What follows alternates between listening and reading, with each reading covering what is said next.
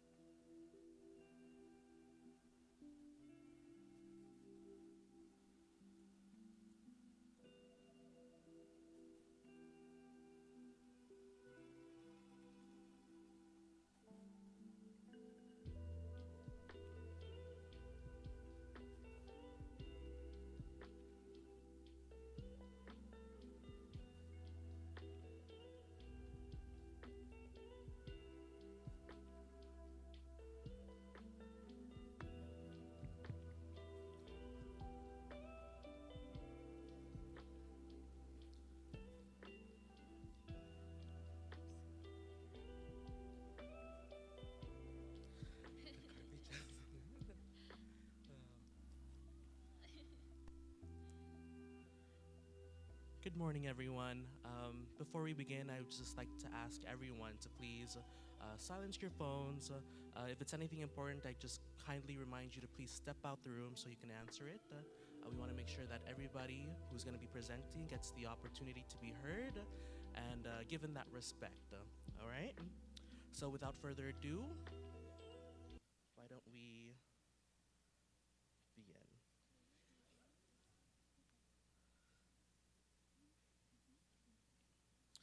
All right, welcome to the Health Summit Youth Forum brought to you by the Ministry of Health and Human Services. My name is Weber Santiago. And my name is Shri Chibana. And we are from Bangigoy Society, the Youth to Youth Coalition for a Drug-Free Palau, and we'll be your MCs for today's Youth Forum. As a part of the larger Health Summit, the Youth Forum, as a part of the larger Health Summit that will take place throughout the week, today's forum has been organized specifically for the youth of Palau. And we are so delighted to have all of you youth here with us today, representing the faces of the future.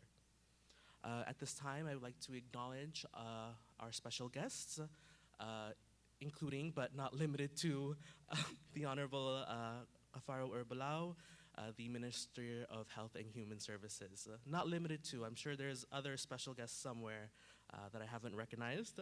But other than that, we should begin. And so I would like to introduce to you, to deliver his opening remarks, the President of the Republic of Palau, Surangal Whips Jr.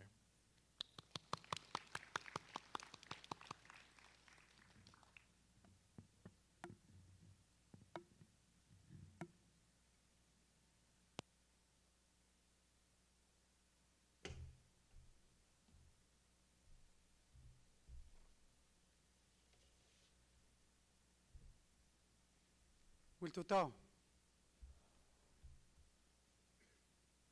You guys are all up and bright and early. I guess it's normal for you to be at school at what, 8 o'clock? Yeah. I apologize for being a little late. We had worship devotion this morning, and they had a lot of good messages to share, and a little bit went a little longer than we had planned, but God is good. Good morning, Minister Urbalau, Dr. Dever. It's great to have you here this morning, and of course all our special guests that are going to be talking later, and I know virtually too.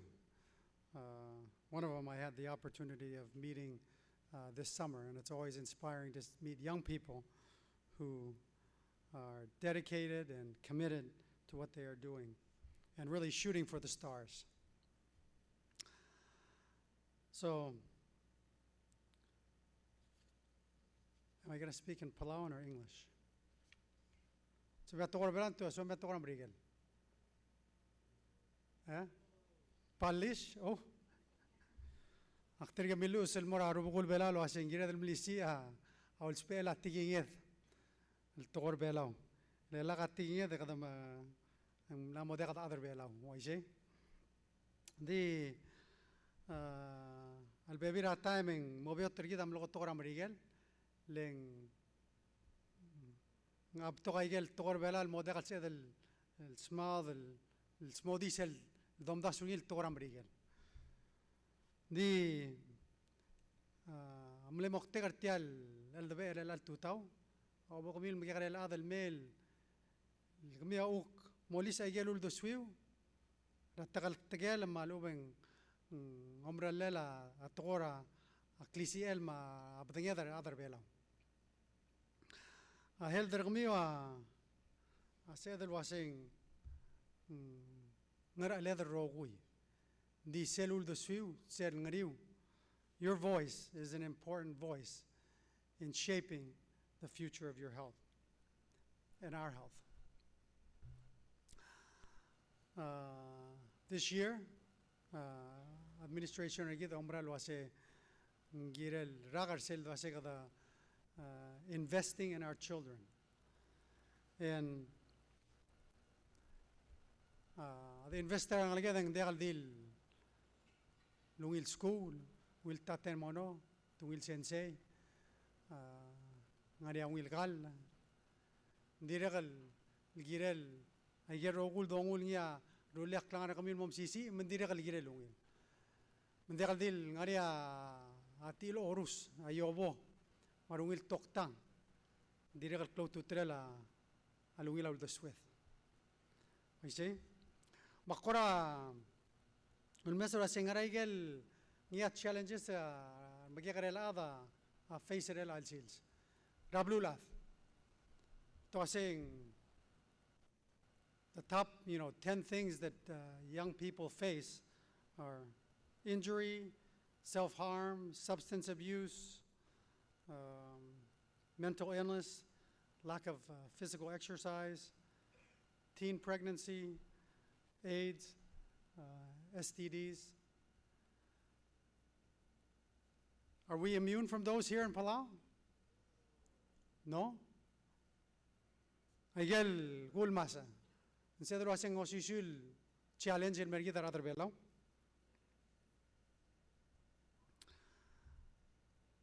Tiam lo mereka rak.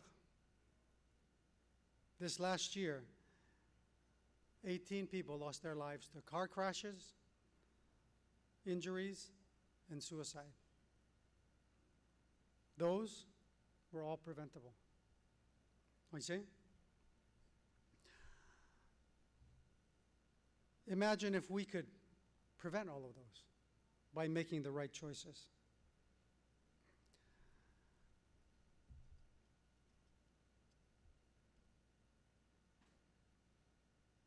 You know, what if they drove slower, didn't consume alcohol, reached out to someone when they were in time of need, or made the right choice in buckling up? Kita agira del ngaklangan agit del mokot. We need to care for ourselves. I'm encouraged by the recent survey that was done. It says in 2020, 28% of you buckled up. And in 2022, 57% of you buckled up. That means that you care. You want to make the right choice.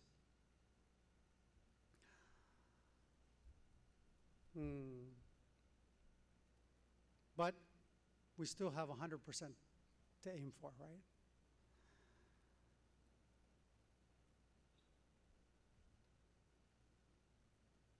You know, one of the things that we don't like to talk about, or we're afraid to talk about, is the self-harm.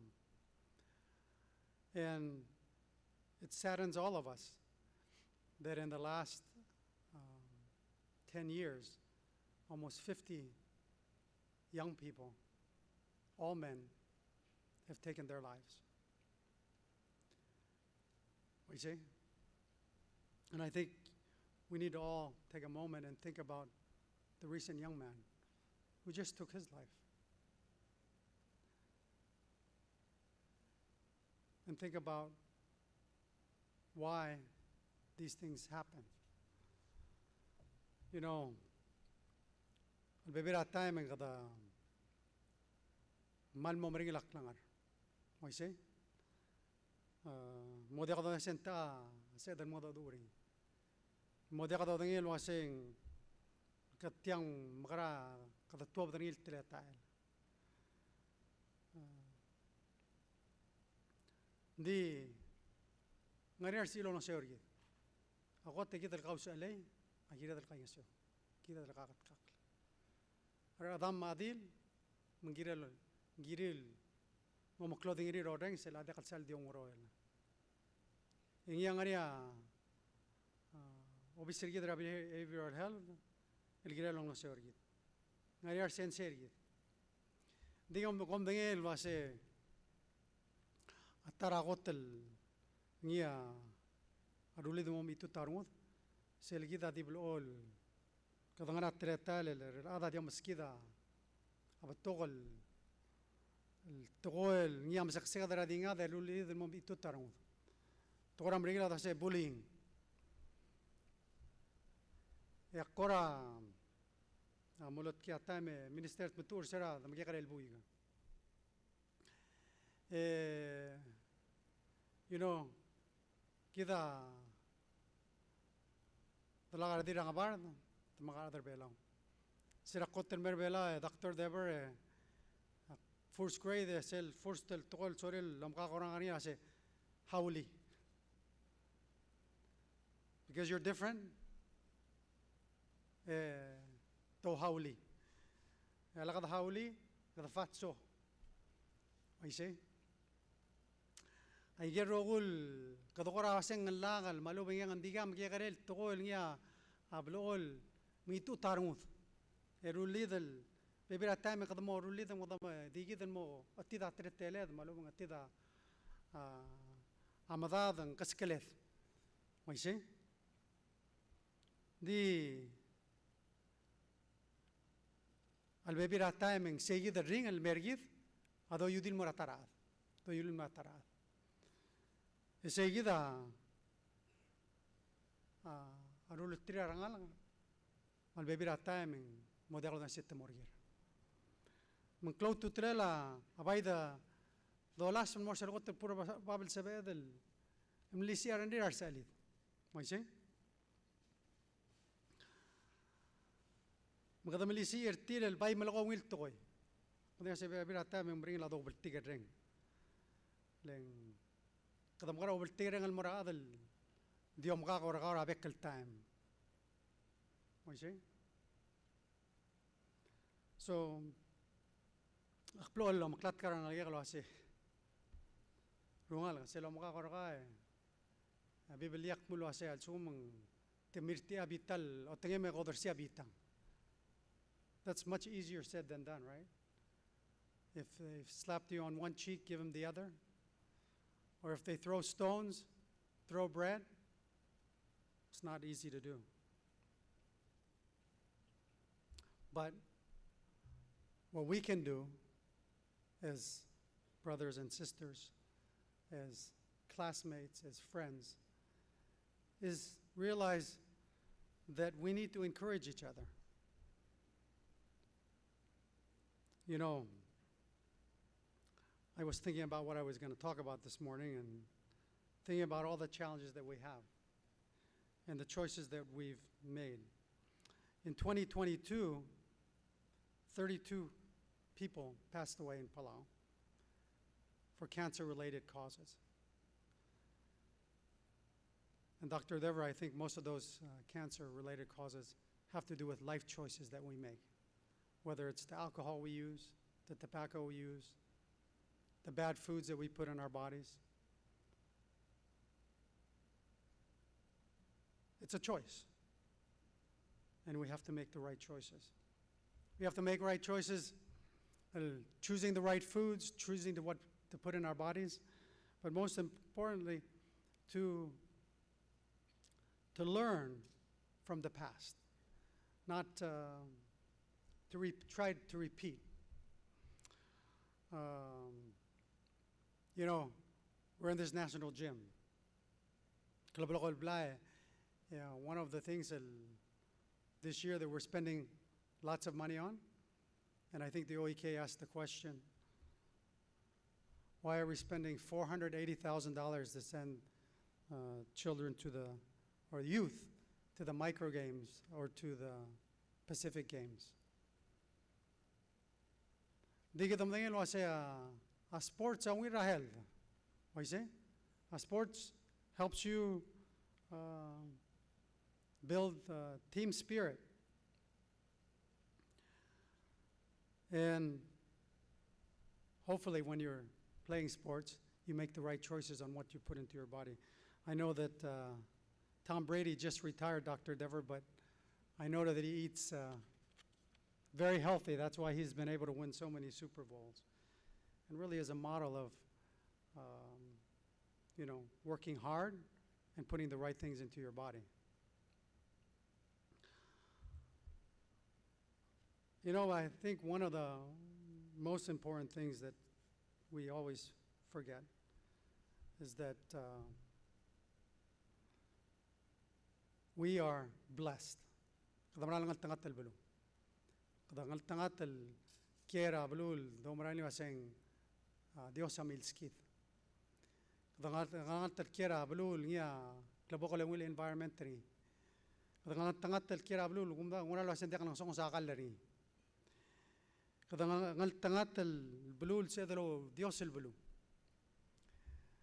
And I say that because I tuli seleng akmolot kitay del bada sa Biblia. Ngase and let not us grow weary while doing good, for in due season we shall reap if we do not lose heart. This is found in Galatians 6:9. Tiaw maklat kiri del waseng lakabol mitu tarungud sel doru laungil. Le bebira timing malung moti tuong le mring laklangar tinde kal gira del momitu tarungud. Girel le ngaria bodorit mring. Chokal mo di waisera al dala imol gira el buiga ng rusar. Ingal buiga dimle targil en mada damal. Al mada damal en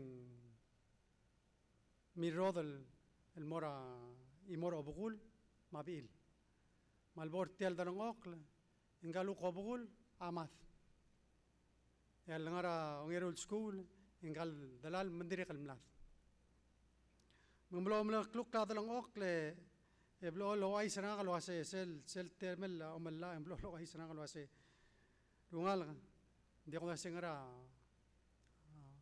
amring rak nang arakaw ngakamlot tilal times ilsokal malarak lang arang arseliga akbora school ito ase lakamar bitar mamam kitabum le bila mamam kitabul kadi usaru matang mera school kome saru matang ay gele bras dorul mo subel ngi denga school mbekal silsil longigal meimura adi dara renda kan mera school di blolo maktat karama melwase sel klaumrar ngira rubakal Dios sel mlete lel madadura senser ngi marbastor el tirangil suir manglos el tobdra school emalmol malmora school rai clear ablur belo mral mlom kitarung ngase ngara tular nga ngamalal el mamasara adial el mora school akwam yakpong ilia كل المرة تناقي مرة بيتار راديال السيل ممثل بدول أعضاء ربك لا ضنا بيتار ومثل بيبير تير المغار تير تمرولا سيا أملك لغاري مولو مرال واسن دملقا هذا الممثلين مرال دملقا هذا التويري دي نسي إذا كلام مراري راديوس ما نعرتير لا ولا سي كذا ده غير روغوي دي سلا غوت كلو توترل غير ده لومرا راديوس الغوت اسل بو دومرا راديوس هي ما بيو ترجيد الممدري سينغاريا كلوغو وريد او مال ممرين لا روغوي but it can be better because it's that trust in God مقبرين لا سولا ديوس لمسا او غايم ادر رقم كلوغو موسامل celebrate لو بنجل دي كده ام دنيل واسي gire del lomra a Dios e gire del ngaria ungilul the sweat rabekal time sectation will the swell we must always think positively leng kamiu aklu gorbelo atarak lafse gom ngartiang kamia mo sensergit kamia mo ministergit kida ultuir kamiu yang agam dingin lo say the sky is the limit madaylo say diaga al say el marul al sumo qado turok law the swed el girel man ngariat mal famous el quote lo say ngel a quitter never wins and a winner never quits. Maise? Malsum gading arang mo bitu tarom, engte kal se emel mongil. Di lakam uli, engte kal se emel mongil. Mang elal sil se komormeng sertigan mal betokal el speakers. El tira mo kami asya singer aklang ar tira may el testimony el tira alur tira mata other elal sil sel successful emla a change at aklang ar tira. Mga kadi encourager kami luase bon misisi aramiu abela osper kami a family kami osper kami bom kargik el moral make the right choices ak madingin luase bato kong etigay dia aklisi angar imomiu ba pom mosper sel tokol ngarabi bila luase tial badingiu at templor a Dios. Malaka pa mula aigel ngiya ngar alsel, ngiya wal ito turti al templor kami. Ile gita malong marar sel tokol wase am sisi a heldering il belu, am sisi a heldering il belu, am sisi el belu. Mukadul tuir kami to make the right choice. Mang ngalisel tokol wase nse edel ngawas el moraral.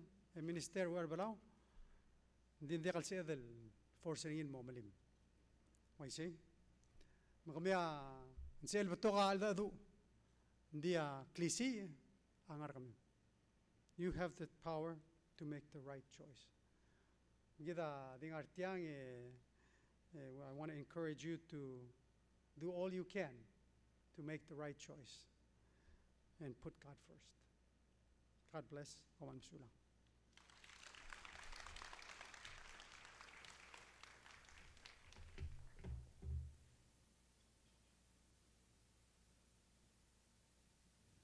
Thank you so much for those inspiring words, Mr. President, and for bringing meaningful statistics to this discussion.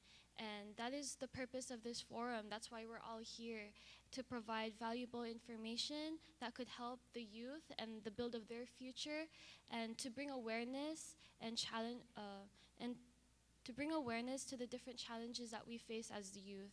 So I'd like to thank everyone for making their way here out of your busy schedules and lives, because your attendance here allows us to hear from your different voices and the perspectives that you have, so that we can generate innovative solutions to the problems that we face, and to help shape our future. So the forum will be structured into 4 main topic sessions, featuring designated specialists from their respective fields. So we have future pathways, youth with disabilities, sexual and reproductive health, and mental wellness. So following a special presentation from the Office of Anti-Human Trafficking, there will be a Q&A and raffle portion of the morning. During this time, we will also ask those who have signed up for the different focus groups to break away into their respective groups. And lunch will be from 11:40 a.m. to 12:10 p.m. and the panel discussions will continue after. With that said, it is my pleasure to introduce to you our first special guest speaker, Blay Madriz. He will be joining us via Zoom call. He will not be. Sorry, I should have. Yeah.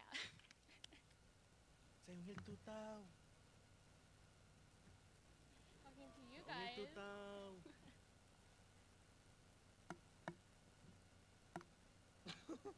Can you guys hear me?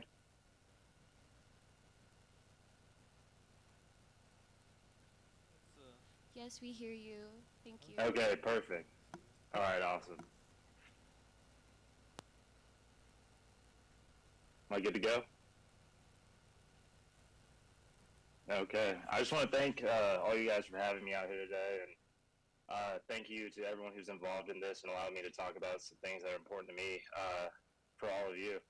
So, a little background about me. I was drafted by the Pittsburgh Pirates in 2017, and now I'm with the Houston Astros. So, I was the first Blount ever drafted and to ever play in the major leagues. So, before all of that, though, I was just a kid.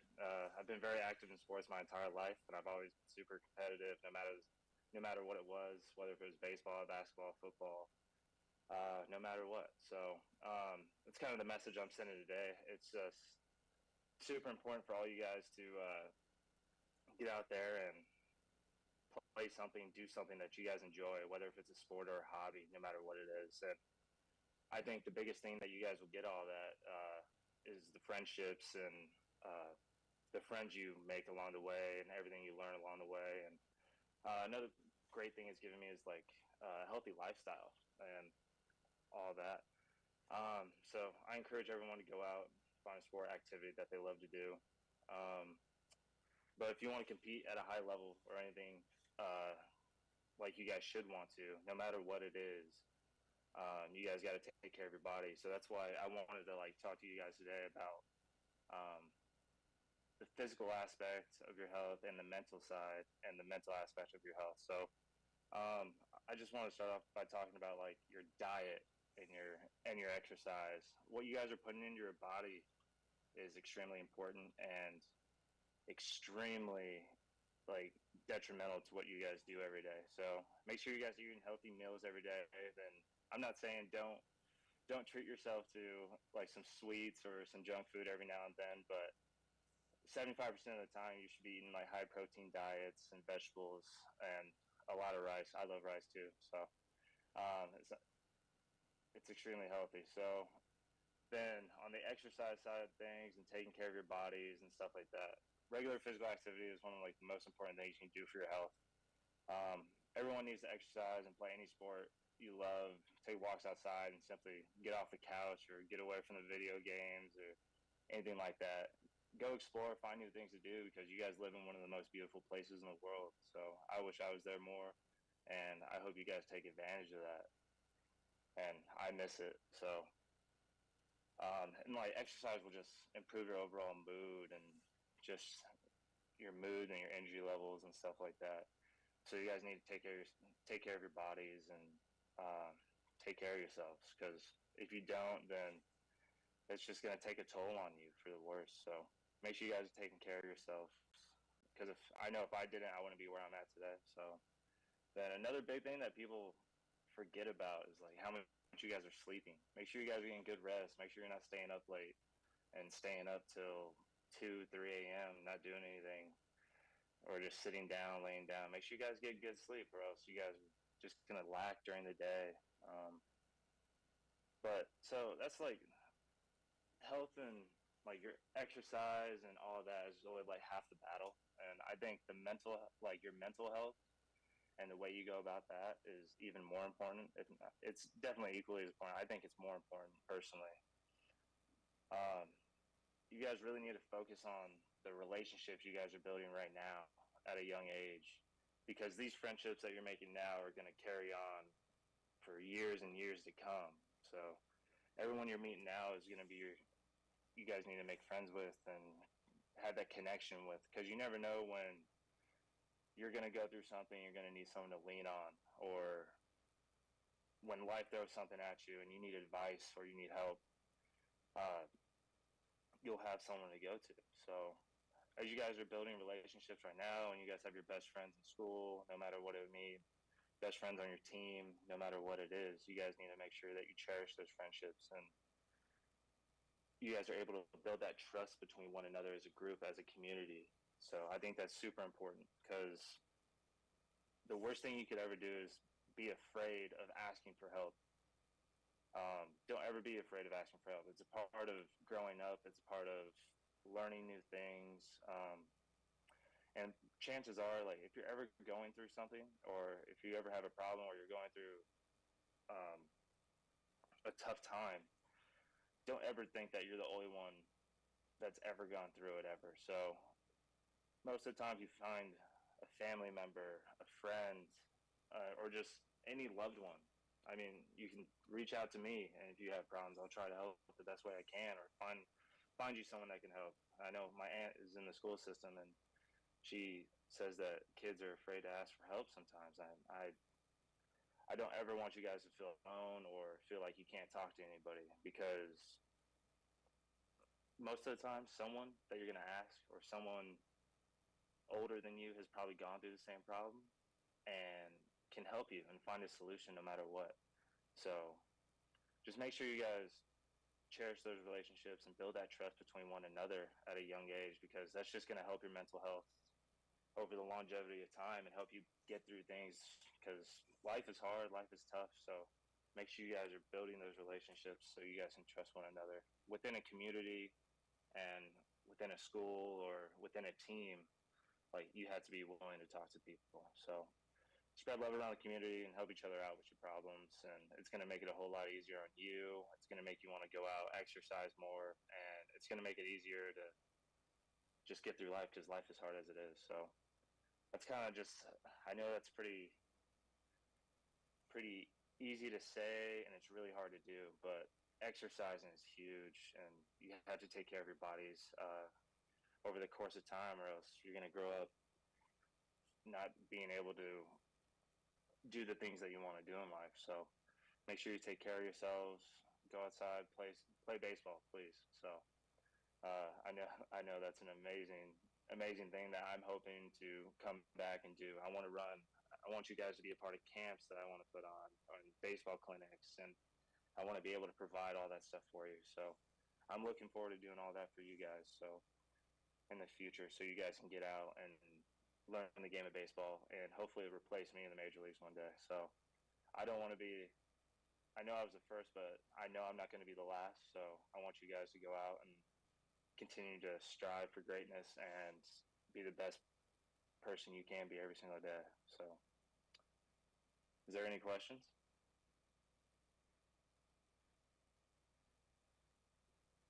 Any questions?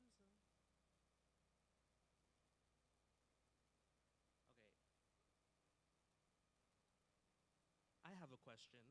Oh, where did he go? Okay. So this is just a question. You're talking about coming back to Palau. Is that anytime soon? I'm hoping I get to come out after this off season or after this season with the Astros. So I'm hoping to get back with me, me and my whole family. So I know my father really wants to come back, and I want to come back with my uncles. So, and I just personally want to come back because I haven't been there in so long. So life sped up on me in school, high school, college, baseball, obviously, and I haven't been back as much as I should have. So, but I'm hoping when I'm there, I get to hang out with all of you, and I get to put on a camp, and we all play baseball all day. Then I'll bring it. Hopefully, I can bring some baseballs and some bats and some jerseys and all that stuff. So. Promise?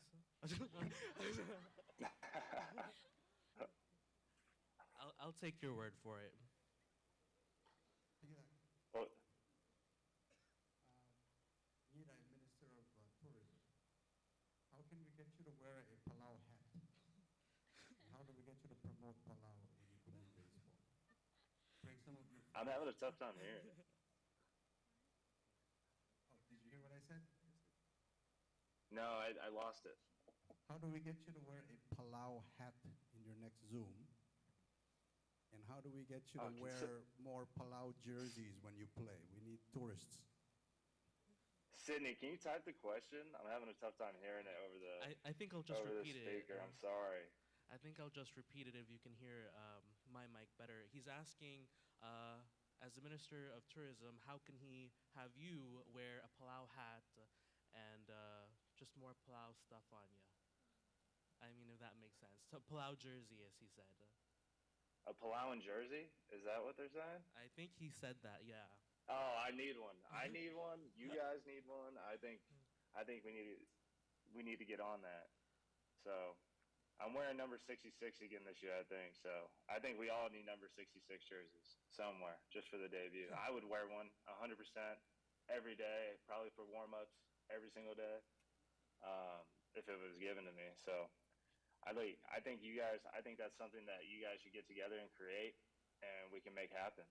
And maybe for the camp I put on when I come back or clinic I put on, we can all have jerseys and stuff like that, and I'll make sure that happens. All right. If there isn't any other question, I'd just like to thank you and congratulate you on the somebody else. Somebody has a question. Can we have a mic? Or do you want to kabo? Oh, What is that? there's a question from one of the students. They're asking if you can speak Palauan. Bits and pieces. My dad wasn't the best teacher growing up, so Why don't you say I a love couple him to words? death. I love him to death, but he's too busy taking me to baseball practice every single night. But bits and pieces. But All right. I understand more than I can speak. That's good. Mostly just when my dad's mad at me. All right. We have another question.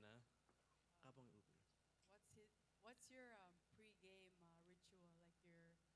Like your pre-game breakfast? I know mine is peanut butter and banana sandwich from before my swim meets, and I want to know what's your pre-game meal. Okay. So like, you guys want to know like my pregame foods and pregame ritual and all that stuff? It's not a secret, yes. So I heard like breakfast. I heard breakfast and routine, right? Yes. Yes. Okay, breakfast. So breakfast during the year, I'm a little lucky. So during a baseball game, I burn about probably 4,000, 5,000 calories a game. So when I wake up for breakfast, I'm starving. So I love eggs and I love bacon, but then I always treat myself like I don't know, it's kind of I don't know, it's a routine, I guess, or I don't know, a ritual. I always have blueberry pancakes, like at least 3 times a week.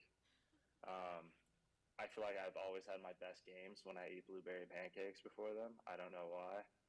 So then lunch is always a peanut butter and jelly sandwich, always before a game. That's like my go-to snack. Like I have to have one before the game, and a red Gatorade.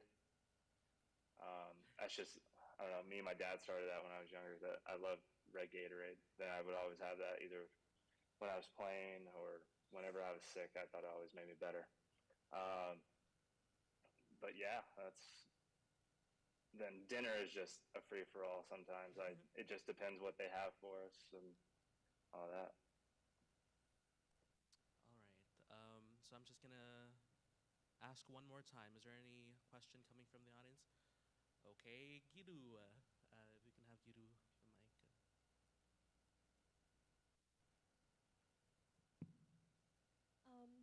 Question, was Major League always your end goal?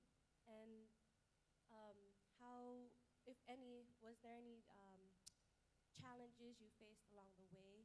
And lastly, what was that feeling like when you got word that you made it into the major leagues? I'm so sorry, I can't hear it. Sorry, there's three questions. Okay, well, let me ask that first question. I think she asked whether or not the major leagues was the end goal, sort of what you were hoping for from the get-go. Was the major leagues everything I was hoping for? Yes. Was it your goal, the end goal? No, it's definitely not my end goal. So I know that sounds crazy, but it's definitely an accomplishment. It's definitely something I wanted to accomplish very badly.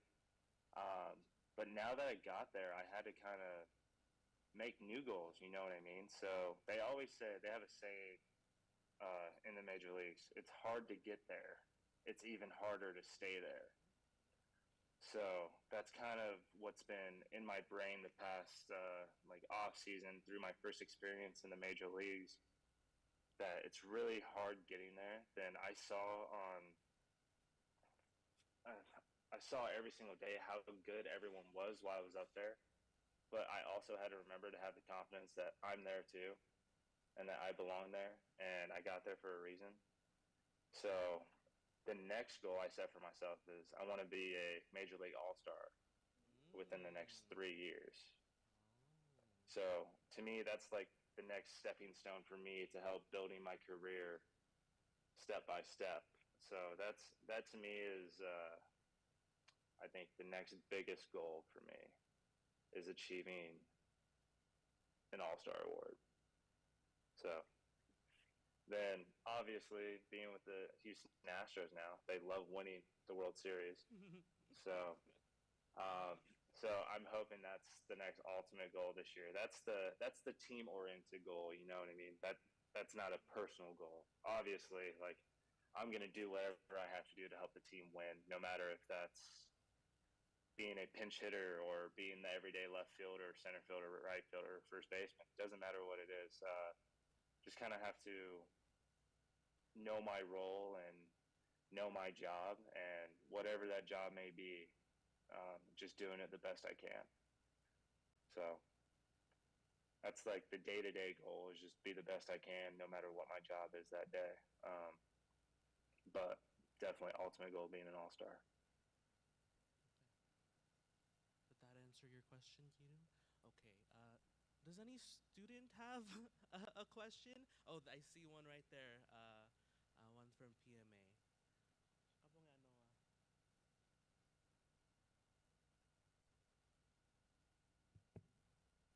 So you don't have to answer this question, but at your lowest point in life, what was the number one thing that kept you going?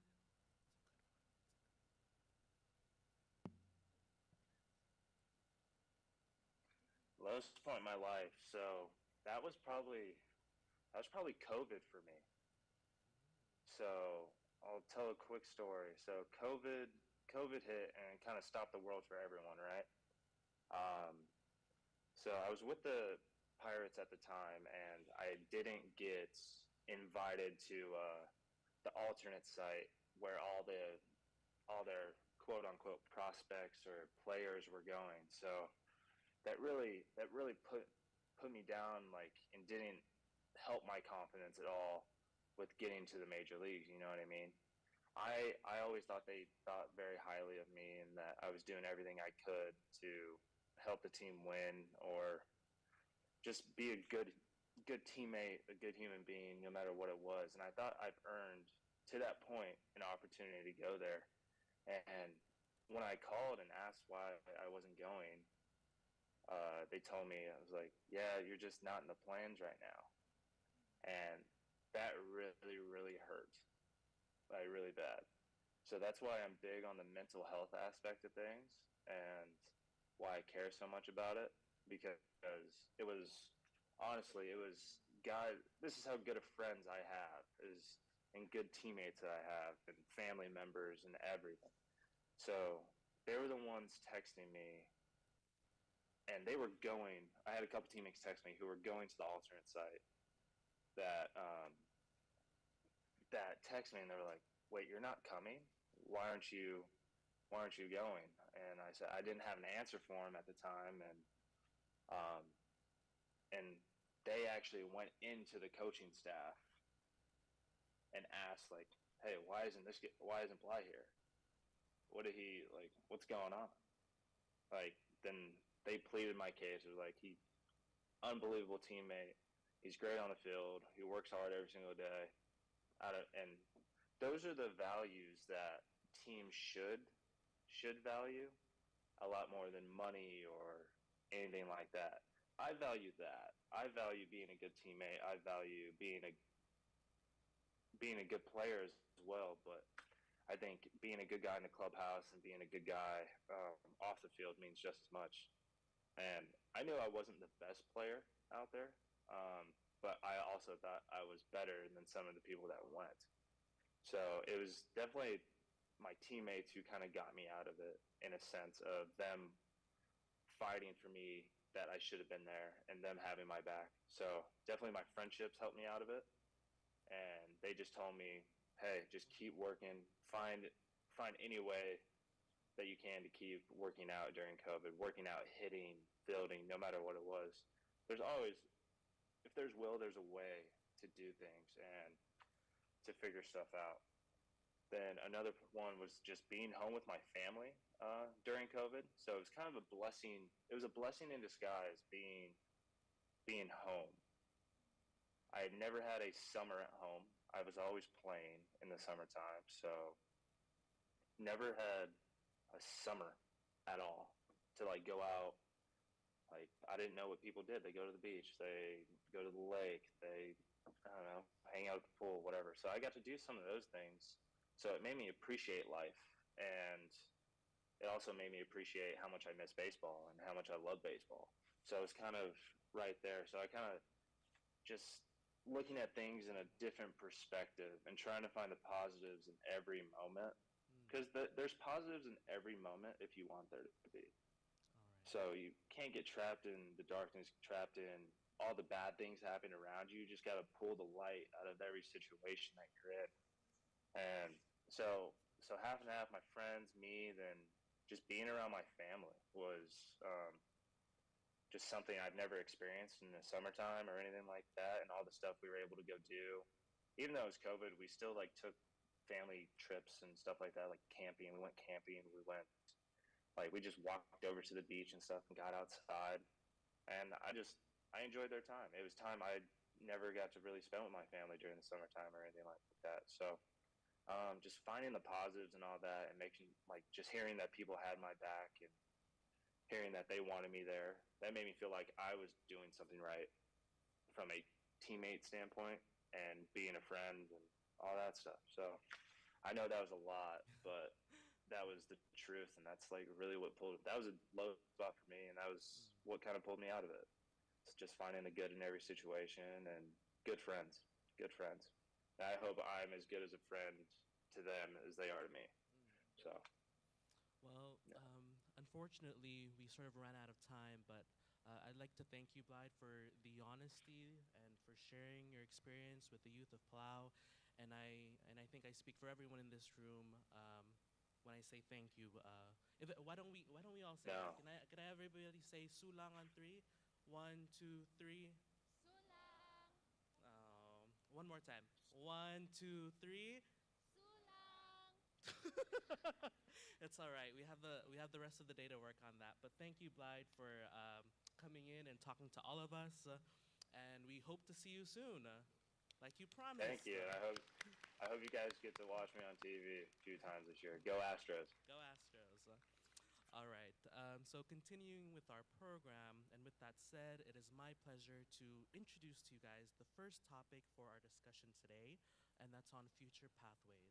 The concept of future pathways is all about preparing for the future and positioning ourselves as youth to take advantage of the opportunities that lie ahead. Today's discussion will be an opportunity to explore the different perspectives on future pathways and share ideas on how we can all prepare for the future. We will hear from a range of speakers who will share their experiences, insights, and advice on navigating the challenging landscape of work and education. Oh. We will begin by hearing from a couple of local entrepreneurs who are here to share their experience, insights, and challenges. Local entrepreneurs are definitely the backbone of many communities. They create job and they drive innovation and they contribute to the local economy. So without further ado, I'd like to everyone to please welcome author Kyota of OJ Cuts and Else Tele of Tuladoro.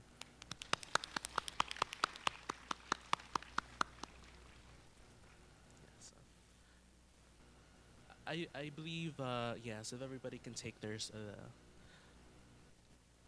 I'll also introduce some other people if they can take their place on stage, if that's how that's gonna work. And so I'm gonna introduce the rest of the panelists, and so that includes Ives Morey of Bank of Hawaii, who will discuss the importance of financial literacy and how developing good financial habits can help set young people up for a secure financial future. Also on the panel is Morisang Udui of the Palau National Scholarship Board, dedicated to helping students achieve their academic and career goals by providing opportunities for scholarship support. Also up here will be Eyang Mariur of PCC's Cooperative Research and Extension Program.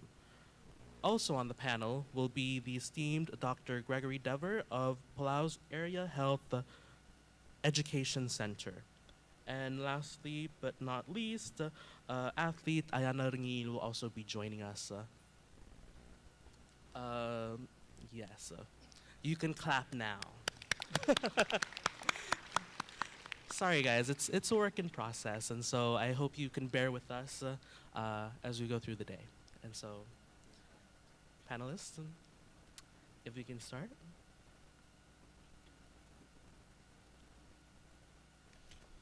Good morning. Ngil tutaro ako. Iltuta. Ali and hello everyone. Before I introduce myself, I want to give thanks to God and praise Him and for everything that He's done for my life and loving me so I could be here today to share with you.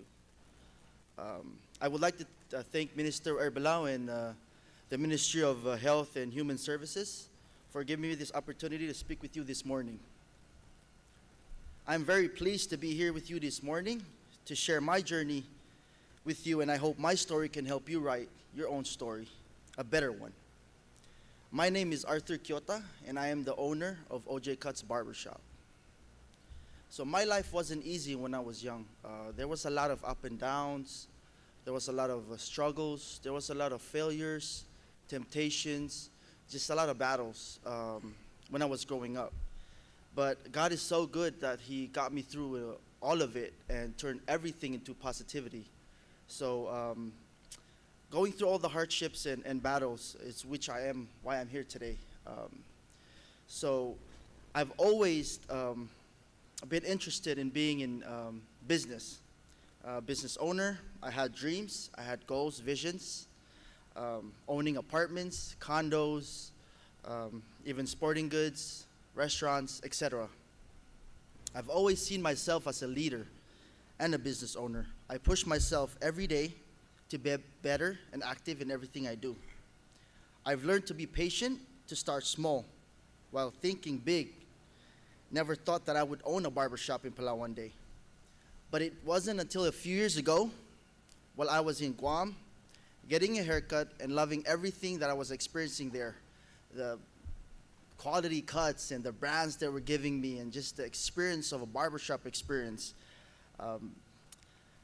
From there I decided I wanted to do this in Palau. I wanted to open up my own barbershop. I wanted to open my own business in Palau. So I talked with my wife about it. We started creating short-term goals and long-term goals in our lives. There was a lot of planning, changes, and challenges along the way. But I was able to pull through without giving up. I wanted to create something that would be meaningful to me and to create something that bring joy to others.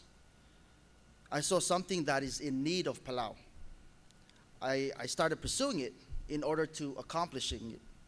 So on July 21st, 2022, OJ Cuts opened up as the first and only barbershop in Palau. Starting a business is not going to be easy, but it's doable. And it starts here, in your mind. Your mind is a greatest gift that God has given you. And you are the owner of it. Just like a car, let me give you an example. A car. So a car was thought. It was imagined before it was created. So somebody imagined it, thought about it, soaked in it in order for them to create a car. So it came from the mind. So the mind is a very powerful thing that we have to use it in the right way. His name was Carl Benz. He created car in 1886 because he thought about it. He had a vision. He had goals. He had a dream. And then he pursued it in order for him to accomplish it. That's the power of your mind. You are the owner of your mind. You can do anything. If you want to go get something to eat or something to buy, you get up because you told your mind, you told yourself you want to go get it. You get there to get it. You wanted to get it. So you go everything you have just to get that something that you need. You can do great things with your mind. Imagine a box in front of you.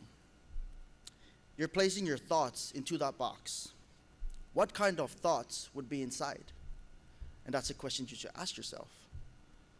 Look and see what purpose and meaning in your life and hold on to them. Those thoughts that are carry you on every day, the positive ones, the thoughts that gives you future. Those are the thoughts you have to hold on to them.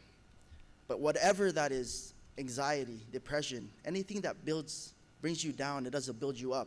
You need to throw them away. It's not worth it. So Proverbs 4:23, it says, guard your heart above all else, for it determines the course of your life.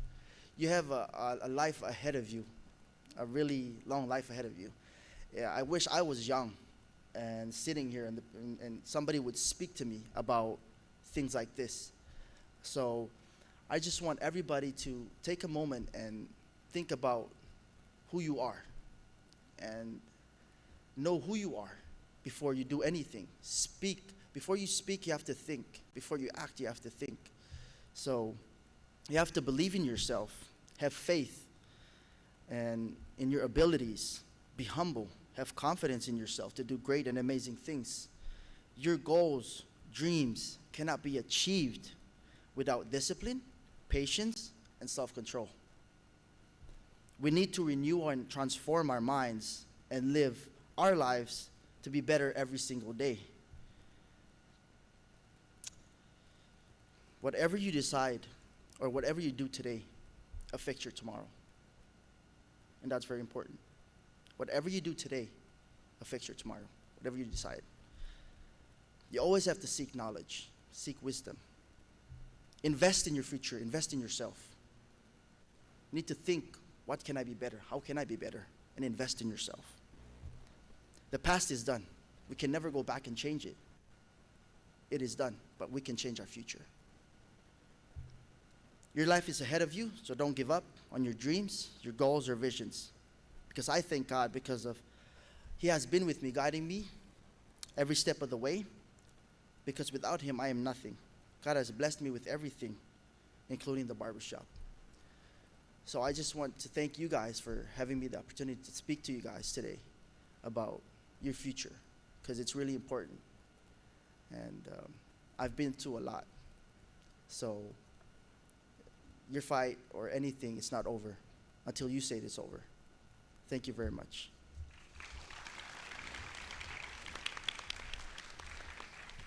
Just a announcement regarding the restrooms.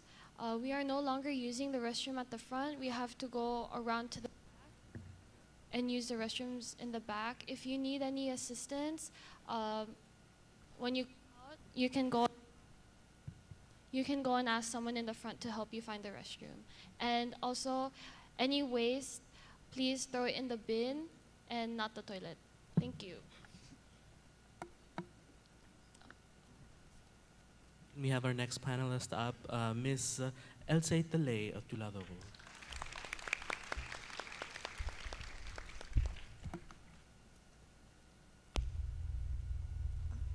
Thank you. Sorry, I'm kind of short. Okay, good morning, everybody.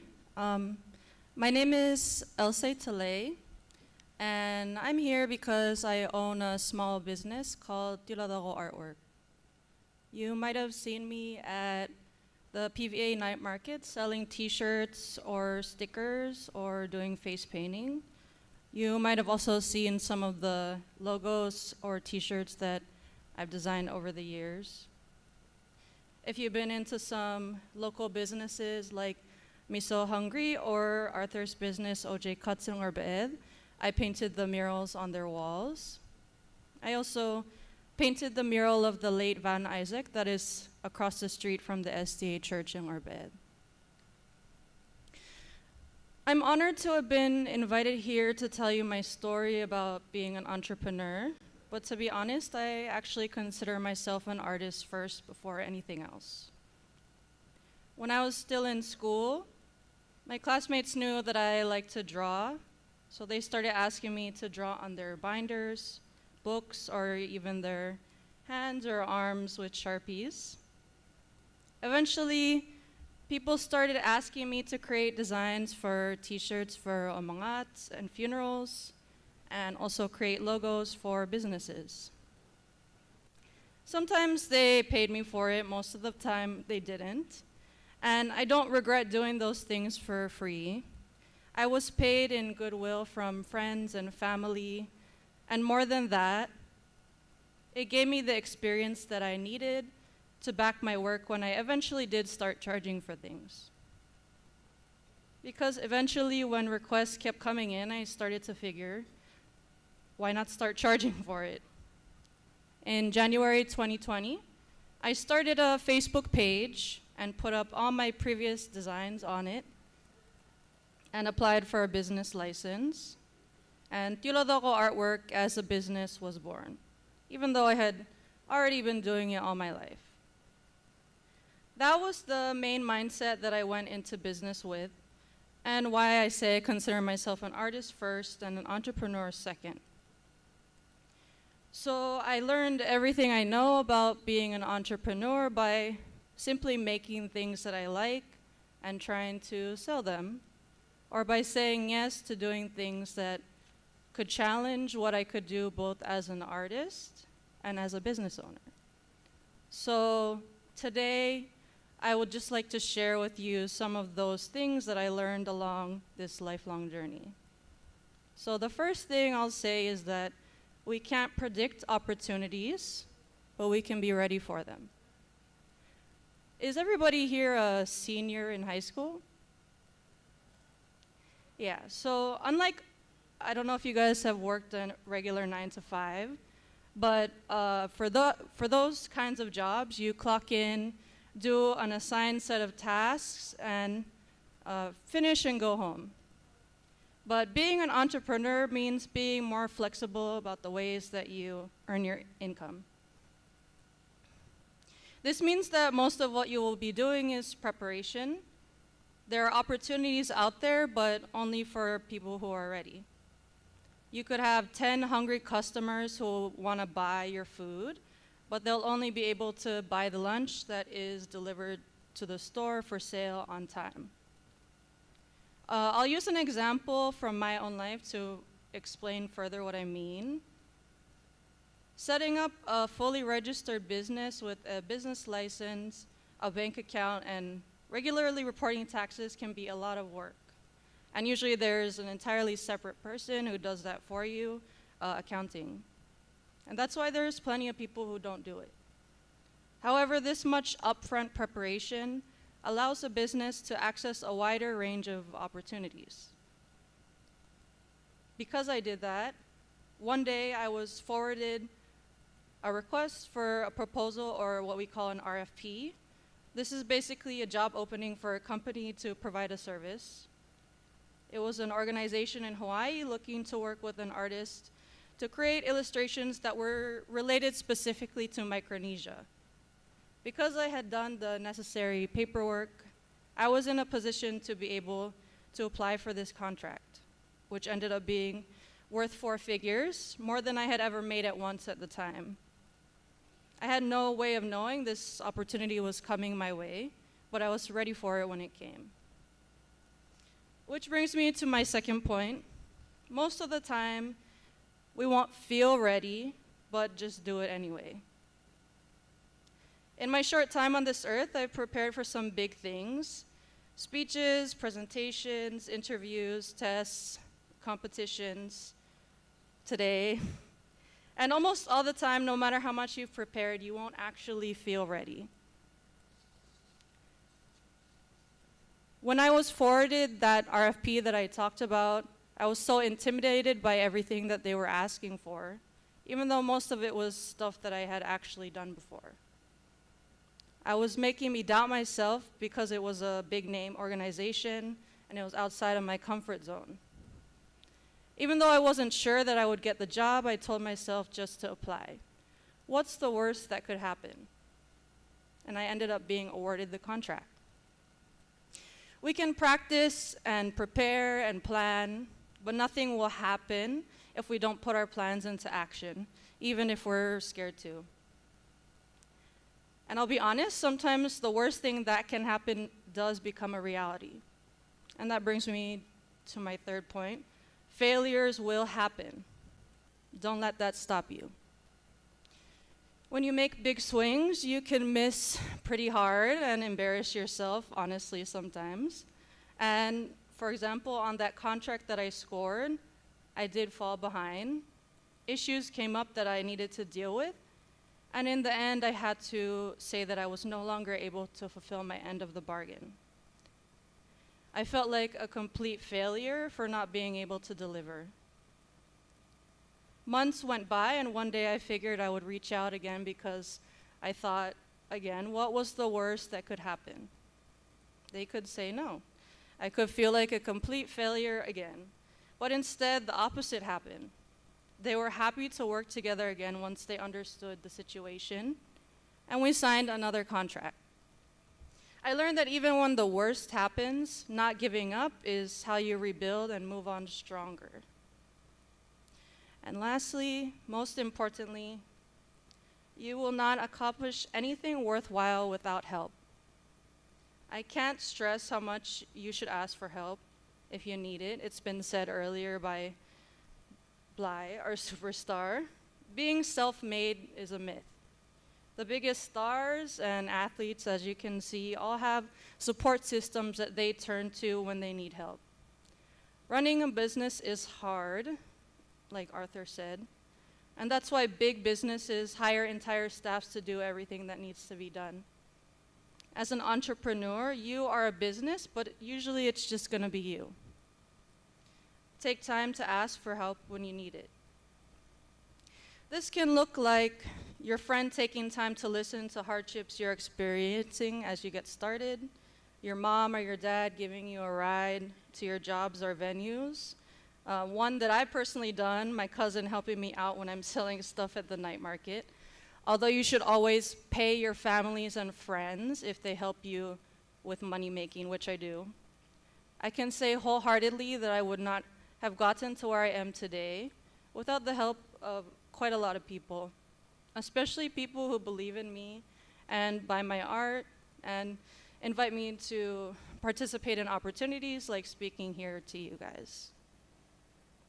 In the end, as you move on to adult life, you will end up working for someone, whether that someone is a CEO of a big company, the president of Palau, or as an entrepreneur yourself.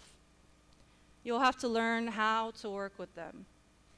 This means knowing their personality, their likes, dislikes, their style of working, their strengths and weaknesses. And for better or worse, when you are your own boss, you need to know those things about yourself. You'll need to know things like, do I work better in the morning or afternoon? Do I work well with others or alone? Learning your strengths and playing to them will be what gets you far. For example, I know that one of my strengths is not spontaneous public speaking. I work better when I'm able to sit down and organize my thoughts. That's why I'm delivering this talk to you by reading from a paper I've written on, rather than coming up here and freestyling everything I'm saying. And in the end, if you end up doing the conventional thing and going to college and getting a regular job, that's more than okay. In fact, that's what I did. In addition to owning this business, I work a day job at the Palau International Coral Reef Center. I went to college and went through all of the trials that comes with it. And my story is not unique at all. There are plenty of Palauans who are balancing a job and running a business in order to make ends meet, and who could stand up here and talk to you guys all about what that means.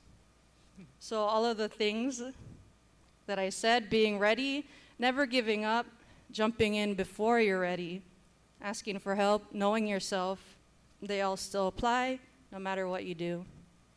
The futures that you create for yourself are out there waiting for you to take them. So I hope you take what I said, and good luck. Thank you.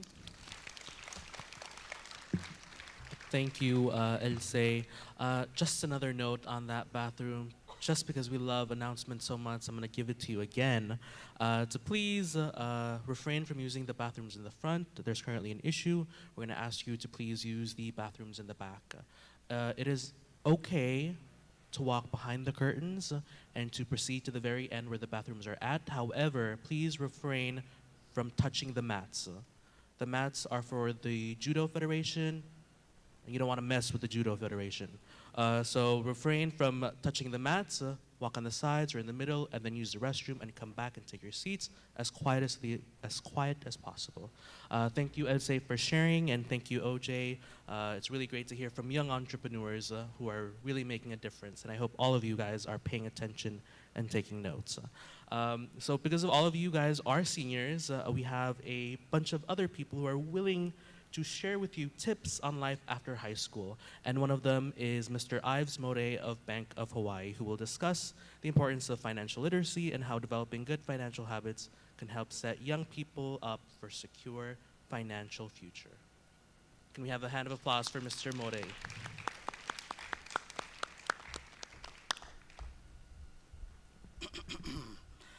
Good morning, everybody. To be honest, I wasn't really prepared to do a speech today. I was voluntold last week by my boss saying that, hey, you need to go there and do a speech because you know you're a product of Palau. Now, that product of Palau, I don't even know what that meant, right?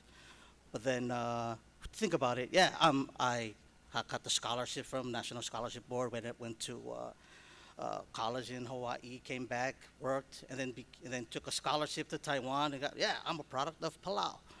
So that's basically it. So open your accounts at Bank of Hawaii. That's my speech. Nah. No, but in all seriously, my life pro tip or tips on life after high school for you guys is to just open a bank account. Open a bank account at Bank of Hawaii, Bank of Guam, or any bank that has an account. Open your accounts there and start saving. So, the importance of saving, there are three things you need to do when you're saving. One is you need to budget, and two, you need to be disciplined, and three, you need to do some sacrifice. So for the first thing, budgeting. Now, budgeting, if you don't know, budgeting, to make it simple English, is a savings plan or a spending plan. So you need to do it just like, you're all seniors, right? You're all seniors? So once you get your allowance or you start your first job or something like that, you can budget on what to spend on food, on what to save.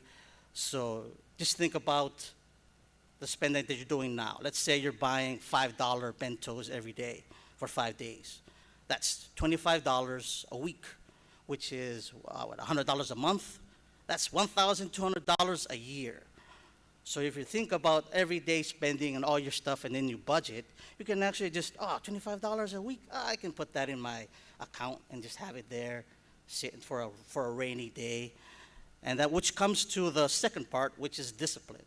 You gotta be disciplined when you're saving money. When you put it inside your account, know that it's there. Don't go like, oh man, that new sneaker is pretty good. I wanna buy that shoe. I wanna buy something for my girlfriend, buy something for my boyfriend. No, just stay disciplined. Have it there. They have it saved. Sitting around in a savings account, earning interest, getting more money. And then, of course, the last part is sacrifice, where you got to decide what to do with your money. You got to, if you have it saved there, you got to sacrifice going to the big game or sacrifice buying a ticket to watch Bly at the Houston Astros game, or sacrifice getting a haircut. Just make your hair grow longer until you have enough funds to get a haircut. Those are just the simple life tips or tips on life after high school.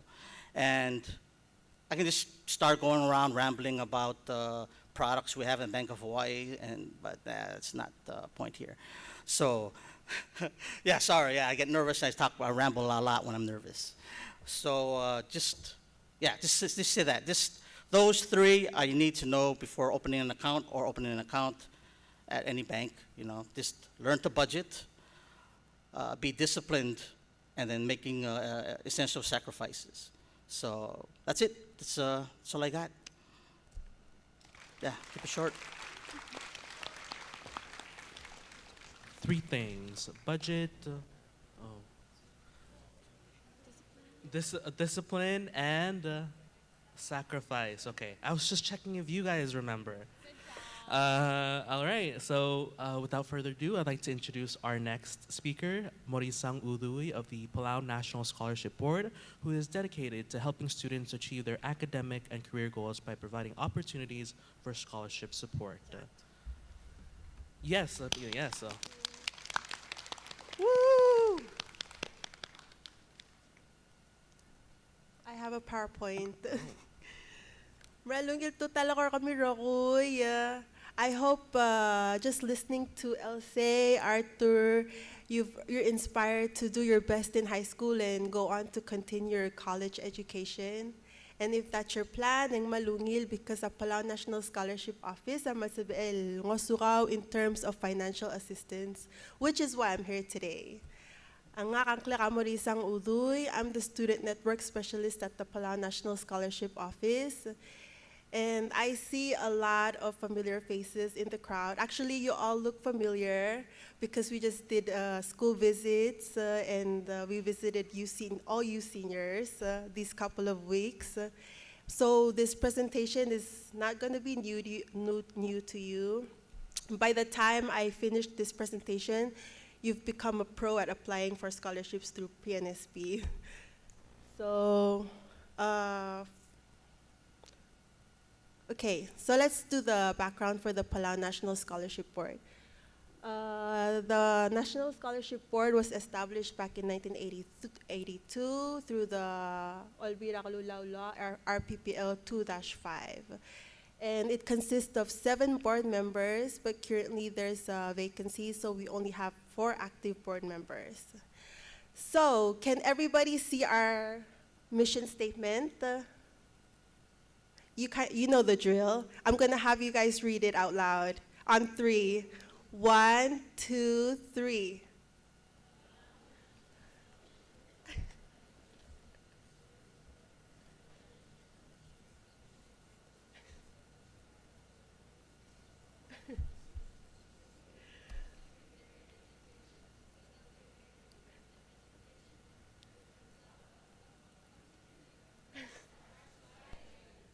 Wow, not the best, but good job. So yes, that's the mission for the Palau National Scholarship Board. The board administers and oversees all of the scholarships under the Palau government. Make sure that there's always money coming in so that the scholarship can continue and there's new opportunities for Palauans like you guys, so you can go on to pursue your education, complete your degree, and come back to Palau and help build our island nation. Next. Okay, so here are the eligibility requirements. So as a Palauan citizen, you already meet the first requirement for the scholarship of the PNSP. And then you must be a full-time student at an accredited college or university. So to be considered a full-time student, you have to take 12 credits per semester, which is equivalent to 24 credits per school year. If you're going to be attending a quarterly college, you have to take 12 credits as well per quarter. But in the whole school year, it has to be 32 credits in total. 36, I'm so sorry. And then most importantly, you must maintain a minimum GPA of 2.0. 2.5 is a good GPA, but if you cannot make 2.5, 2.0 is fine. And then here's how to apply for assistance. You must submit the financial assistance request form, which I'm going to go over in the next slide, and then submit all required documents, meet all published deadlines for PNSP programs. I recommend that you follow our Facebook page so you can keep updated on all the scholarship opportunities as well as the deadlines for the different scholarships. And don't forget to follow up on your application once you submit it. Okay. And here's what the financial assistance request form looks like. You can find this on our website, which is the pnsp.org, or you can stop by our office. Who knows where our office is located? Yes, PHS, Palau High School. So you can stop by anytime and pick up an application form. It's very self-explanatory. First part is your personal information. Second part is the school information, what high school you're in, what high school you'll be attending. Make sure not to leave the field of study blank. You must write your major, even though you haven't decided what major you're going to be studying in college. At least write something in there like what you plan on studying when you go to college. And then the second page is the cost of attendance. The numbers for that second page you can get from the cost of attendance of the school online. So for example, if you're applying for the University of Guam, you just go on Google and search University of Guam cost of attendance, and then, can you go next slide? And then, and then this little show, you just plug in the numbers here to the second page and then complete everything. It's very simple. You can do as much as you can, and then if you struggle with like certain parts, you can leave them blank and then come to our office and we'll help you, or just call us and then we'll instruct you over the phone. Okay, next. Here are the required supporting documents to go with your application form. So you must provide proof of Palauan citizenship, an original certified birth certificate, and as well as a valid Palau passport. So if you don't have a valid Palau passport, you should start working on it now if you plan on applying for PNSP. And then you have to provide an official transcript from your high school and an acceptance letter to the college that you're applying for. So those are all the required documents. And these are just a list of some of the priority fields that for the Republic of Palau. These are just 7. It's just 7 of many priority fields. And there's much more. If you want to know if your field is a priority or not, you can call our office and we'll let you know. If your field is not a priority, please don't be discouraged to not apply for the scholarship. You can still apply and get funding. All right. Here are the scholarships that are funded by the Republic of Palau and administered by the PNSP.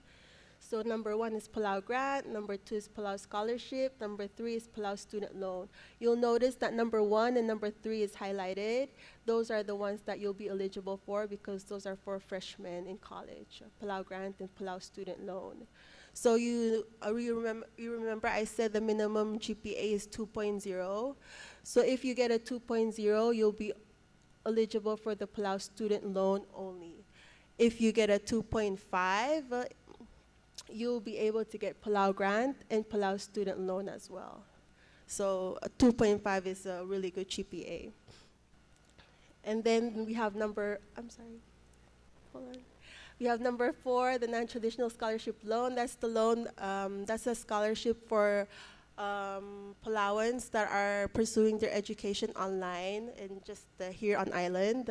And then number 5, the PNSP Fellowship Award. This does not apply to you at this time, but when you become seniors or graduates from college, you'll be able to apply for this.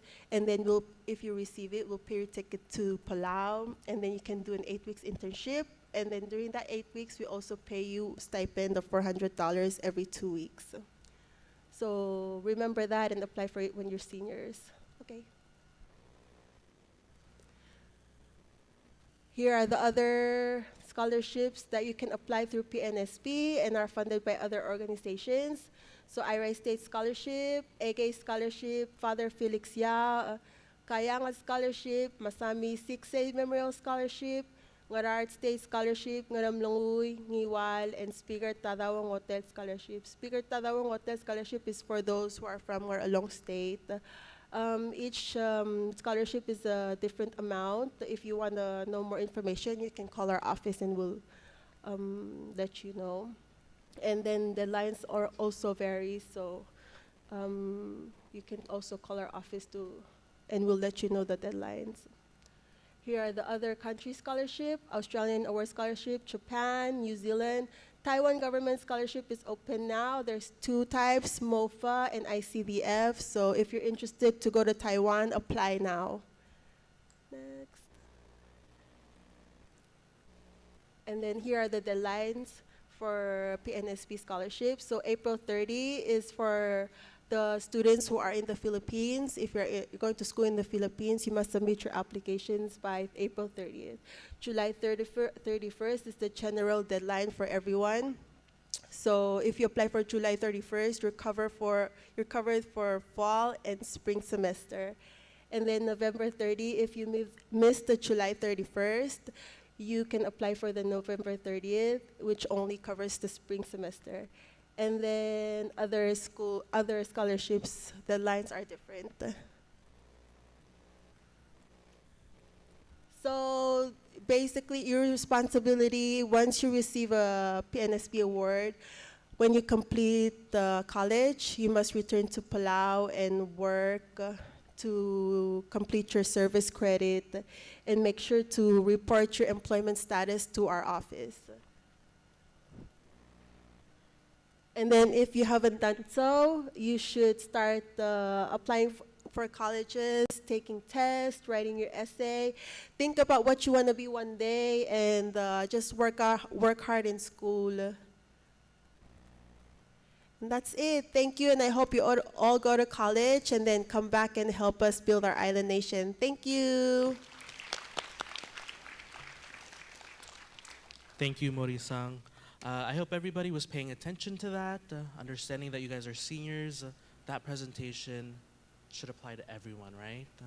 Okay.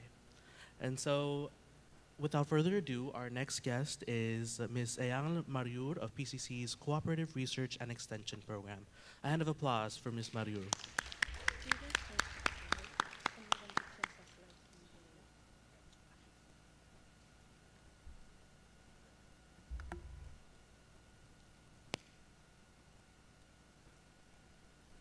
Ali, Ngiltutao. My name is Eyang Mariur, and I'm here with the Palau Community College Cooperative Research and Extension Program. PCC is, of course, a college. We all support people that go to college, but I'm here to present about the different job opportunities and educational opportunities that we offer. So PCC CRE is part of the Micronesian land grant programs that are offered throughout Micronesia. There are 6 sites in total. 4 of them is in the Federated States of Micronesia, 1 is in the Marshall Islands, and 1 is here in Palau. Our main office is located in Pohnpei. There are 3 main categories that this program offers, and that is extension, research, and education. So CRE works to identify critical issues and trends. We then develop research and extension programs to address short-term, intermediate, and long-term approach to the issues. Identified over here is 6 of our main issues. One of the main issues is lack of food production and food insecurities. So managing invasive species like the coconut rhinoceros beetles has been a project that we've been doing for years. It has been attacking our coconut trees, ruining them, and now it has become a big issue, as well as fruit flies. Collection of CRBs and fruit fly samples is taking place of most of the states in Palau. We couldn't reach the outer islands, but we're trying. Along with collections of those invasive species, we survey trees for damage. We have research and development station in Ngaram Langui, where we do tissue culture, which is basically regenerating a whole plant from a single cell. Over at the R&D station in Ngaram Langui, we grow a bunch of fruit trees and variety of taros for food production and research. With this research, we publish books and also teach locals how to plant and care for them. These are just an example of some of the books that we have published. We try to help the locals be producers and hopefully be a business owner. Also, in Ngaram Langui, we have a multi-species hatchery that does research on sustainable aquaculture. The hatchery advises local farmers on farming fish and other marine food resources. This is an educational facility that can host school trips, educators, and fellow researchers. These are 3 species that we do research on, but we do have a lot more. If you want to arrange visits, you can just call 733-2747, and we would be glad to show you guys around.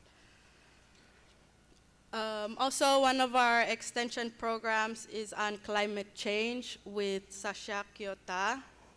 She has a program with students from Irai Elementary School where they went to Ngasil and they picked up trash. They then learned how to segregate the trash and planted some coconut and lemon trees. Along with all these extension and research, during the summer we host students and teach them how to do research in the field and in the lab. We also have the Step Up program that is in partnership with NIH, National Institute of Health, where students do 8 weeks of research and present them in Washington, D.C. A lot of times, the participant of the Pair Camp and Step Up program work together to do this research. And the research project that they do is in line with the critical issues that we have. And so the students get to have a real research project with real results that can affect the real world. With the CRE, we do have different job opportunities available as well as educational opportunities. And thank you. And if you guys have any questions, you can call us at PCC, or you can just call me at that number. Thank you, Yang. And now for our last presenter to give you some tips after high school is the esteemed Dr. Gregory Dever of the of Palau's Area Health Education Center. I can't take this out. I can't pull it up. That's all right. Okay. Maniwitu tau naka Dr. Dever. Naka diaksal madul mulgo togor belao anti akmo malasam. Akmalasam eh. Ya maklat kara tingela president and Selmera belao Selmera school tirgal nalagara school mle omuka korningi tammo mulwase ga hauli ga fatso. I want you to know that akdiga hauli and I'm still and aknamo fatso. Okay. The Area Health Education Center is a program that's been based at PCC for over 20 years.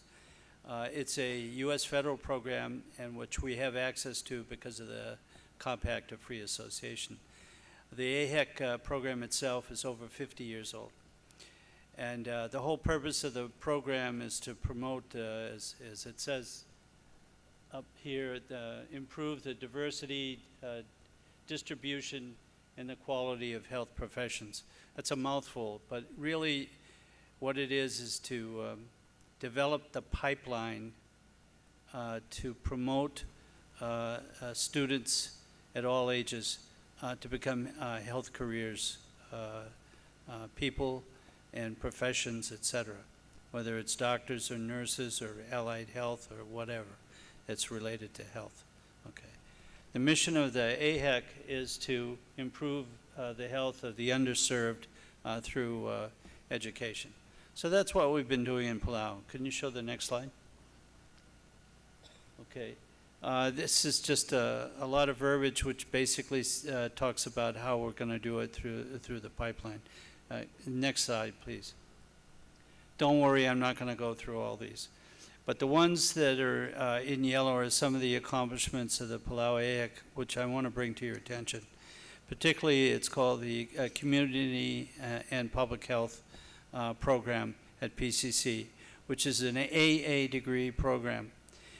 And the reason this was established, and we also established one at the College of Micronesia, FSM, was that in the past, most of the public health workforce had no formal training in public health. They were trained on the job by others who were trained on the job, and did have some ongoing education from CDC or WHO or the Secretary of the Pacific Community. Now, I'm not saying they didn't do a good job, but they had no way to advance themselves in their careers. The human resources departments, whether it's at the, what I call big HR at Niralmuth, or the HR within the Ministry of Health and Human Services, they did not recognize continuing education. That's the education at WHO, CDC, et cetera. What they only recognized really was degrees. And if you could get degrees, then you could be advanced in your career. So that's what we tried to do. And we first set it up at the College of Micronesia, FSM, and that went into place in 2009. And it was approved by, that approval body, the Western Association of Schools and Colleges. It's very difficult to do, to get a program. You have to be very exacting. Well, we came back to Palau and did the same thing at PCC in 2012. So that program is in place, and it's a jewel. And if you're interested in health careers, that's a good way to start off. And it'll get you an AA degree in public health. Now, what can you do with that?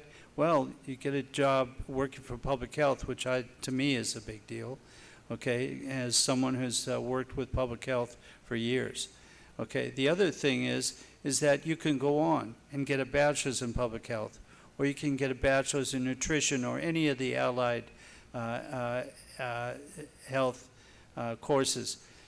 At the College of Micronesia FSM, some of them even went on to medical school, all right?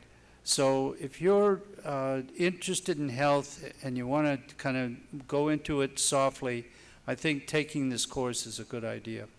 Okay, so what I wanted to do is go around to the high schools and personally do this, and I'm going to do that before graduation comes. I'm going to go to the different high schools and highlight this program, and I think it's very important. The other, if you could go back to that slide with the list. Yeah, thank you. The other is the home care training, which was developed at PCC also. And that is essentially to train the caregivers in the home who are taking care of the elderly and the homebound. Okay, they're taking care of grandma, and the mission is to keep grandma out of the hospital. All right, and the whole idea of the program is to demystify caring for the elderly and giving tips on the caregivers on what to do, and then finally giving them a phone call, because there is a system here in Palau which has been run by Dr. Sylvia Osara and her public health nurses, their outreach program in which they've been caring for over 300 elderly and the homebound here in Palau. And so we amalgamated our training program with her system. And it's her and her staff who come in and do the training. This is another jewel. So if you have people in your home who are the elderly, and your parents or older brothers and sisters or yourself are caring for them, then I recommend that you take this program. It's only 1 week, but it's really almost life-changing.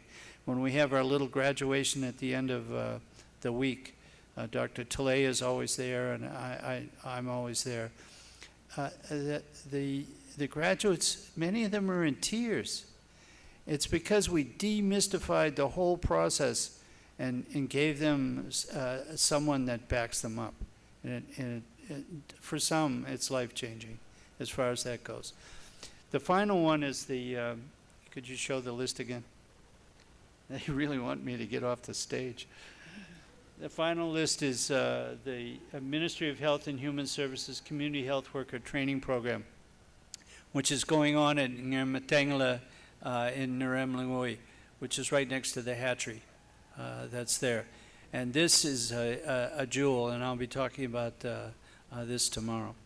So thank you very much, and if any of you want more information on how to get into medical school or any of the other health professions, I'm always available, and my email was there a while ago, but it's gregd@phoa.org.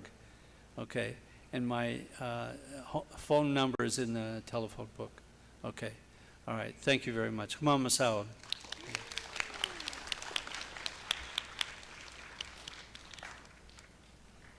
Thank you so much to our panelists. Thank you so much for the information that you brought, and I'm pretty sure everyone found it helpful.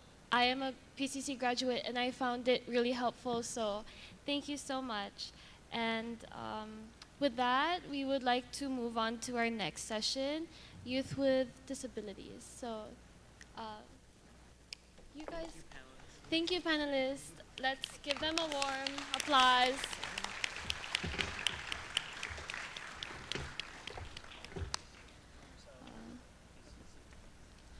So on with our next session, Youth with Disabilities. We'd like to welcome our next panel of guests. We have Sergio Niraingas, Des Nobuo, and Justice Taima, who will be speaking on youth with disabilities. Our panelists, they have a deep understanding of the different challenges and opportunities facing youth with disabilities, and as well as the policies and programs that can help support them. And they have a strong voice for change, and they're very committed to creating a more inclusive and equitable society for us all. So, thank you.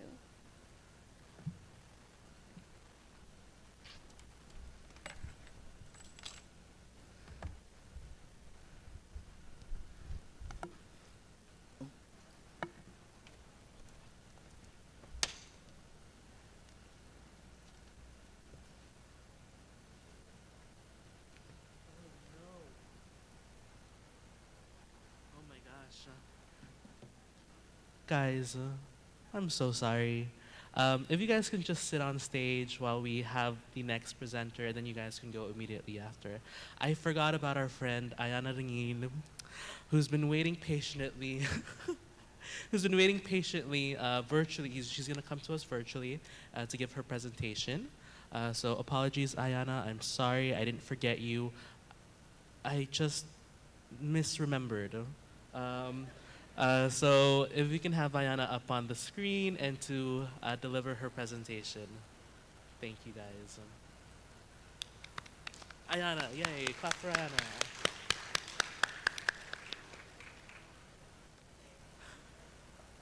Sorry. Oh, okay. All right. Good morning, guys. Alrighty. All right, so first of all, I'd like to thank the organizing committee for giving me the opportunity to, share some of my experiences with all of you. And of course, thank you for attending, to those who are there in person and also to those who are there virtually. College for me was a very interesting time, just because I went through so many different phases as a person. And honestly, just thinking about how I was and what kind of person I was as a freshman just makes me cringe. It's not great. But I did learn a lot of technical, theoretical, professional knowledge. And most importantly, I learned about someone who probably has the most influence on my life, and that's me. So I'd like to take some time to share 3 opportunities that I felt really impacted me while I was in college. So opportunity number 1 came from the athletic part of college. Now let me tell you something. Being captain of a Division I athletic team sounds amazing, when everything is on the up and up. It's not nearly as flashy when your team doesn't perform because you are accountable for your team. You are their leader, and your team is a direct reflection on you. So second semester junior year, right, when I was appointed captain, I thought it was because I had leadership skills. I was not a very aggressive person, and I did my best to kind of, work with my teammates, see what areas they needed, assistance with, and I tried to keep them all happy. That's what I thought was right, and that's what I thought a good leader should be. Well, guys, guess what happened my senior year when, this is during our championship finals. After we got knocked out and we had to watch our rivals get their championship rings and put them on, I realized two things.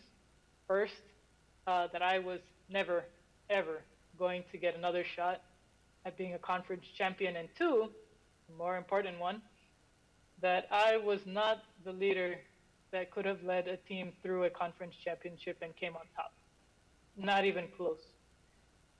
And it was really disappointing, I think I ran away from a lot of the confrontation part of my leadership.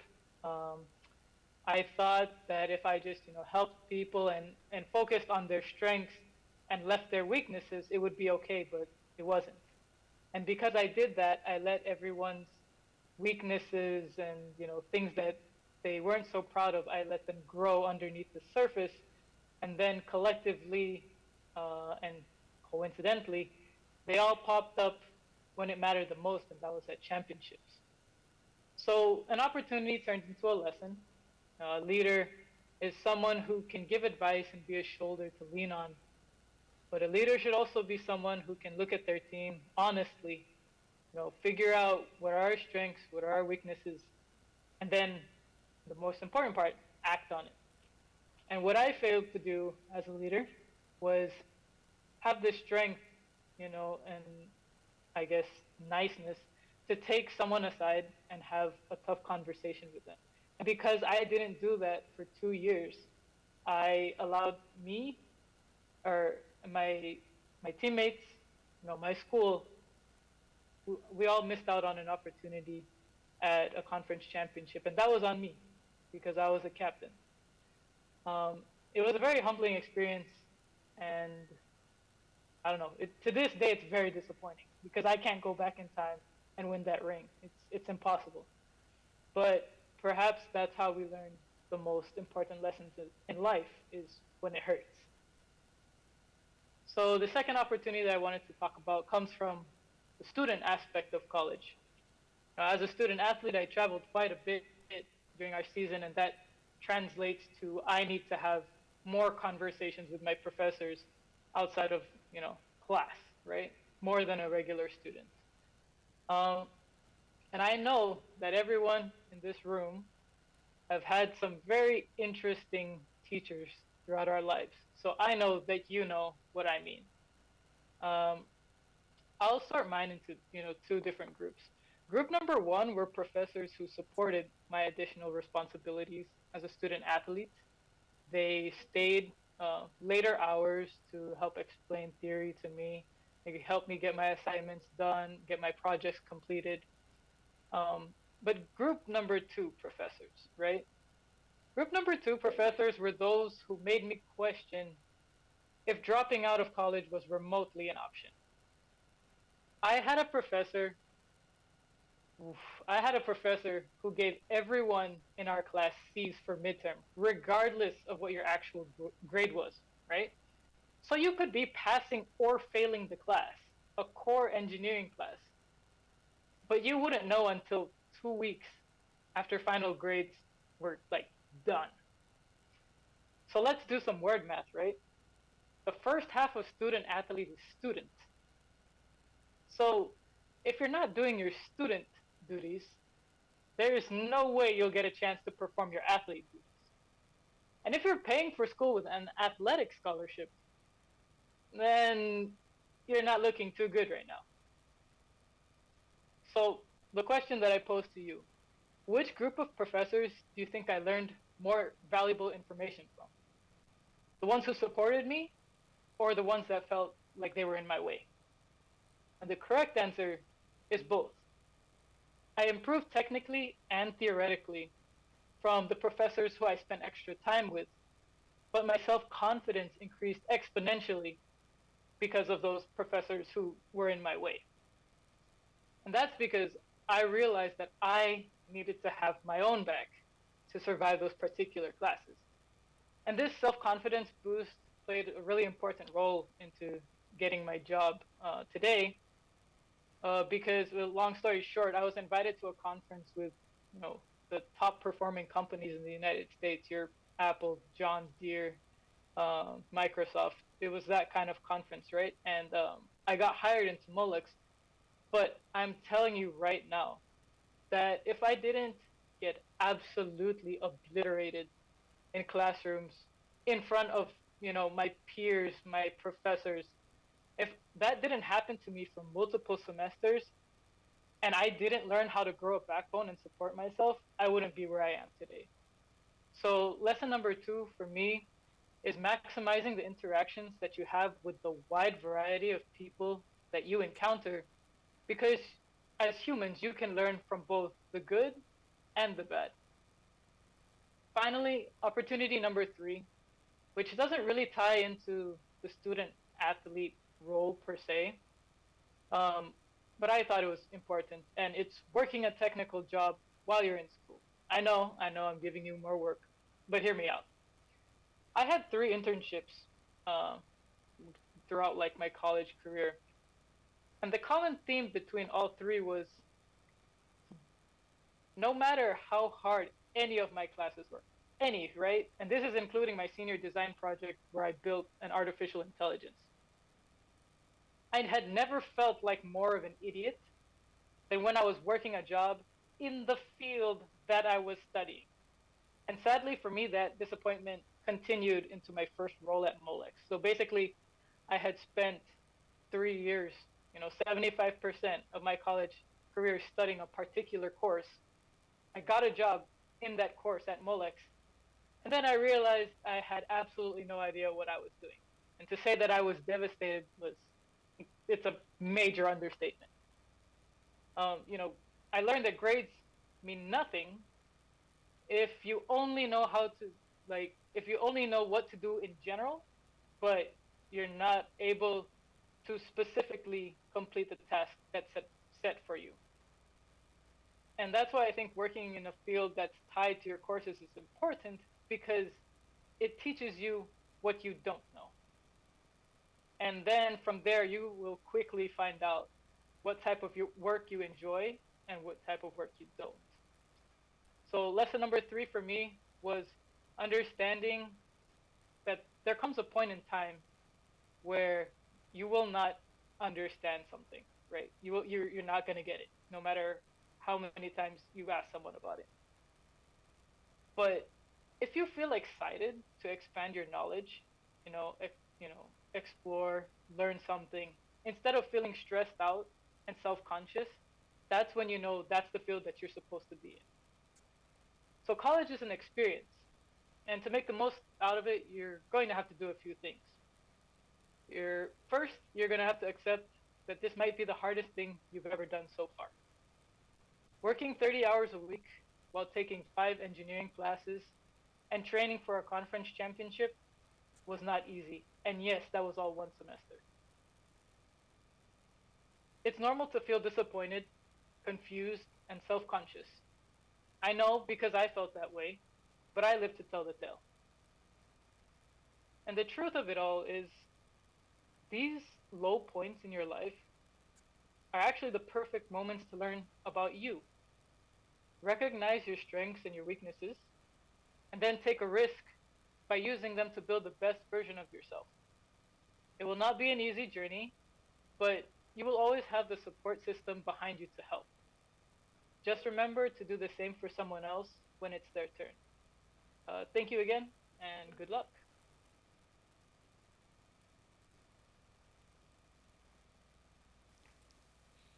Thank you, Ayana. Once again, apologies for misremembering. Uh, Apologize to our panelists. I'm sorry for making you guys wait. But without further ado, let us begin this panel session with Mr. Sergio Ngirayas.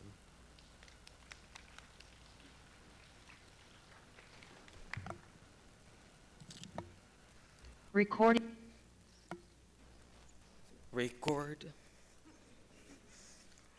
Good morning. My name is Sergio Ngirangas, and I am a former employee of the Ministry of Health and Human Services. I worked as a community behavioral health worker and a counselor, and I worked for about 8 years, and possibly in a couple of months I'll be returning back to Ministry of Health. I am currently a member and volunteer for Omakasang, and Omakasang is a group, an organization for persons with disabilities. I am the current vice president, and I'll go through a little bit of history for Omakasang, and we'll go through the boring stuff first before we get on to the lesser boring. Omakasang began in 1997 as a small community group led by who we call today is the father of disability in Palau, as Michael Ongalibang. It was a small community group, and in 2010 we got chartered as a non-government organization, and at this time we have about 50 plus members. Our mission as representatives of Omakasang is to promote and protect the rights of persons with disabilities.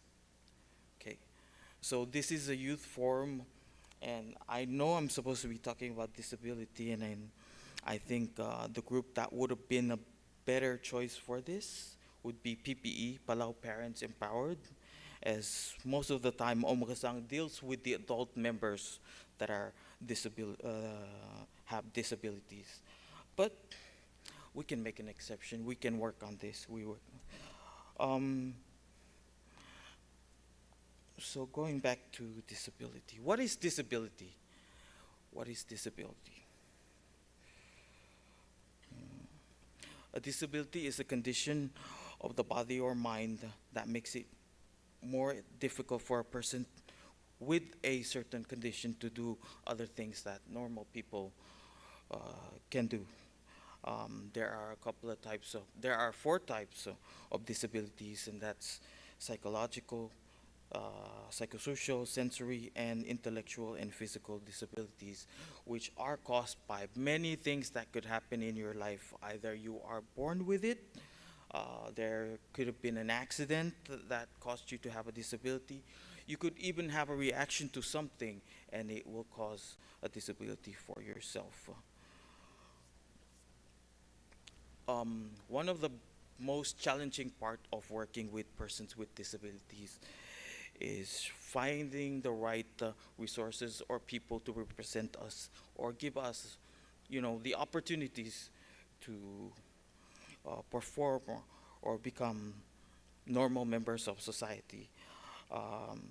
There are challenges, varies depending on one's disability, and not all solutions can work for one person as a solution or what do you call that, a remedy for one's disability varies. I am so nervous right now. I have no idea why. I know I could be better. I could be better at this. So let me make this a bit relatable to everyone.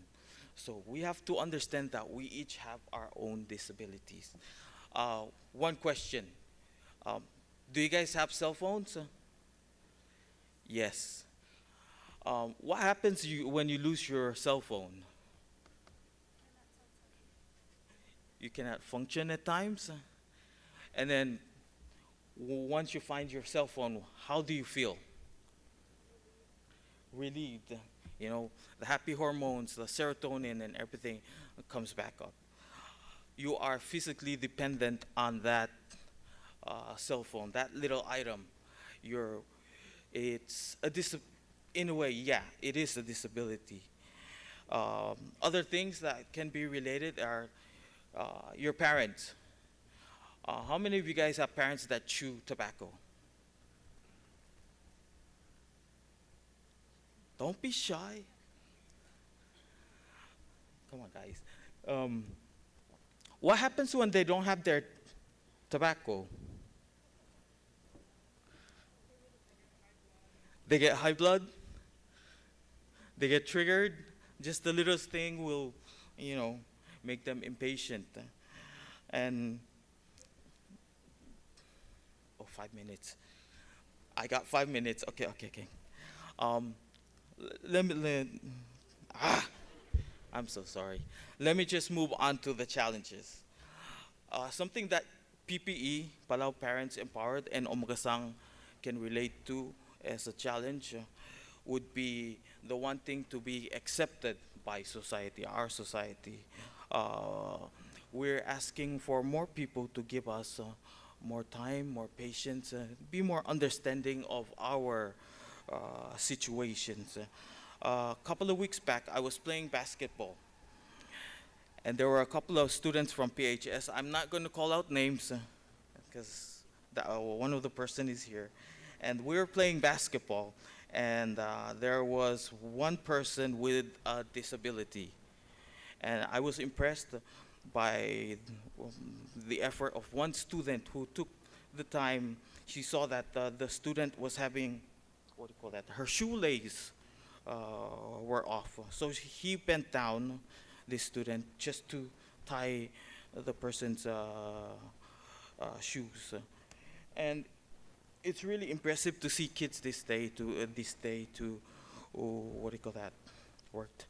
Oh my goodness, why am I so nervous? I'm so sorry. Gosh. Anyways, we all need to come together and help each other. In order to move forward, we all have to be patient with one another and understand each and everyone's situation. Not everyone is perfect. Not everyone is capable of things that are we all have our own journeys, and we need to take things step by step, whether it's your goals, it's your, endeavors in life, or things that you want to plan out for yourself to be better as a person. I am so sorry. And I will end it at that. My name is Sergio Ngirangas. You can look me up on Facebook. If you want to talk about disability, if you want to volunteer or help in any ways you guys can, you are all welcome. Thank you.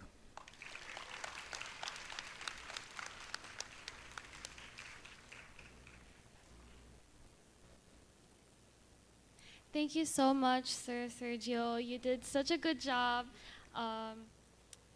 We can all rise by lifting each other, and kindness goes a long way. So thank you so much for sharing. Now we will have our next panelist, Ms. Justice Taima. Let's all welcome her on the podium with a warm applause. Hi everyone, good morning. It's nice to see the seniors right now. For PHS, are there any health pathway students? Raise your hand. How many are you? Seniors? 13? Okay, so during my senior year, there was also 13. It's nice to see you guys. So my name is Justice Taima, and people know me as Baide.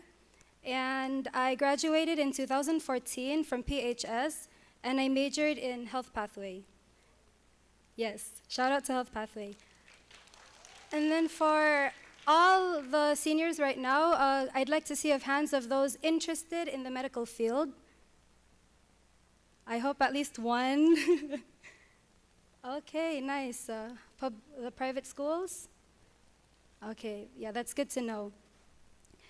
And so I graduated in May 2014, And then on the next month in June, I had to fly to the Philippines, and I attended college in Cebu Doctors University. I didn't really have a summer vacation after high school, but it's okay. And so when I went to Cebu Doctors University, I studied psychology for 1 year, and I decided that I wanted a course or a major that was more related to clinical skills or in the hospital setting. And so after studying for 1 year in psychology, I decided to take up occupational therapy. And in occupational therapy, it's a healthcare field, and part of it is psychology, and that's why I was interested in it.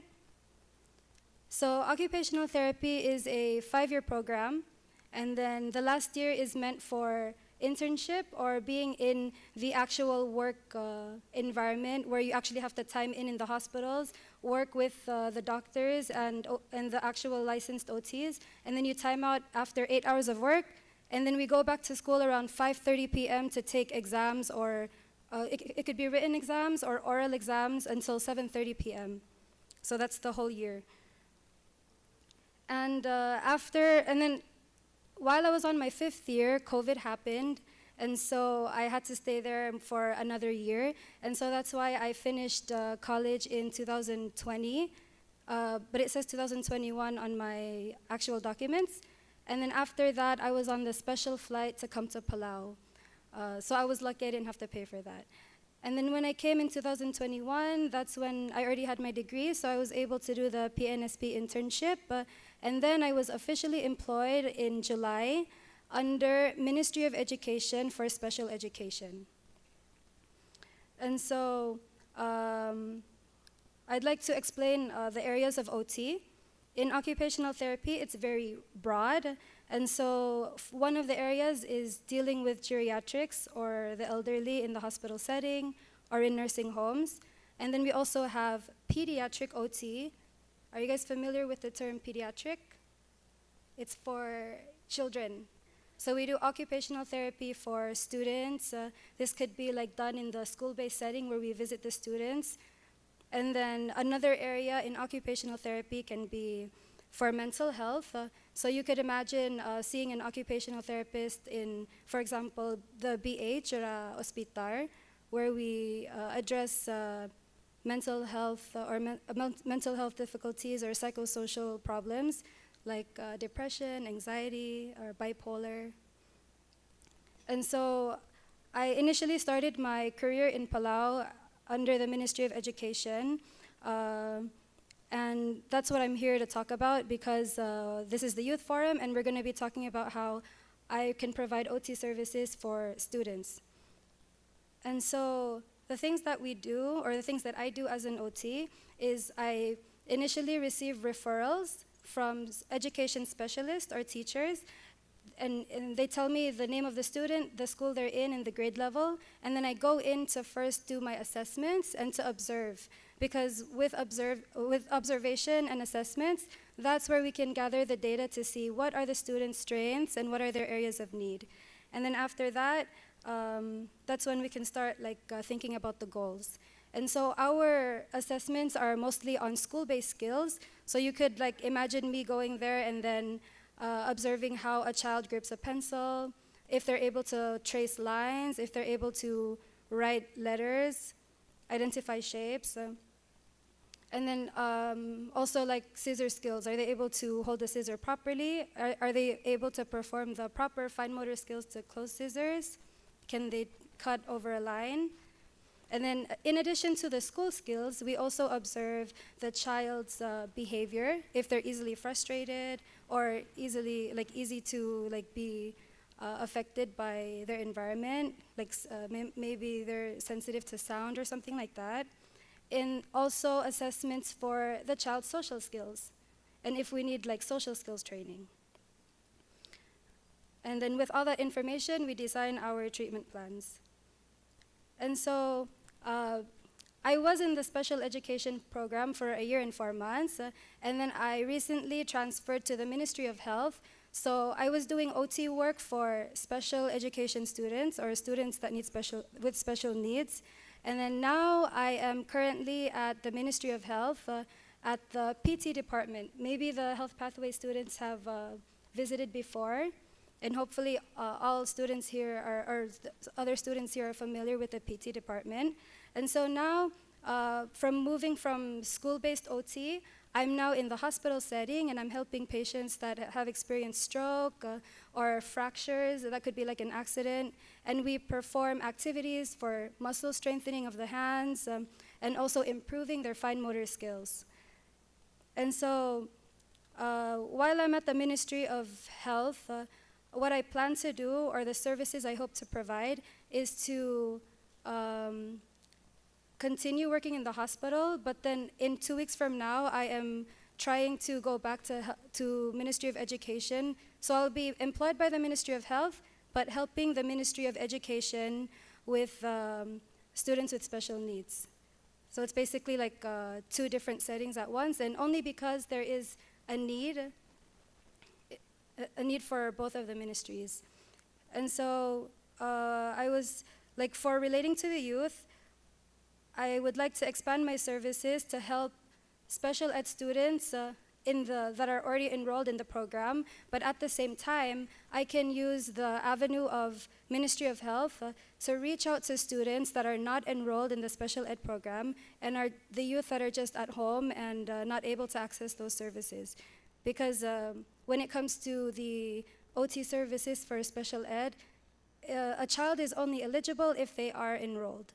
But there are people with certain cases where they're not enrolled in school or the program, and they're just at home. So I can combine, I'm thinking of combining both of them together. And then another thing that could help out with the youth is to emphasize caregiver training and for techniques and strategies to help kids in the school setting, and also in the school setting for the teachers, and then at home for the parents. Thank you.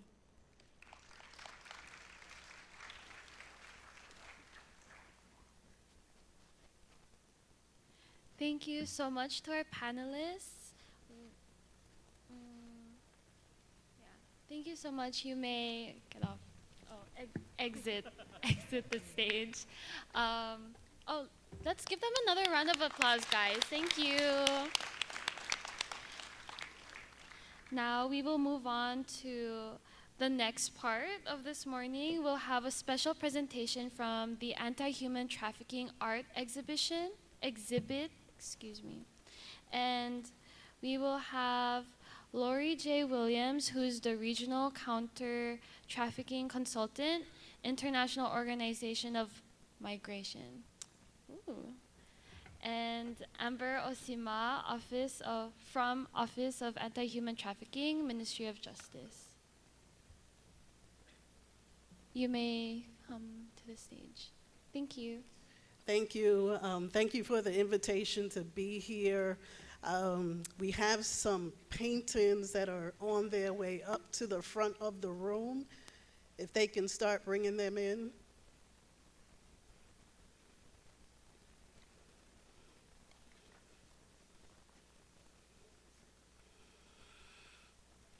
So as they're coming, and she said, my name is Lori Williams. I'm with the International Organization for Migration as a consultant, and my job here in Palau is to help the Palau government try to address the issue of human trafficking. Amber can introduce herself as she comes up. The paintings that you're looking at, this was a collaboration between the Anti-Human Trafficking Working Group with students from Palau High School, from the Theater and Arts Club. I don't know if any of the artists are in the room. I haven't seen any of them. And we also collaborated at the same time with young adults from the Red Cross Society. And so we only have 10 minutes, so I'm going to start off with a scripture. And this is from Psalm 139:14. I will praise you, for I am fearfully and wonderfully made. Marvelous are your works, and that my soul knows very well. We are all created in the image of God, and we do not want to mess with his creation. And so we need to look out for ourselves. And I'm going to start off, if you can, I guess, sit them down just for a second, show a quick PowerPoint. It's only 3 slides. Yeah, you can sit or. So what is human trafficking? Does anybody in the room know? Any guesses before we go to the next slide? And that's okay if you do not. So you can go to the next slide. So it's a violation of an individual's human rights. It's a crime that involves the exploitation of someone for the purpose of compelled labor or commercial sex act through the use of force, fraud, or coercion. And there's a long definition in the laws of Palau. We also have labor trafficking in another part of the statute. This is a shortened version. But when a minor, meaning people under 18, are induced to perform a commercial sex act, it doesn't matter whether it was force, fraud, or coercion. If it happened, it's human trafficking. And so we have to be very careful of what we're doing. We don't have time to go into it today, but what we're doing online, what we're doing out in the street, out in the clubs, wherever we are, we just have to be very careful. Let's show this very quick video. It's a minute long, and it goes very quickly. Look at the words and read what it says on the screen.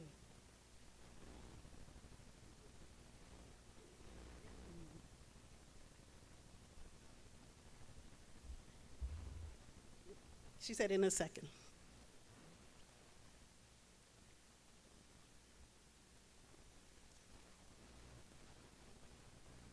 And this short little video is just going to give you a real snapshot. And if we can have the sound too.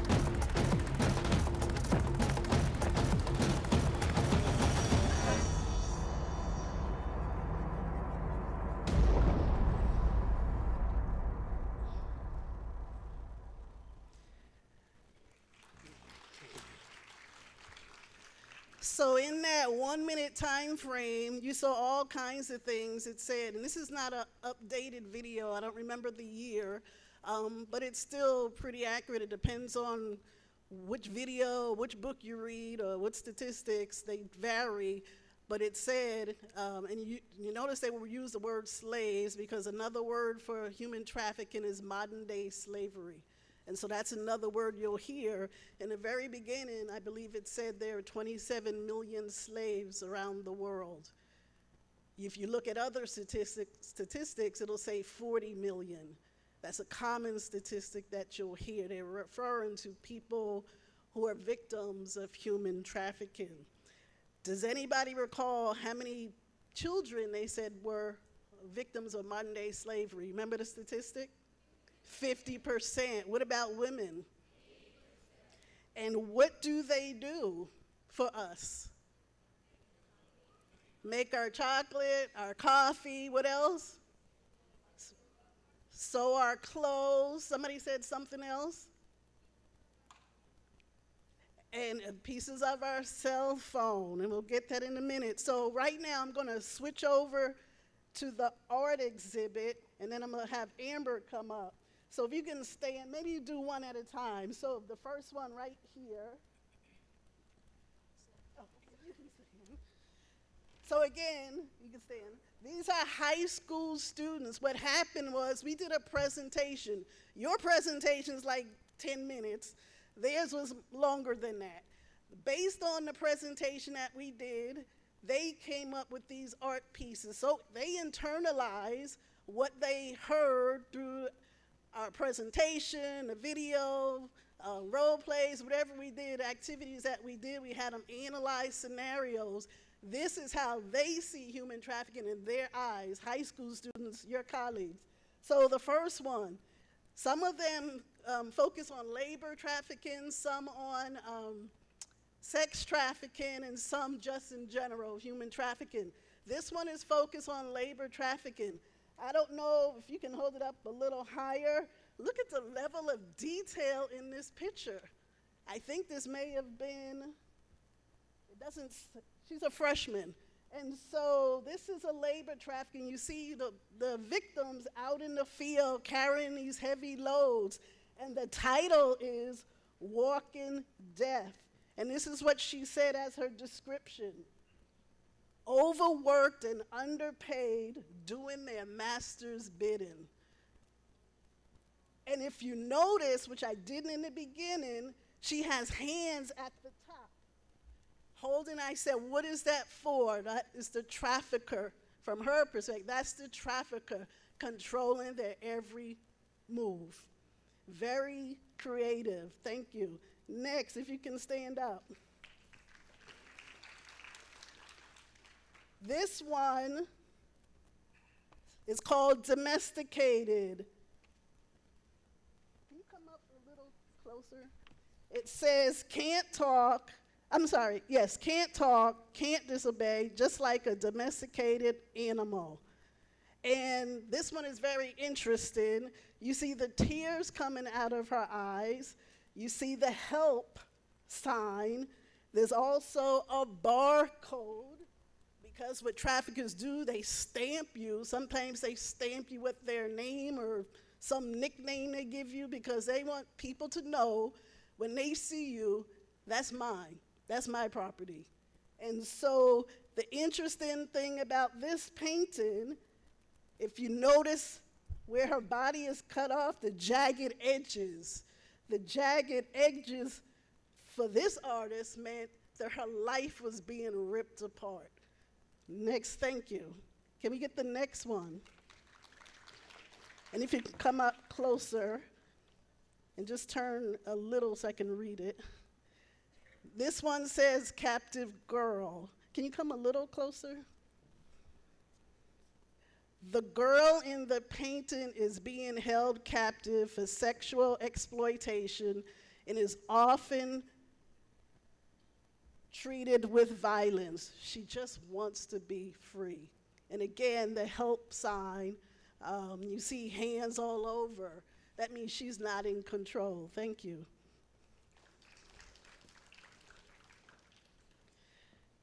Another very interesting painting, and they did the play on you guys on TikTok. That's the name. You see, this is a clock, and it's called TikTok. And on the clock, you see blotches of red paint all over. So it says, TikTok.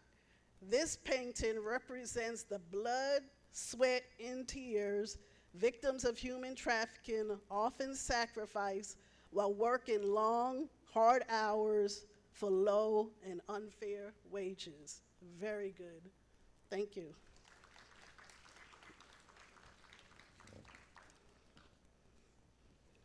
This is called Destiny Error, a chosen destiny that was actually an error in her. It says file, it was a typo. She said it should have said life. And so she said this was just ribbon around, and so what she decided to do was carry that ribbon around her neck to show how her life is being cut off because she's being used and abused as a victim of trafficking. Thank you.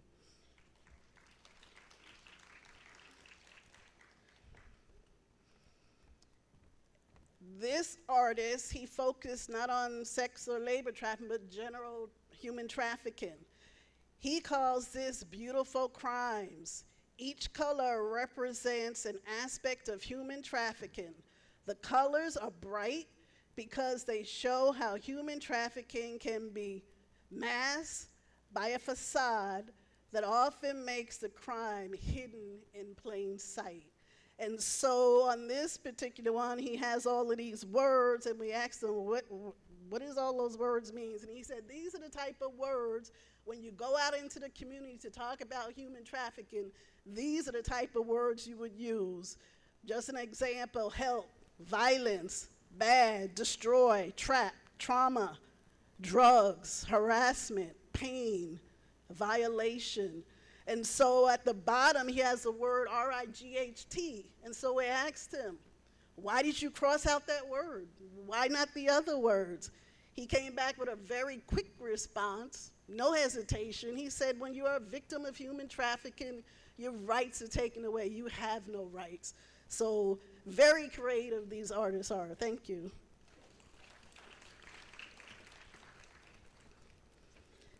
This one is called Silence. The victim is being kept quiet and is scared to speak up. Now, when you look at this, when I looked at it initially, I thought this was the victim's arms. And he said no. The artist said no. Those are the arms of the trafficker covering the victim's mouth. And so this is just another example of how the artists perceive, like I said, just after a presentation on human trafficking, how they perceive what the victims are going through. Thank you. I think we have two more.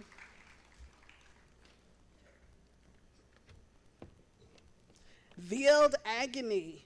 Some people tend to ignore the signs of human trafficking, so all we can do is cry. And again, you'll see they have the word help, crying out for help. Thank you.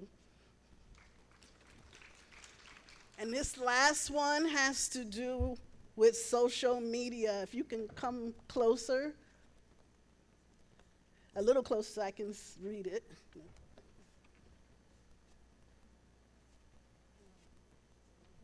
Can you turn it this way a little? No, this way so I can read it. Oh, okay, so it's Influencer is the title. This painting is about a girl who is famous on social media. A lot of you are on social media, probably everybody. However, her fear is not her own.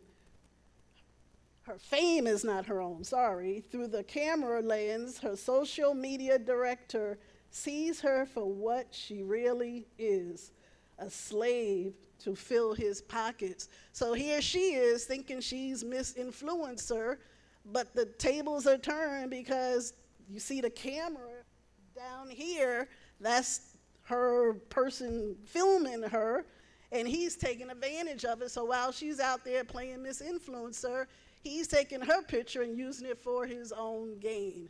So again, a play on social media. We've taken this around to different groups, law enforcement, social service providers, the judges. Everybody reacts positively to see how creative these young people were. So I'm going to ask Amber to come up, and then I'll close out. Thank you.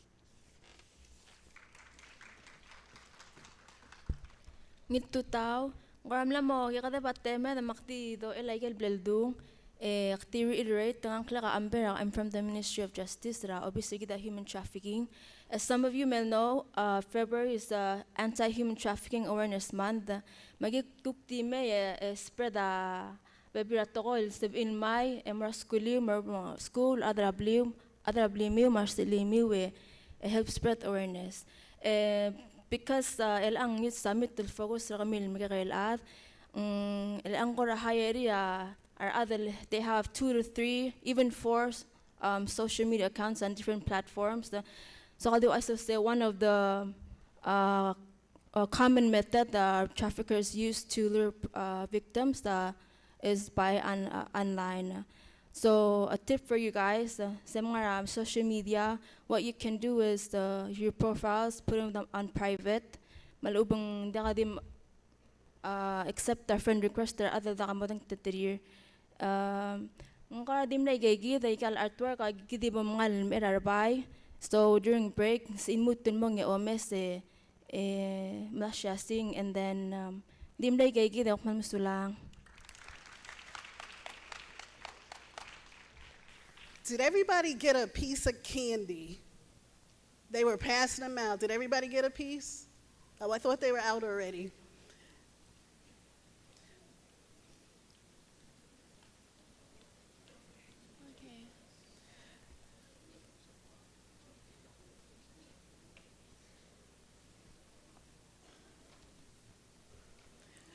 Okay, so as they're quickly passing out, because I know we're over time, I just wanted to say two things. You saw on the video how one of the things that the victims of trafficking do, maybe not necessarily here in Palau, but in other places around the world, they contribute to making chocolate. They're taking advantage of, they're making chocolate. How many people in here, this question was asked earlier, have a cell phone with you? And if you don't have it with you, how many people have a cell phone? Raise your hand and raise the candy in your phone if you have, and even if you don't have your phone, just raise it up. Okay, so the next time, and you eat the candy after you leave, the next time you eat some chocolate candy and use your cell phone, just remember a victim of trafficking could have possibly contributed to your candy or the phone that's in your hand. So that's a reminder. We hope that's a reminder. Every time you do that, you'll think about human trafficking. And I started with a scripture I'm just going to end.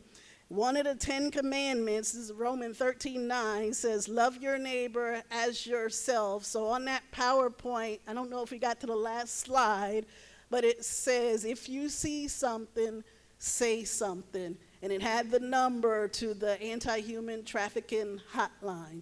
And so we want you to take care of yourselves, but we also want you to look out for your neighbor. Sulang.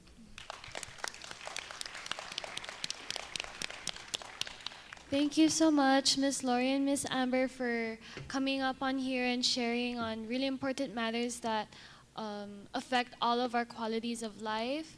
We'd like to thank the staff who helped carry out the pictures. And yes, we'll all be able to see them in further detail during our breaks in the back. So right now, we'll be drawing the raffle, guys. Get excited. Should I tell them what are the prizes? No? Okay. There are 3 prizes. Get ready. They're good ones. The first prize is a mini first aid kit. Oh yeah. A calculator and $20 cash prize. Woohoo! Okay, so I think I'll take over. Wubber will be taking over. Okay. So I will facilitate the raffle, and Shuri, we're waiting for our little machine that's coming here that Shuri will spin, and she will announce the winners of the winning ticket. So if everybody can please take out their little tickets. Is everybody ready? I guess not. Is everybody ready? All right. And so for our first prize of the raffle, is the mini first aid kit. So Shuri, please spin and draw. Oh, that one wants to come out. Oh!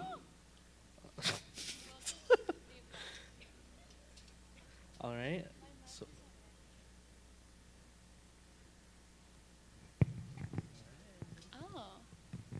Shuri's gonna say, or it's gonna announce the number.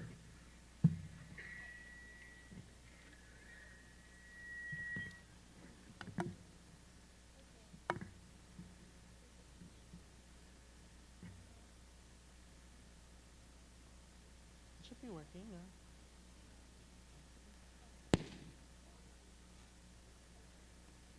Come here. The this is for the mini. Yeah, the mini first aid kit. So for the mini first aid kit, here's our lucky winner, guys. 5466926. I'll do one more time. 5466926. Oh, here she is. Sorry. For those who win the raffle, you'll head over to the left. So you're going to the back. Yes. Yeah. Please do it. It's hard. It's a contraption, guys. I can't deal with it. Okay, now for the calculator. This is really good, guys. Calculators are expensive. So, 5466933. Again. Ooh, where? What? Oh. Oh, false alarm? Okay. Almost. 5466933.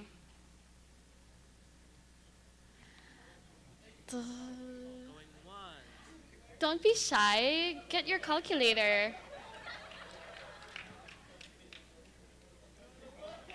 Oh. They want to share the calculator.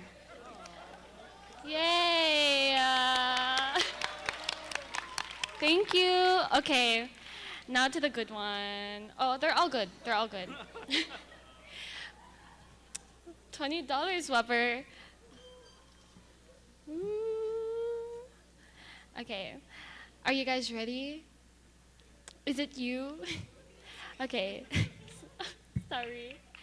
It's 5466884. What's it? Oh! Congratulations, winners. What else?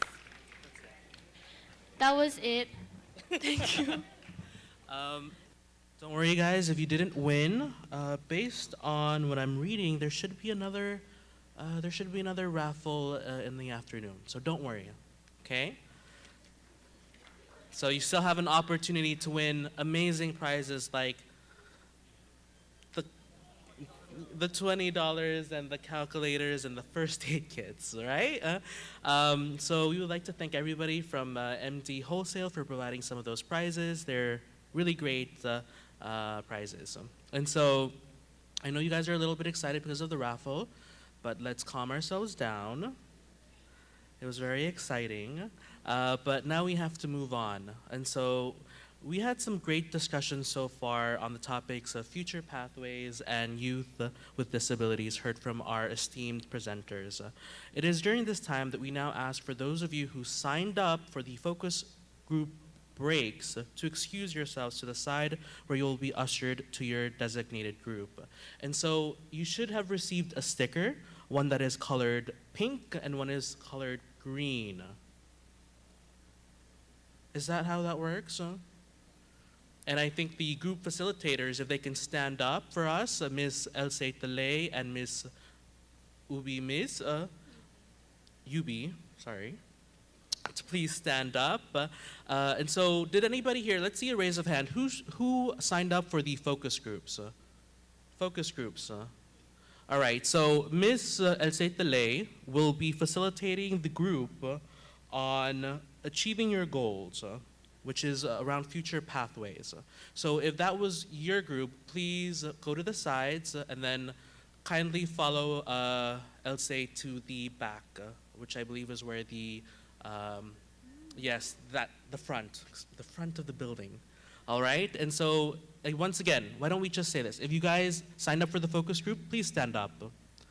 Please stand up if you signed up for the focus groups. All right, and so go towards the back. If you see Elsa, she'll be facilitating you for the pink, which is the section on achieving your goals, which is future pathways. And if you have the green sticker, then you are doing your focus group on youth with disability and caregiver support with UB Miss. So just proceed to the back and please kindly find your group's facilitator and they'll be happy to get started. So the faster that everybody who signed up for the focus groups, please excuse themselves, the faster we can move forward. All right. So as for everybody else, once again, as for everybody else, the remainder of the audience will be moving on to the Q&A section for the Youth Forum. This is your chance to ask any question that you may have had for our panelists to seek their advice or to gain further insight into the topics that they presented on. We encourage you to be bold and ask thought-provoking questions that will help us all gain a deeper understanding of what you guys are thinking and the issues and challenges you guys as young people, we as young people, are facing today. You may simply raise your hand to participate, and we value your input and are excited to hear your questions and comments. So without further ado, let's begin the Q&A session by inviting any member of our panelists who is still here. We have, if you can rejoin the stage. Any other member of the previous panels that showed up? We'd also like to ask maybe a representative of MD Wholesale to join us on stage if they wish to talk about anything that they have anything to share or wish to participate in. And then of course myself and Shuri will be a part of this, and so if you guys have any questions for us, that's how that'll work. Yeah. Unfortunately, a lot of our panelists left. You know, but you sort of have to go with the flow, right? So once again, if you can have somebody from MD Wholesale if they wish to have anything to say,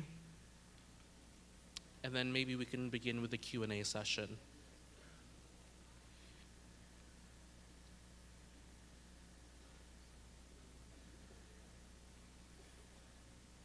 All right. So with our one panelist, Ms. Justice Taima, if you want to maybe go up onto the podium, and so I'll be facilitating the Q&A. And so Ms. Justice Taima talked about a little bit about youth and disability and her work in special education, as well as her background and where she got her degrees, etc., and where she's working now. And so does anybody have any questions for Ms. Taima? Any questions whatsoever?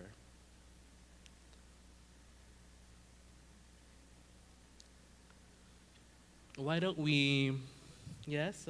Oh, there is a question. Hello? Okay. Where's Yes. the mic?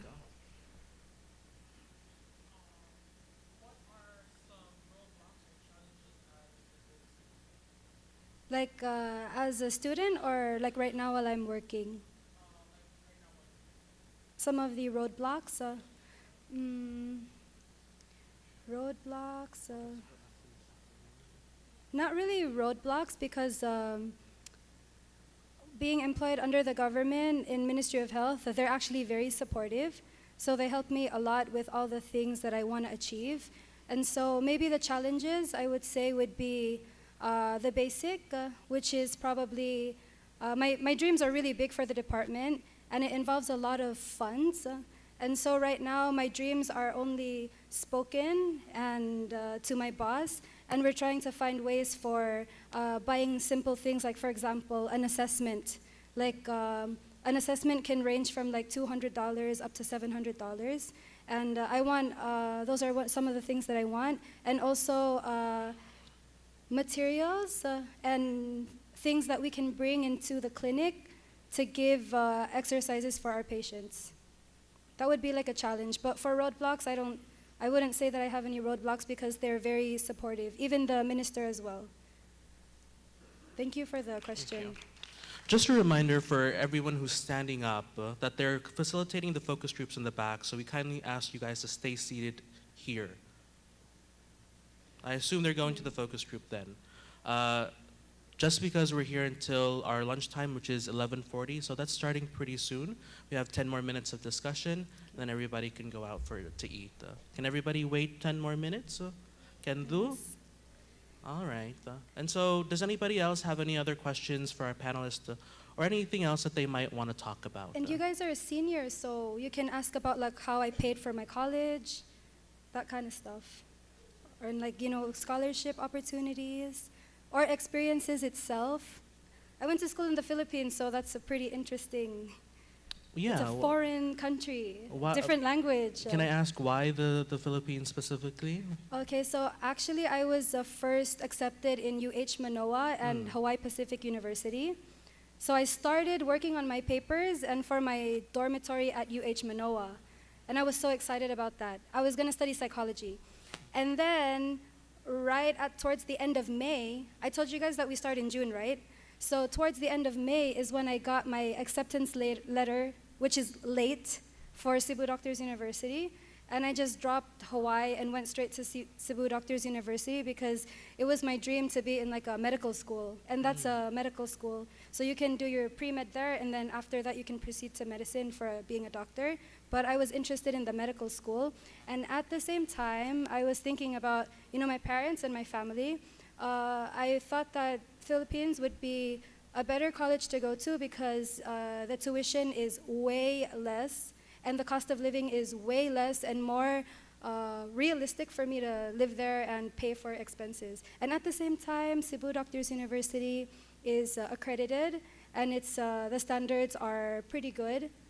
And so there are people that do go to Cebu Doctors University and then go to the States for their licensure exam in order to be licensed in the United States.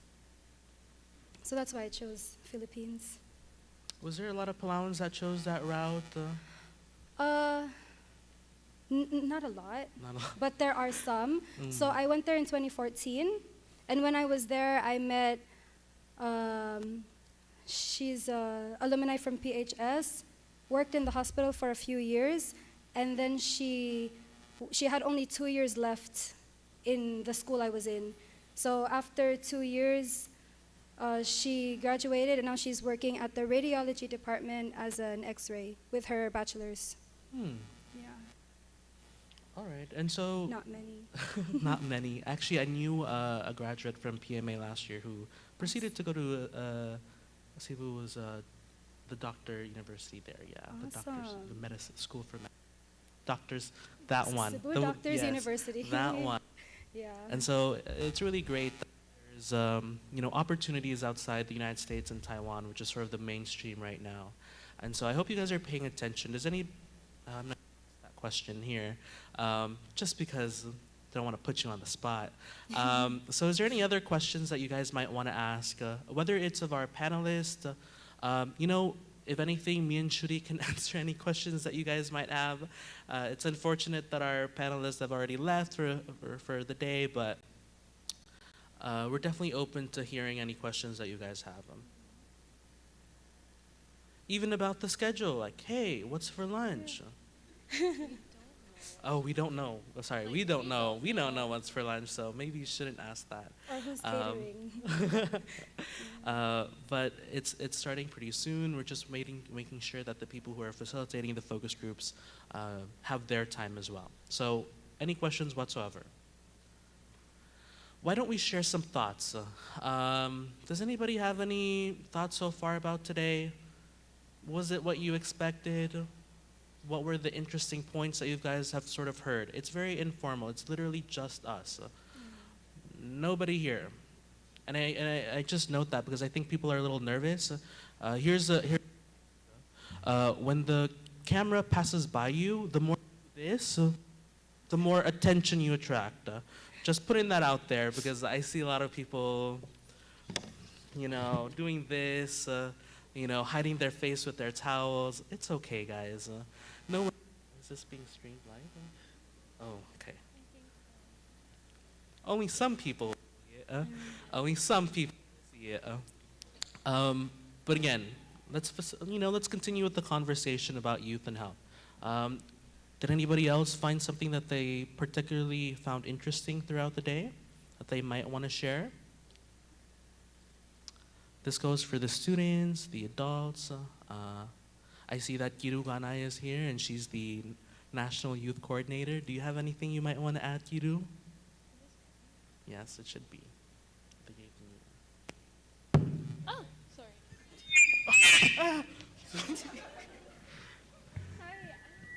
Turn it off then.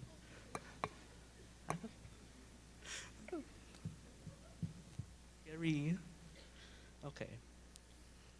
Thank you, Weber and Shuri. Just here as somebody listening in, was hoping to maybe hear some questions from the students. The Office of Division Division of Youth and Career Development under the Ministry of Human Resource, Culture, Tourism, and Development is currently revising the youth policy. And I've reached out to all of the high schools, so hopefully I'll be able to come and visit you guys next week to get some insight from you guys on what the national government, state government, our schools, and us as individuals can do to ensure. Here listening to the panel, I really liked all of their stories. Definitely found Elsie's story relatable, especially in the part where when you feel like a failure at times. I think as individuals, we also tend to set high expectations for ourselves, and if it doesn't come through based on whatever circumstances, it can be depressing, and I think we can be a little too hard on ourselves. So I just want to say thank you to all the panelists who got to share their experiences, and for anybody here that would like to tap in or get linked to other services that are provided to the youth, you can hit us up at the Civic Center. We're just down the street next to the ball field. Phone number is 488-2626. And yeah, that's it. All right. Does anybody else have anything to share or a question to ask? All right. Well, this is just a reminder. Everybody was sort of asked in the beginning, because I understand some students were sort of late up to where you see the blue bags. And so if you're seated in a chair that didn't have a blue bag, you don't have to move up, but the chairs with the blue bag, those are goodie bags for you guys.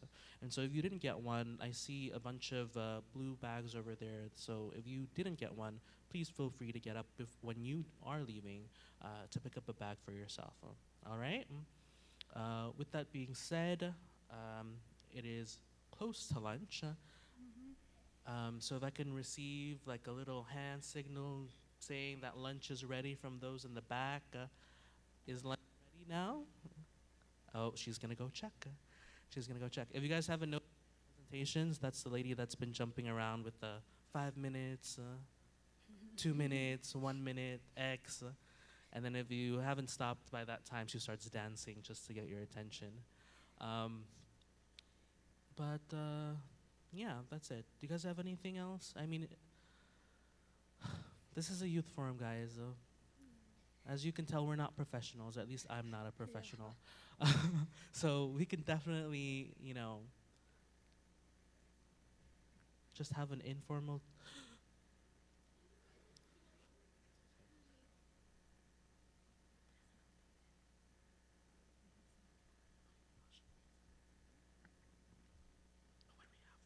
This one's connected. Ooh, okay.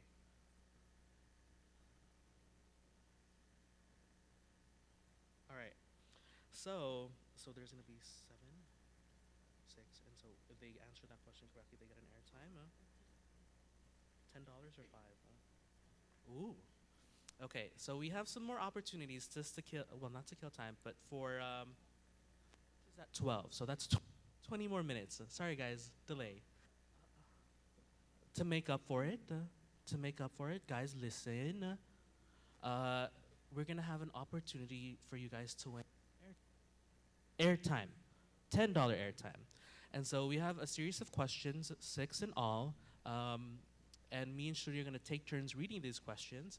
And the first person to raise their hand, and I'll bring a mic to you, or someone will bring a mic to you, the one that Giru has, which works perfectly, and answers that question correctly, gets a $10 airtime. So why don't I just jump off? Not jump off. No, don't jump off. So What is the general deadline for the Palau National Scholarship Award? The general deadline. Oh, I see some hands. Yeah, so let's.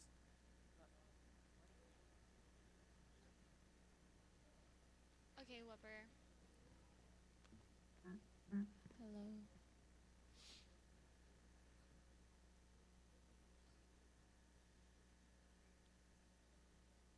Here's another one. So many mics. The deadline is July 31st. That's right. Yeah. Nice. All right. So can we get a $10 airtime to the person who answered the question correctly? How about our next question, Shuri? Okay. The next question is, what are 3 outside scholarships that they offer? Okay. There's one in the. I saw a hand. You know what? No? You do that. You pick who's going. Well, he put his hand down, so I'll go to this one next. So 3 scholarships, 3 outside scholarships. I think that was the question. Kabo. Japan, Taiwan, New Zealand, and Australia.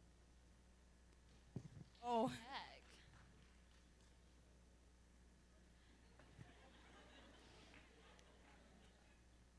Could you repeat that? The Australian Award Scholarship, Japan Government Scholarships, New Zealand Government Scholarship, and Taiwan Government Scholarship. Okay. Yeah. You know, those answers sound really right. It's not the same that's written here. But I think that's pretty. It sounds yeah. right. She read it off right from the slide. I saw. Yeah. Oh the my phone, gosh. so Okay, that's because here pretty legit.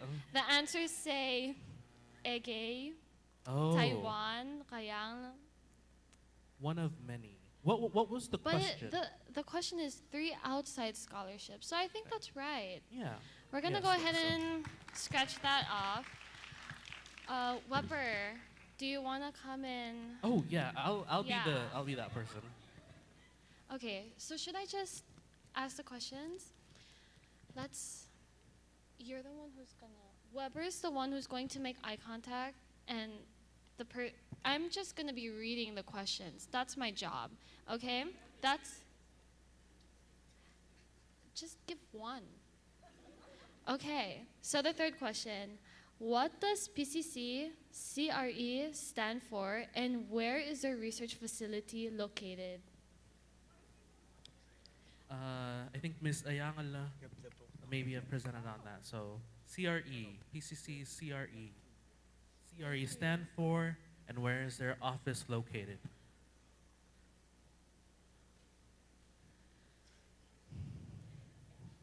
There's already a mic.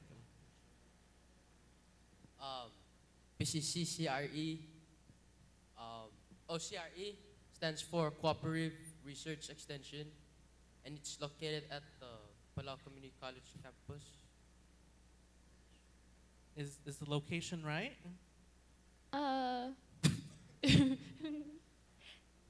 Not really. What? Okay, there's 2 questions, okay? What does PCC CRE stand for, and where is the research facility located? 2 different places. 2 different places. Yeah. So, PCC and And the research facility is located at Ngaramlungoy. Okay. Is that correct? What does CRE stand for? Cooperative Research Extension. Okay, because this Yay. is different. Okay. Congratulations. Okay. To our 4th question. Are you guys ready? Weber, let's wait for Weber, because it needs to be fair. Weber, are you ready to, look with your eyes and pick the next person? Yes. Okay. The 4th question is, what are the 3 main goals of achieving financial literacy or money management? Weber, okay. Yes. This one was very fast. Okay. budgeting, discipline, and sacrifice? Yes, correct. Congratulations. Okay, Whopper, let's kind of spread out. Spread out. He literally raised Yes. his hand first. Yes. I'm sorry. This is a lot of pressure, guys, for Weber. There's so many of you. He can only look towards one direction. Are you ready now, Weber? Yes. Okay. On to the fifth question. What does AHEC provide and who can you contact?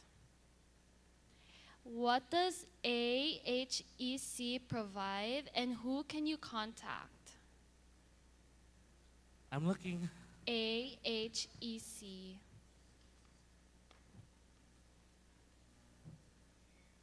Ooh, this is a hard one. Okay. Come on, guys. Scroll through your notes. Google it. Facebook it. I don't.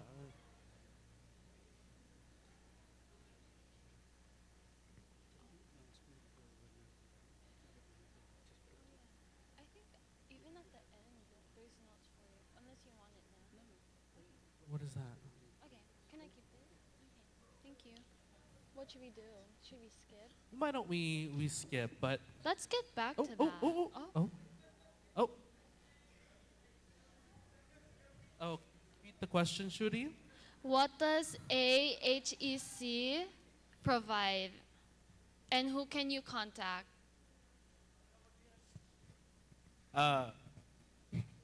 AHEC provide a nursing program. Sa del kontakter niya, Dr. Gregory de Versulang. Nice. Wait. There. What does it stand for? Only kasi ako tingin. I mean, He did get the second part. I have right? a $10 internet card. Can I give it to him instead? What do you think, guys? Since no one, yes, I heard yes. Yeah, since he had half the answer, and no one has the answer, so okay. I mean, Are you ready, Weber? We have one more okay. question. I thought I saw a hand. Could I just make sure, was there a hand that was up? They've been raising their hands over here. Yeah, was there a Yeah. hand? I mean, Did you hear that? You're what? picking favorites. All of you. Okay. Next. Oh, did you have something to say? Not yet. Okay. You guys him. Okay. Weber, I'm gonna ask a question. Okay. So get ready. What was the special presentation about? You do you.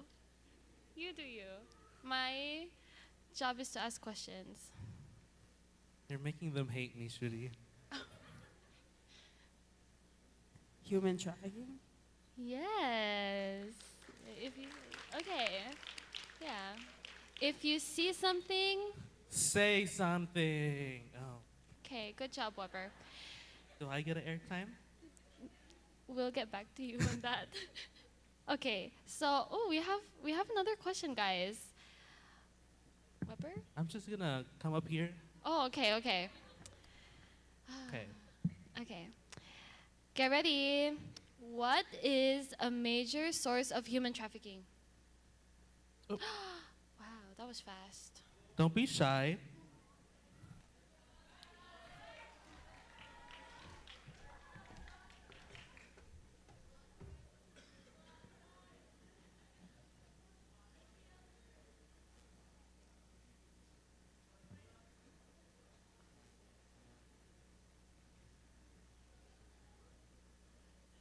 What was the question, Hamlu? What is a major source of human trafficking?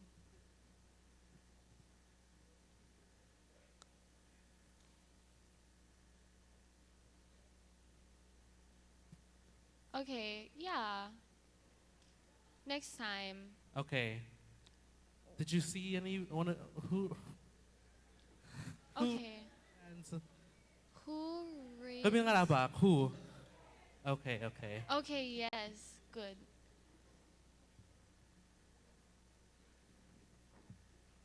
Can you repeat the question, please? What is a major source? Okay, never. I'll just answer it. What? Is it social media? Yes, good job. Thank you. Okay, we have more questions. Are you ready, Whopper? You're good? Yes. Okay. Who is the owner of OJ Cuts? I didn't see. Can you pick from here? Let's pick from here because they've been neglected. I mean, wait. Guys, be patient. Let's do that one more time. Let's- Put your hands down. Okay. Okay, now Repeat I'm the gonna ask. question and then Okay. from this section. Who is the owner of OJ Cuts? Go ahead. That's right. Woohoo!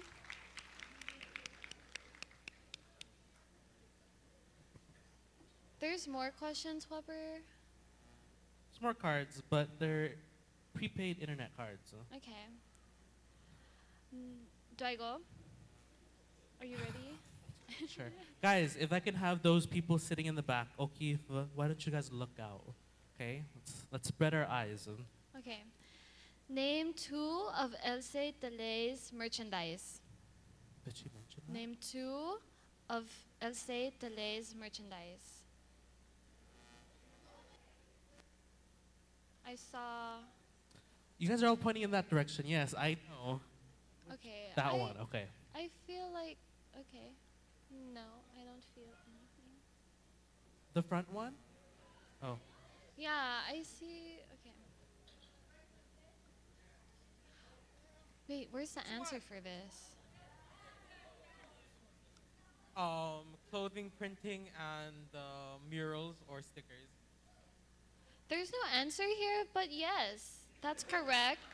That's right. Thank you. Okay. There are 5, now this is what's left. 5 prepaid internet cards. They're worth $10 each. So this is for those PNCC hotspots. Okay, are you ready for the next question? Are your eyes ready? Everybody in the back, are your eyes ready? Okay, because they're watching out. Okay. What is the name of Else's company? I see this one seems to Yeah, have her I hand up. see. Yeah.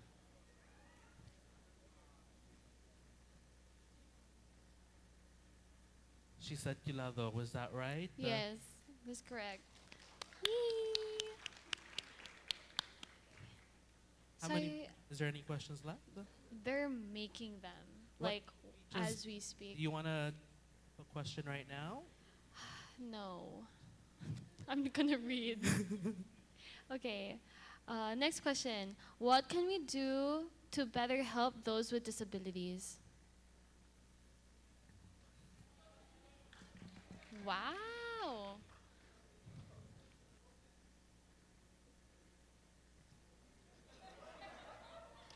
We help them and them a hand in need. Spread awareness. That's it. That's it. Okay. Yes. Thank you. Weber, was that satisfactory? So spread awareness is a very important part of. Yeah. Yes. Okay.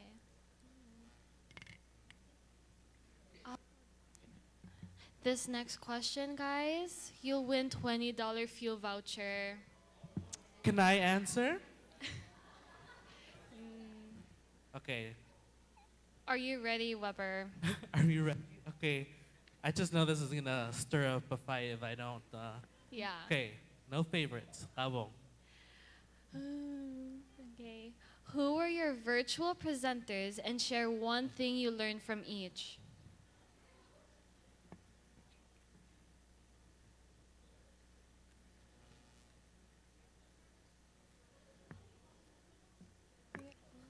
Which one of those two? Rute or righteous? That's okay. They're just judging who raised their hands faster. Can you repeat the question one more time? Who were our virtual presenters and share one thing you learned from each? Fly Madres, and I learned that eating good is good. Is important. Uh, Who's the other important. one? And exercise and mentalities. Yeah. Ayana, and you have to learn how to manage your daily life. Yeah. Could you maybe repeat those into the mic so everyone can hear you? No, it's sharing of information, guys. It's really important. From Bly, I learned to be healthy, eat healthy, and exercise daily. And from Ayana, I learned that you have to be a good leader and manage your daily life. Okay, let's go. You get a $20 fuel voucher. Weber doesn't have it on him, so. Oh, guys, thank you so much for your participation, your willingness, your initiative in what is this? Q&A, but towards you guys. But lunch is ready, so. What about these 3 cars? What do I do? Just keep oh. them? Maybe for the next, Okay. yeah. So, yeah, lunch is ready. You guys can. Where's?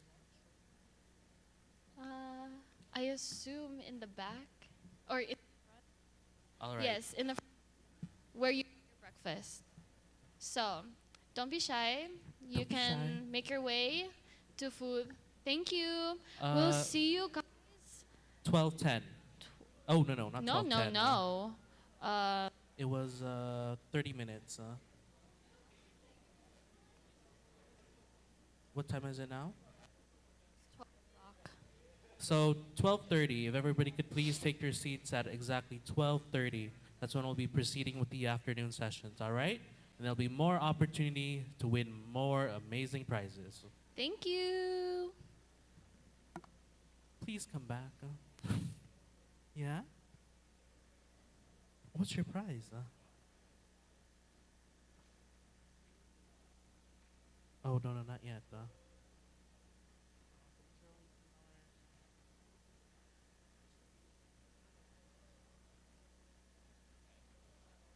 Yeah, you can for sure get one.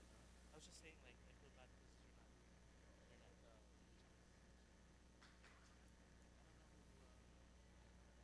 Oh yeah.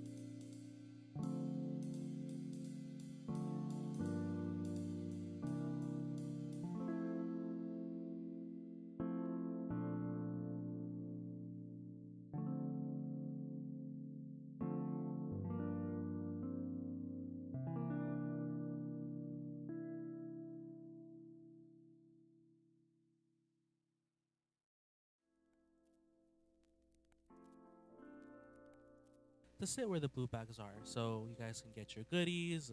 You guys can. You already have them. But you can. Well, no, I'm okay. You don't have to get two. I just want to see you guys up close and personal. You know? No. Okay, okay, that's a good one. All right. Paborito lang yung lilangan ko mouse. I forgot about them. No, I didn't say that.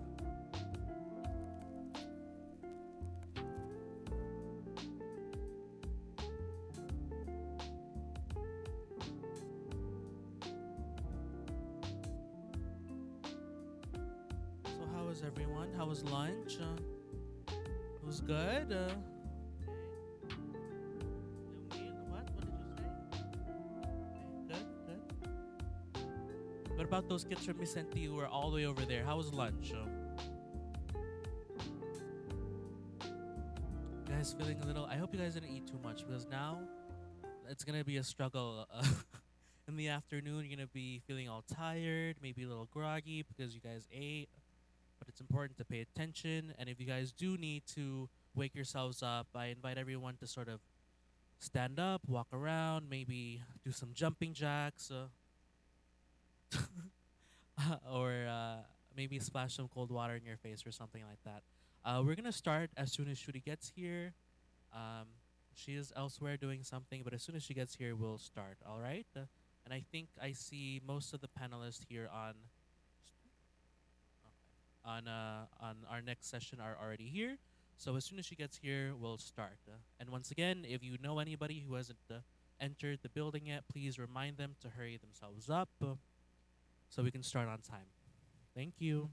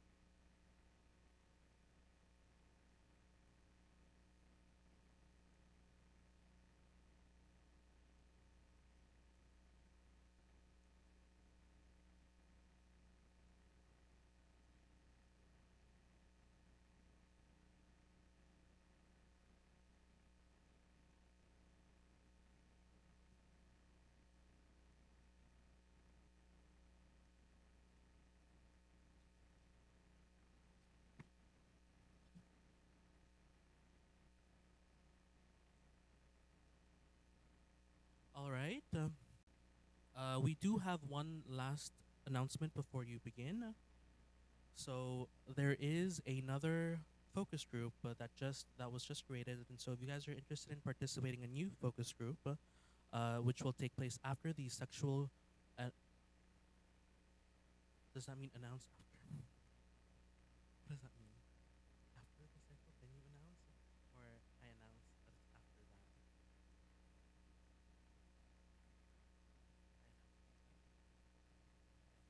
Scratch that. There's no announcement. For now. For now. So without further ado, Shuri. Hi, good afternoon, everyone. I hope you guys enjoyed your lunch and you guys had a chance to recharge and maybe connect with your friends, maybe debrief the morning. Can you guys hear me? Okay. So now we're ready to dive into the next topics of our youth forum. Our next session will be focused on two critical areas that impact the health and well-being of young people: sexual and reproductive health and mental wellness. These are really complex topics that require open and honest discussion, and we are very fortunate to have some exceptional speakers and the panelists who will share their expertise and insight with us. So during our session on sexual and reproductive health, we'll be exploring important issues such as access to healthcare, safe sex practices, consent, and gender equality. Our panelists will provide valuable information and guidance on how young people can stay healthy, informed, and empowered when it comes to their sexual and reproductive health. So I present to you our speakers for the sexual and reproductive health. Alzen, excuse me if I'm saying this wrong. Alzina Fleetwood and Vanessa Abraham and Sandy Quinto. Please come on stage. And guys, let's welcome them with a round of applause.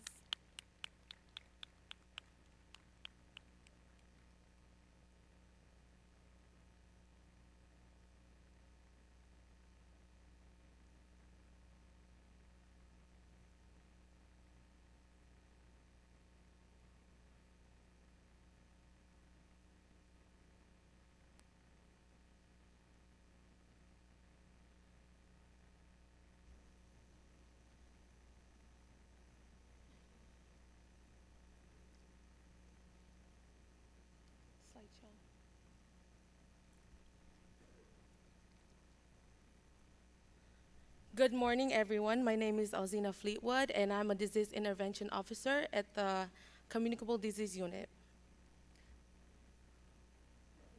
The content for today's presentation includes STIs in Palau, preventive measures, importance of testing or screening, and service availability and accessibility. So for STIs in Palau, I'm not going to go over each numbers in the graph. That's just for reference and for you guys to look at it. But we'll just basically go over each of them, quick explanation, what to look for, and then for further information on the focus groups, we can go over everything as well. So for STIs in Palau, we're going to differentiate between STIs and STDs. So STI stands for sexually transmitted infections, and STD is sexually transmitted disease. For infections, the main difference is you can be infected, but you're not showing any signs and symptoms or you're not experiencing anything other than you have the infection. When it progresses into the disease, you're going to have the signs and symptoms that would probably end up making you go see a clinician. So in Palau, the three main STIs that we talk about is chlamydia, gonorrhea, and syphilis. Starting with chlamydia. Chlamydia is caused by a bacteria.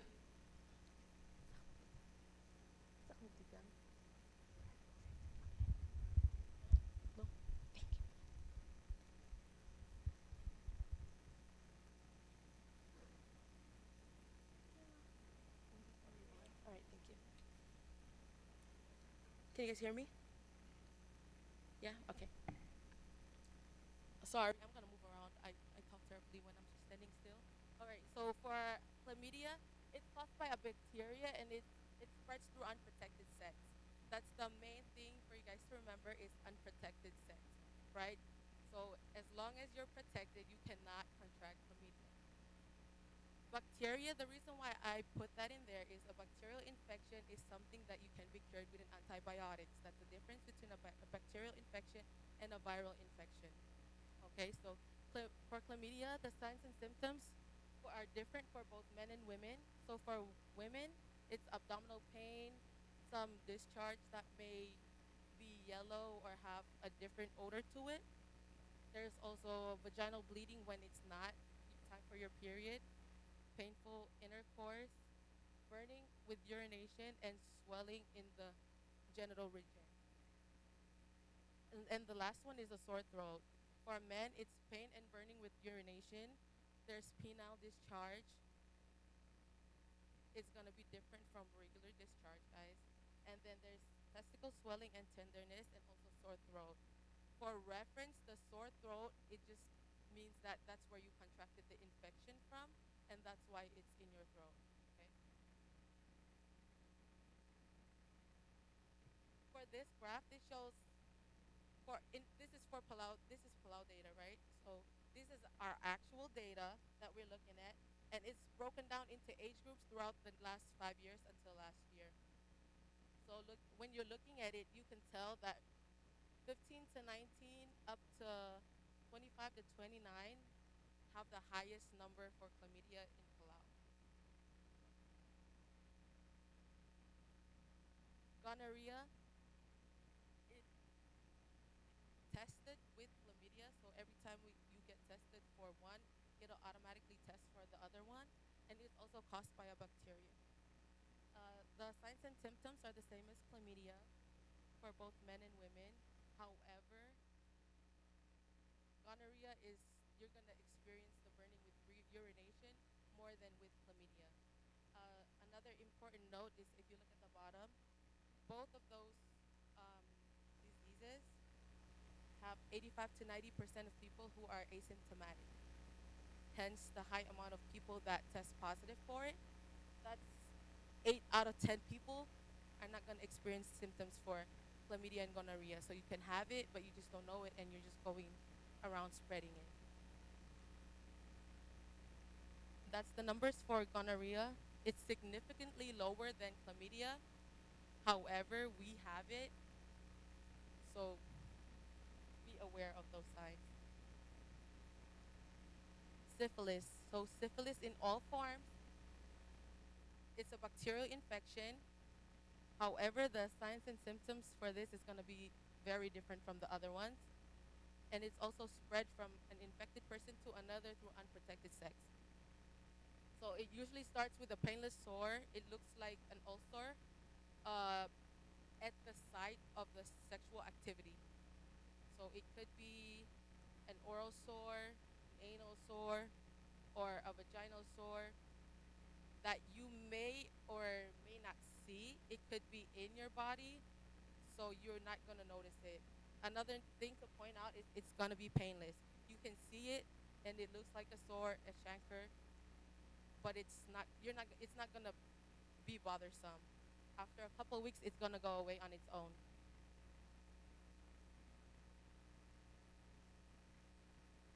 And that's the information for syphilis in Palau. As you can see, it's the same age group range that would be testing high in all our data across the board. So syphilis, primary and secondary. So syphilis has multiple stages. So the first one is primary stage, and that's where you see the painless sores that are going to be got in 3 to 4 weeks.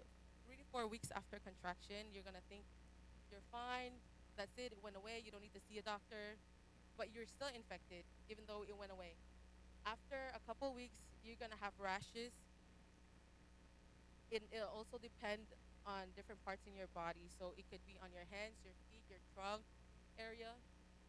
And they're not itchy. They're just going to look red and angry. They could be raised or not. But they're not going to bother you as well and go away by themselves in a couple weeks. And the last stage is no symptom stage. So let's say you missed the first stage because it's in a place that you don't look at. So that's one, you didn't see the sore. Second, you just didn't bother with the rash because it wasn't itchy, it wasn't anything. It went away again, and now you're in the latent stage. And this is the stage that you really don't think you have anything. You're not gonna feel anything, but you're still spreading it around.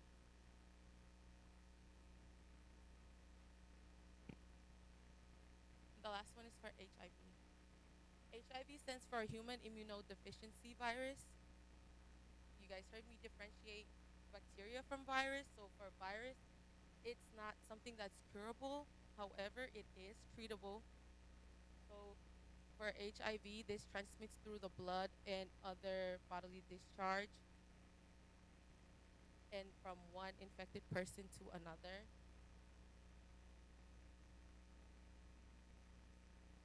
And then for HIV,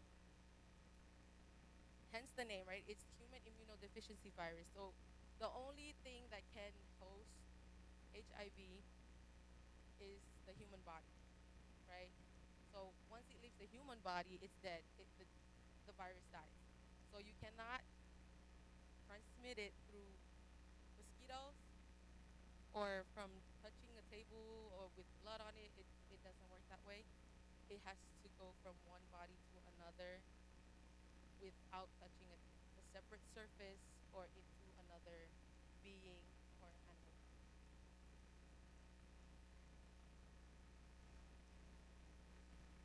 So prevention. This is one of the main things that we like talk about a lot. It's ABCs of STIs. It's easy to remember. So A is for abstinence. B is be faithful, and that's kind of a tricky one, right? Be faithful. That means you're faithful. Your partner is faithful. If if if you have other partners, make sure that it's only those partners, like they're limited, or you have a certain understanding amongst you and your partners. And the next one is condomize. Use condoms if you don't have regular partners.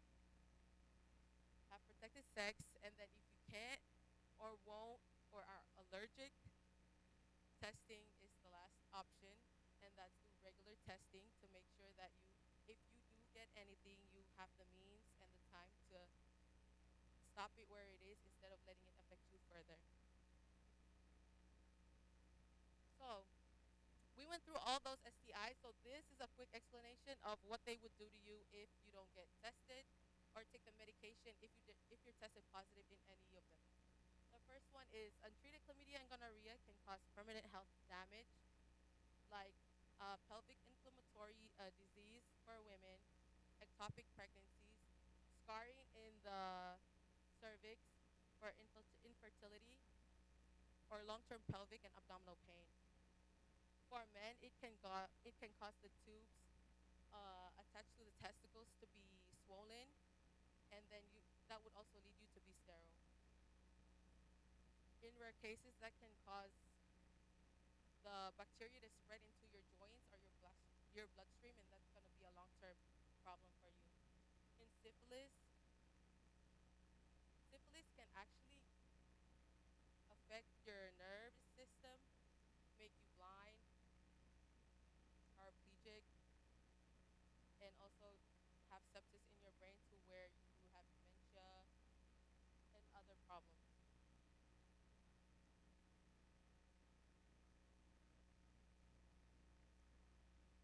So service availability and accessibility. CDU offers free screening and testing and screening of all communicable diseases, regardless of who you are, where you're from, your sexual orientation, disability, and your age. The services include testing and treatment, so all treatments are free as well. Those are the numbers. Clinic is 2450, and the office in Madalayi is 6500 or 1757.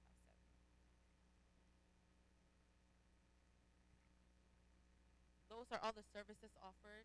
It's education and screening every day from 8 to 5, and then extended services once a month until 8 p.m. Questions?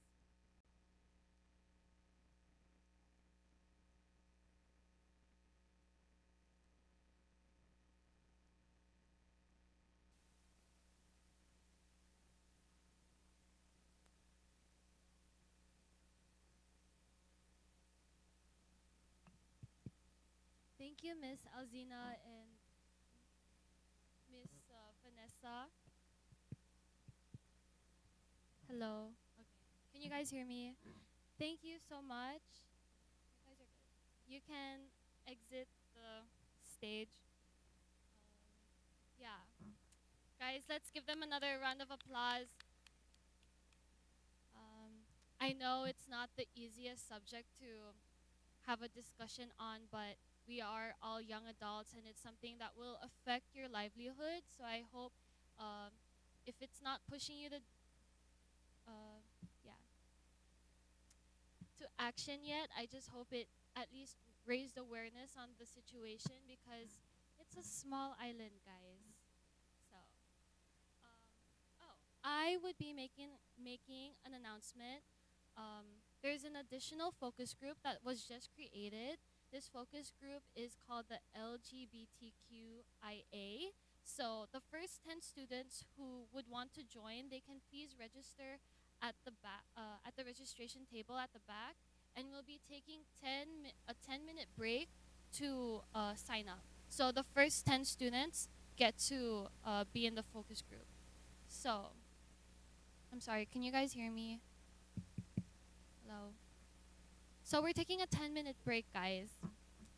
Yes, you're taking a 10-minute break, and those who want to sign up, please make your way to the registration table at the front.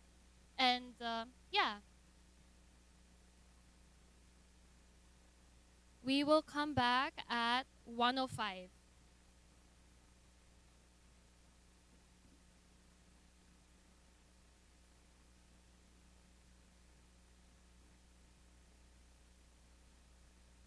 Oh,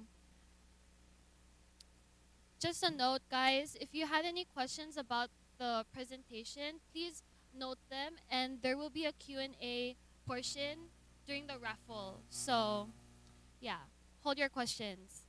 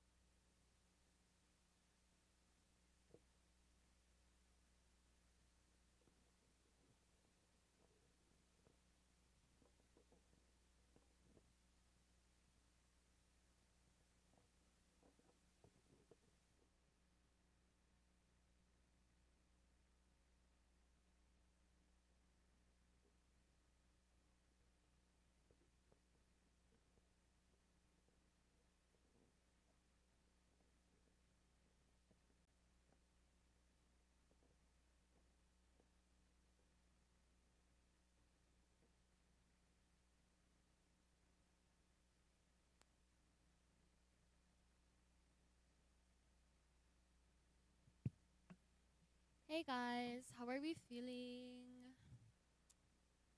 Awesome. Okay. Just checking in, and also making a note that you guys should be taking notes because we're doing another Q&A with the raffle. So you want to have your notes and pictures from the presentation so you can win something.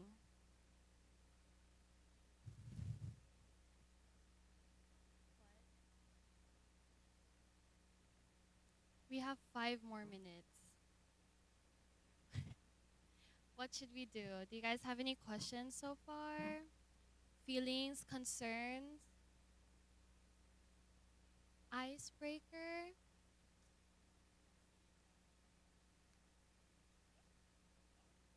What icebreaker?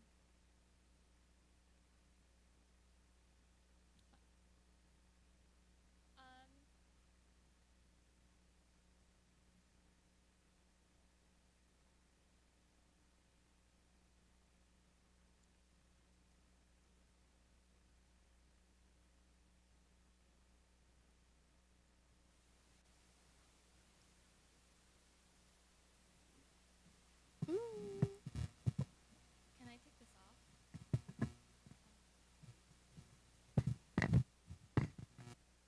All right. Oh. So this might be a little bit of a preview for the next session, but these folks from the mental health session would like to do a little bit of an energizer. So do you guys need the mic? Should I pass this on to Ripka? Kabong. Hello. So they saved us the best for last. Yay! I mean, they had to feed you guys lunch and throw you to us. So, of course, our job is very easy, yeah? Okay, so before we actually get to the real stuff and talk and inspire you and motivate you even more, we need to wake you up. So, everybody stand up. Yes, I feel the energy dying here. So, I'm very, very sorry, but please stand up, because we want your full attention for our presentation. All right? So, my wonderful models up here are going to model the actions that you should be doing when I call out a certain number. Do not worry, this is not testing your memory, so we will not do 10 motions. I'll only be nice and give you 4 for today. Sounds good? Yes? Yes? Can I hear yes? Can I hear whoo whoo? Nah. Let's save that for later. All right. So, number 1. When I call out 1, you should, what was that again? Jump. 1 jump. Okay, when I call out 2, you should punch twice. 1, 2, like kung fu. Please don't punch the person in front of you. Okay. Number 3. Oh, number 3. 1, 2, 3. Shake it 3 times. Yes, you have hips. Yes, you have legs. Move it. 3 circles, okay? Number 4, the last one. 1, 2, 3, 4. Cha-cha-cha. All right? Easy, yeah? For those of you that really don't know how to dance, this is your dancing tutorial, okay? All right. Normally, we have music that go along with the blah, blah, blah that we do, but you guys are going to have to make do with just my voice today. All right? Sounds good? All right. David, can you model number 1 again? Number 1. Number 2. Number 3. And number 4. All right. Okay, you guys ready? Okay. Ready or not, here we go. Number 4. Number 2. Number 1. Number 1. 1. 1. 1. 2. 3. 3.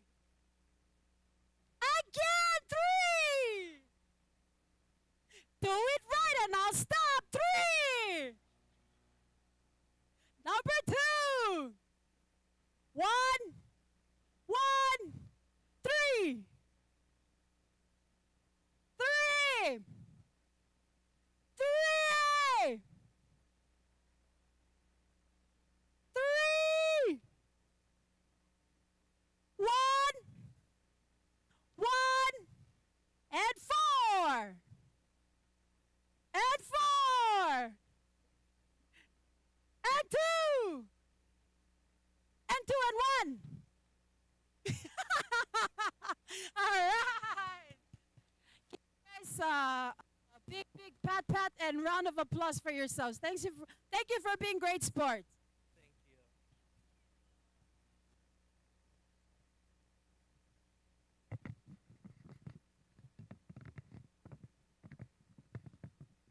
Guys, let's give another round of applause to the mental health team. Way to go, mental wellness. Let's go. All right, since they did such a good job, I'm gonna ask them to come to the stage and do something else, and that is do their actual presentation. And so, in our next session on mental wellness, we'll be discussing the many challenges and pressures that young people face today and the impact that these can have on mental health. Our speakers, the wonderful people who just made us work, will offer insight on how to identify and manage stress and anxiety and other mental health concerns, as well as provide practical advice on how to support those of us who are actually struggling.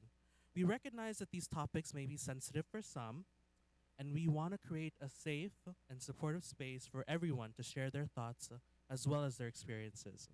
We encourage you guys to participate and ask questions and engage in open and respectful dialogue throughout the entire session. And I'll help you guys along the way when I can. And so let's get started. Please join me in welcoming our panelists, Ripka Quintaro, Rusyang Kotaro, David Moses, and Maylira Ide.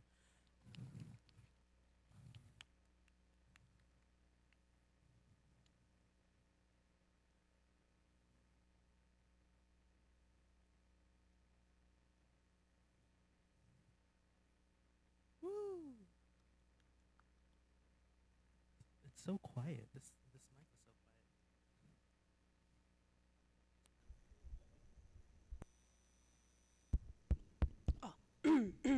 Hello again. Up. Up. Whoa, this can move. You guys want another energizer? Uh-huh. Are you alive then? You're awake? Are you sure? You're going to pay attention to us? Okay, you should, because it's very, very, not just important, but really, it really applies to where you guys are at in life right now. And especially everything that you guys are going through, thinking that only you feel that way, which is not very true. Everybody's there. Someone was there. We all go through in our own different ways. Okay, so again, my name is Ripka Quintaro. There you go. So if you ever want to contact me, you can get a hold of me at the Ministry of Health and Human Services. Okay. So for me, I will be covering the overall mental health for you guys. And then my colleagues here will go further into details about different aspects of mental health. Can I get a show of hands for those of you who know what mental health is or have an understanding of how your mental health is and anything about mental health? Raise your hands if you have an idea. You've learned it, you live it, you are it. Don't be shy. Hands up if you know anything. Oh? Okay. All right. Okay. I'm a little bit surprised, but maybe some of you guys are still shy. Okay? All right. So my presentation will be covering what is mental health, why it is important, and the common challenges that the youth, face, not just here in Palau, but everywhere else in the world. And then hopefully some practices that you guys can, I know you guys are already doing, but don't necessarily connect that to strengthening your mental wellness. But yes, some of the things you can do, and then the resources available for you, okay? All right, so what is mental health? According to the professionals, it's your emotional, psychological, and social well-being. What is that? Well, to put it very, very, very simply, basically your thoughts, how you think, your emotions, how you feel, your behaviors, what you do. Now, is this making more sense now? Do you think you do know mental health? Raise your hands. But you couldn't really define it, but now you do, and you. Why are you laughing over there? Was that funny? No? Okay. No, no, no. That wasn't meant to be like pinpointing. It's just the reason why I ask is because that's part of the challenges of your peers coming to us for mental health.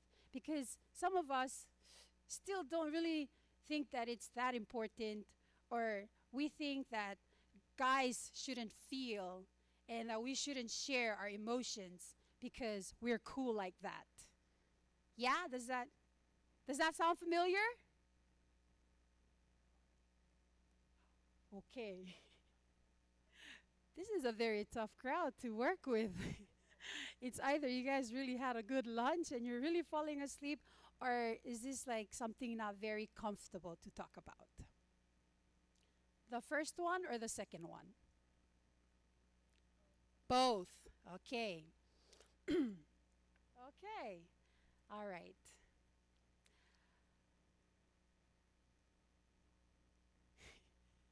Next slide, please. Who's in sports? Raise your hand. Who's in sports? Okay. Who has an athlete who's a great role model for that sport that you play? Yes, yes. Okay. Did you know that that great athlete became great because of all the failures, yet all the commitment and all the mental strengthening that he or she had to do to be great at that sport?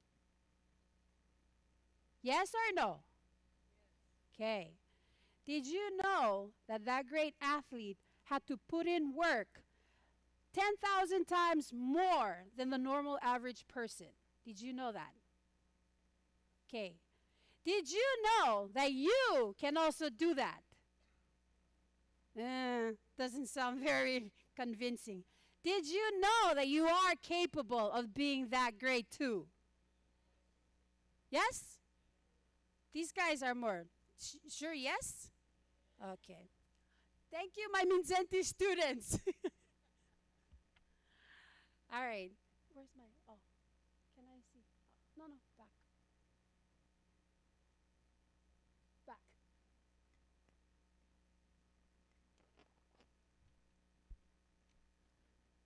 Is your social life important to you right now?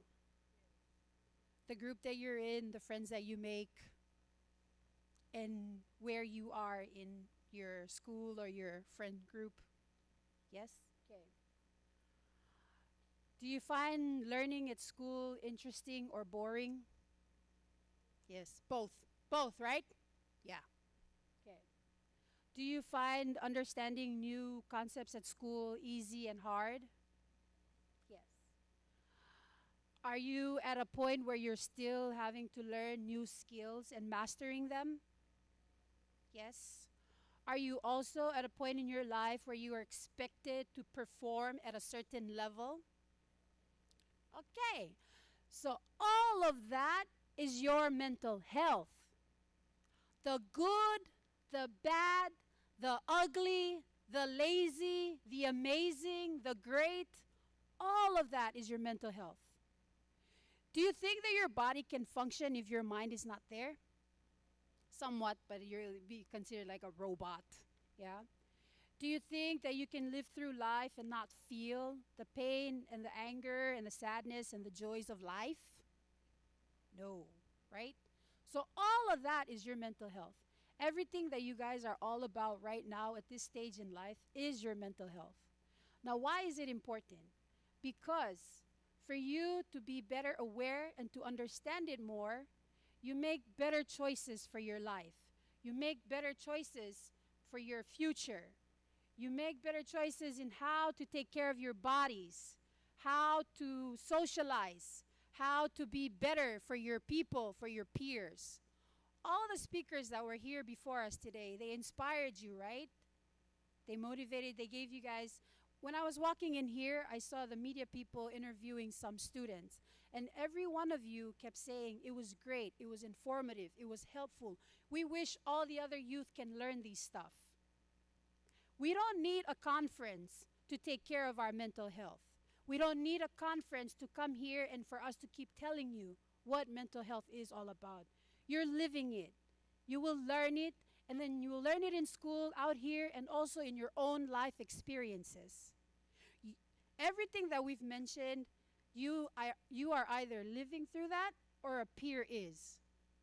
Someone who is anxious, depressed, sad, not in touch with their reality, you know at least one, right? Yes or no? Yes.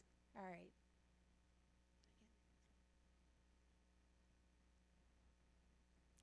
Anxiety, depression, and behavioral disorders are the top 3 mental illness and disability of your age group. I'd like to say, oh, I'm from the older generation, these things didn't exist, but no, they do. But more so for your generation now. Suicide is the 4th leading cause of death for 15 to 29 years old globally. It's happening everywhere. Eating disorders, risky behaviors, taking drugs, alcohol when you're not supposed to, and unhealthy sexual behaviors. So whether you're experiencing any of these or you know of people that are going through these challenges, this should not be the definition of who you are.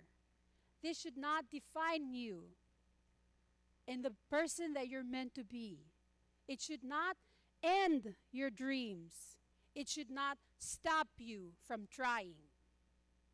Just because these things are so hard and they feel like you can't, you have no help, you don't know who to go to, that's all a lie. You're surrounded by people. You're surrounded by services. You don't need to go far. PHS, you have the youth center counselors. You have your amazing school academic counselors who really are paid to do academic counseling but are actually doing a lot of social counseling on their own. Minzenti, PMA, every one of you, you have access. You have access to help, information. Now you're going to be walking away today with those bags filled with information to help you if you're not comfortable talking about it or listening about it. If you want to read, please read, read, read. So I already asked the athletes. Now who's in a club? I hear PHS has like plants, like what do you call those? Agriculture? Yeah? Any green hands here? Arts and theaters all over the place, PHS? No? Okay. All right. Oh, hi. There you are. Yes. So join a sport, join a club, go to the Rock Islands. If you can't go to the Rock Islands, just go to Long Island. Got lots of trees, you got the ocean. When you become our age, the ocean becomes very therapeutic. Right now, you're still very strong. For us weak folks now, yes.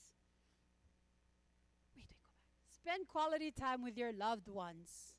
That includes your real friends. That includes your family members. Pray and talk to a trusted adult and share your burdens. A lot of times we think that people can't understand. Maybe some, but there will be that one, at least one out there. A lot of times we think that we're the only ones that know how this feels, what this means, but no, there are a lot more people out there that are going through the same things that you are. You are unique in your own being. Nobody is like you. But the things that we experience in life and the way that we can go about it, we can come together and do it together and share. Do not wait until it becomes a disorder. Do not wait until it becomes uncontrollable. And then you're going to have to go through the court systems, and then you're going to have to go to jail, then you have to go to my office. Usually you don't want to end up in my office because that means that, you've already gone beyond your own self-paced help that you can do for yourself. Yes?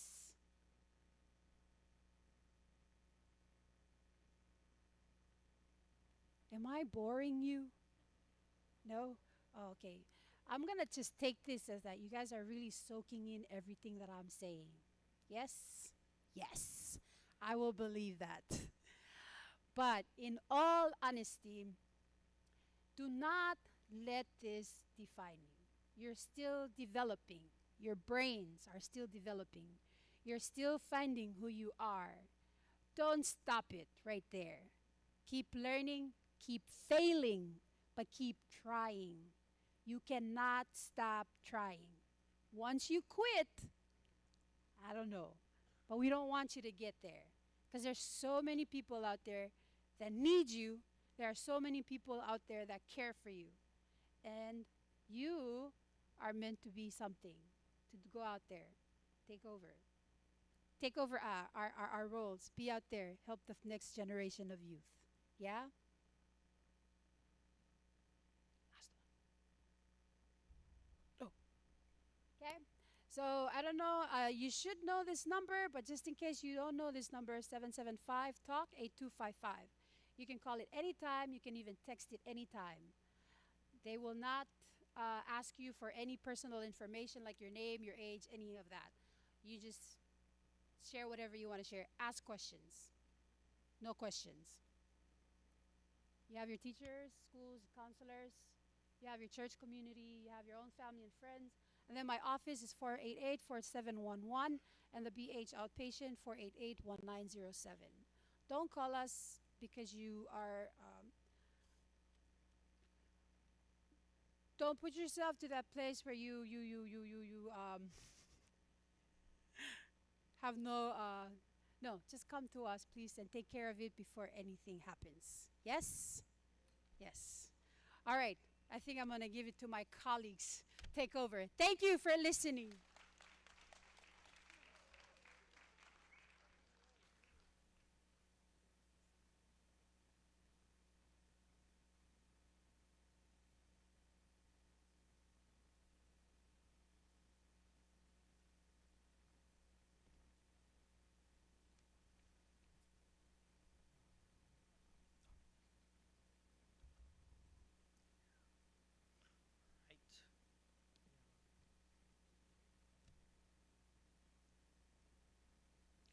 Cool. So, test. All right. Um, Perfect. Sorry, I'm really short. So, my name is David, and today I'll be talking a bit about substance abuse. There are 5 things I want to talk about today. First is addiction. Then I want to go over some different types of drugs there are. I want to present some data on substance use among youth teens. And then I want to talk a bit about what you can do at home if you have a drug addiction, if you're struggling with substances. And then I just want to briefly go over like some of the services we have here. Okay, so first up, substance abuse disorder, drug addiction. What is it? So first off, drug addiction is the need to use a substance, use drugs, despite the problems with it. It's your body thinks that it needs them, and so even if everyone around you telling you that it's a problem, that you need to stop, your brain just says, no, I need it now. Yeah. And why do people get addicted? It's related to dopamine. That's a chemical in the brain. And dopamine is a natural thing. It happens when you get a good grade. It happens when you get something like a Christmas gift. It happens when you hang out with friends. The reason why drugs are dangerous, though, is that it gives you dopamine a lot faster and in larger amounts than pretty much anything you can do naturally.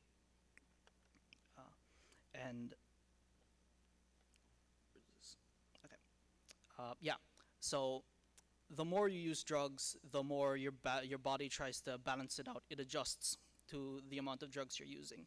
And so, for example, say you only need 1 6-pack in order to get drunk. If you keep on doing that, the next time you're going to need maybe 2 6-packs.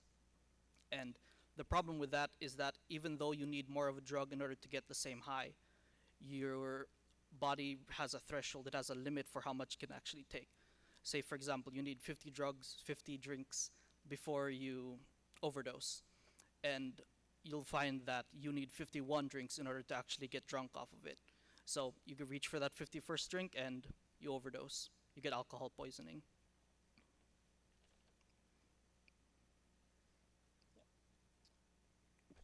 And so why can't you just quit if you're addicted? So it feels really good, first off, but also it feels really bad to stop because of this thing called withdrawal symptoms. So I mentioned before that your brain thinks that it's a need. It's, for example, if you're addicted to alcohol, your brain thinks it needs it like water. So whenever you stop, your brain starts screaming at you that it needs it right now, and your body goes through a lot of different things called withdrawal symptoms. They depend on what kind of substance you use. It depends on the kind of person you are, or yeah, depends on you. And these withdrawal symptoms can be different for those things before.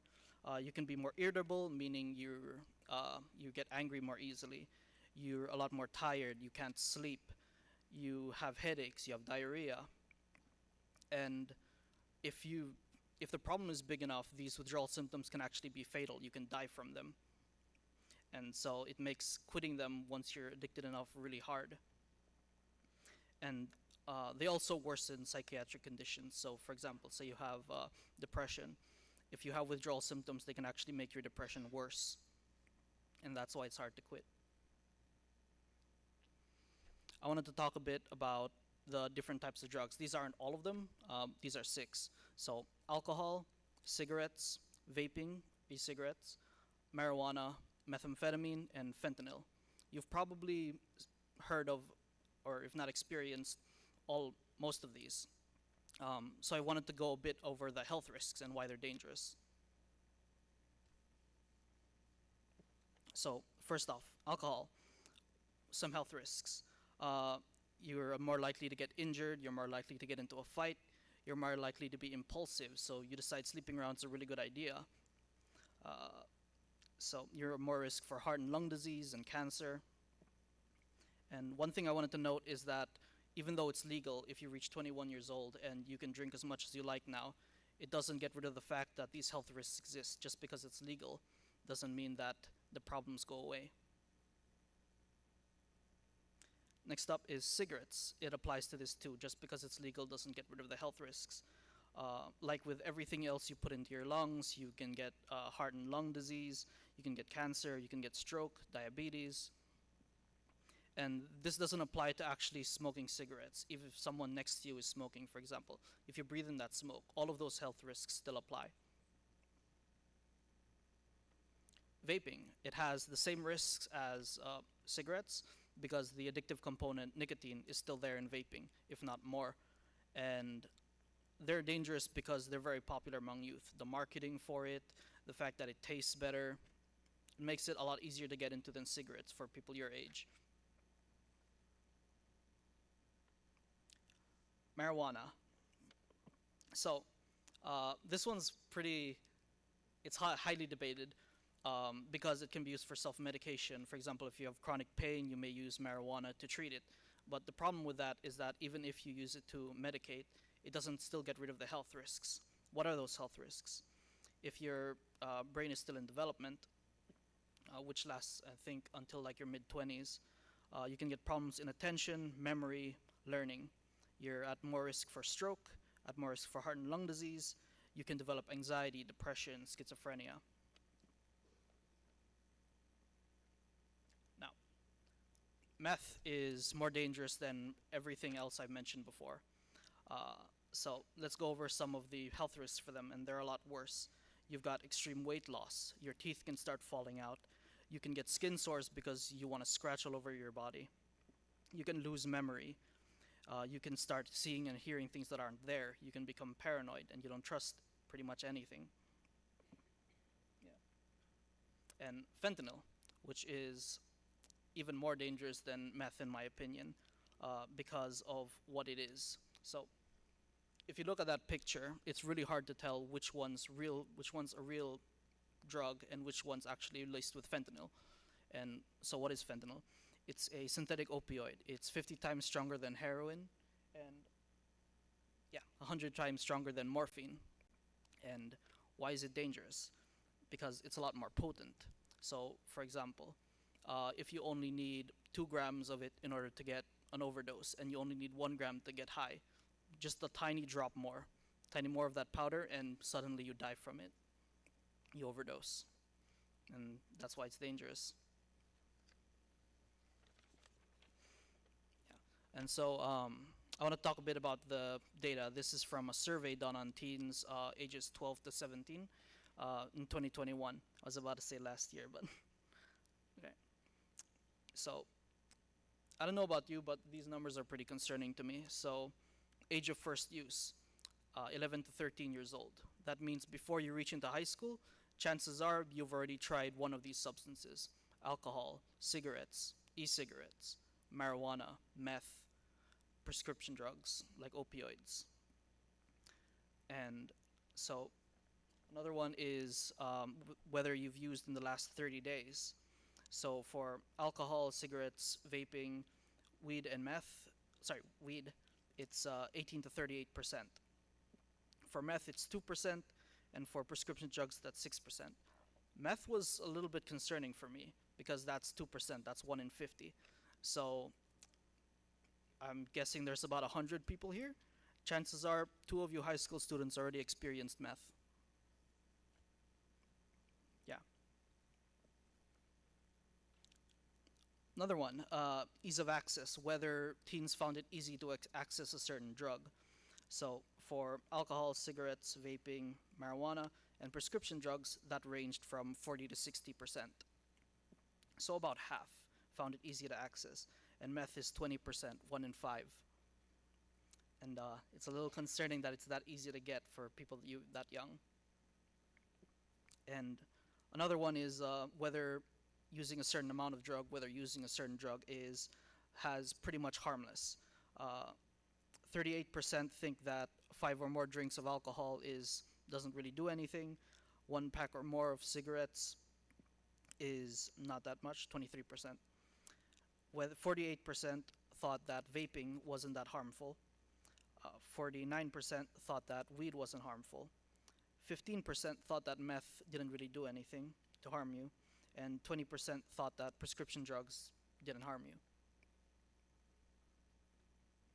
All right, I've been listing numbers, I've been listing what addiction is.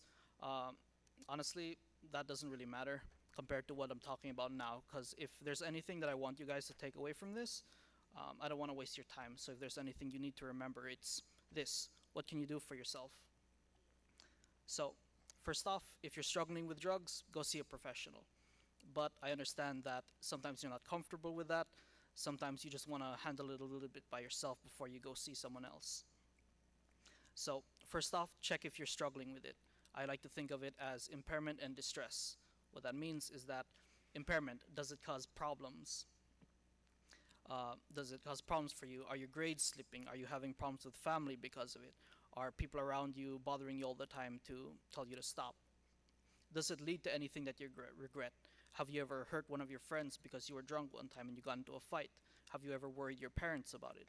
Have you worried any of your brothers and sisters? Have you ever used it and so one of your younger siblings saw it and thought that they could do it too? That kind of thing. You later regret it. That's usually a sign that that's a problem. And yeah, so what can you do if it is a problem?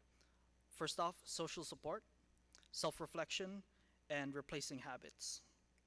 I'll talk about those more later, but one thing I want you to keep in mind is the phrase, be smart, not strong. I'll go what is that later. So, social support. It can be pretty much anyone, friends, family, as long as it's someone that you can trust. And they also need to not support your addiction. It's hard for them to support you through getting away from drugs if they're the ones giving you them. Why they're important is that they can hold you accountable. If they see you slipping back into it going to see your old friends to go use it, they can, point it out to you, remind you that you wanted to quit this.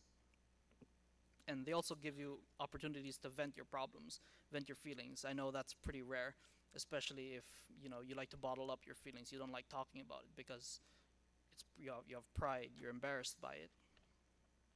Yeah. And then a bit about self-reflection: who, what, when, where, why. So who do you use substances with? When do you use them? Where do you use them? And why do you use them? When you sort of ask yourself these questions and you know them, you can plan around them. You can't actually tackle a problem if you don't know what the problem is, right? Replacing habits. So you want to quit. You can't just quit off the bat because there's a reason why you use substances in the first place. Everyone that uses a substance has a reason for it. So the thing that you replace it with needs to satisfy the same reason for it. Say you want to feel good, so you can start hanging out with your friends more. It's a lot harder, but it can fulfill the same reason for it. It needs to be consistent. If it's a house party that comes only once a year, that's probably not a good thing to replace your substance with. It needs to be not another substance. If you go from alcohol use to cigarettes, you're not really getting rid of addiction. You're just trading one problem with another. It might be a lesser problem, but the problem's still there. And what you replace it with needs to be flexible. The reason why you use a drug changes over time. You can change as a person. So what you do to replace them with, your solutions also need to change. They need to be able to change. Now, be smart, not strong. It's that sentiment of, I need to be strong, I need to be a man, for example. And that's a problem for drug addiction because, you're human, you have weaknesses, you have limits, and there will always be a point where you find yourself that you're at that limit, that you can't really do anything. So once you do know that weakness, once you ask yourself those questions I mentioned before, you can have a plan for them. Say that you've reached your breaking point, you don't know what to do. Well, a week ago you already figured that out, so now you just need to put it into action. And that's why it's important to be smart, not strong. Plan. So you've got to have a plan for when you reach your limit. You've got to have a backup plan for that plan. And if you really want to, you can have a backup plan for that backup plan. Yeah. And always just ask for help. There's always going to be someone that can help you out. If it's not one of your family, not one of your friends, there's always counselors, there's always teachers. And chances are there's at least one person out there that's willing to help you through your problems. Yeah. And finally, I wanted to just go a bit over what kind of services there in Palau. My coworker over there just already went through a bunch of these. There's the crisis hotline, 775-TALK. There's the guidance center, which has this thing called the Matrix program. It's a program meant for substance use. There's the outpatient clinic that does a lot more individual counseling. So if you want to do more one-on-one stuff, you can do that. And then there's a detox program too at the inpatient ward. All right, that's all I had. Thanks.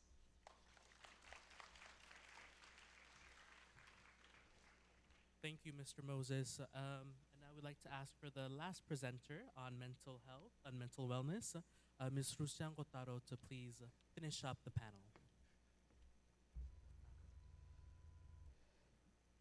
Good afternoon. My name is Ruth. Some of you may know me. I used to work at Prevention Unit.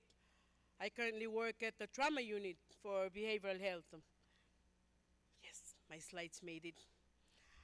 I had a presentation on my own this morning, and I was there till 12:40, and I had to rush over and submit my slides. So I was like, oh, I think I'm going to be talking by myself without slides, but thanks for putting up my slides.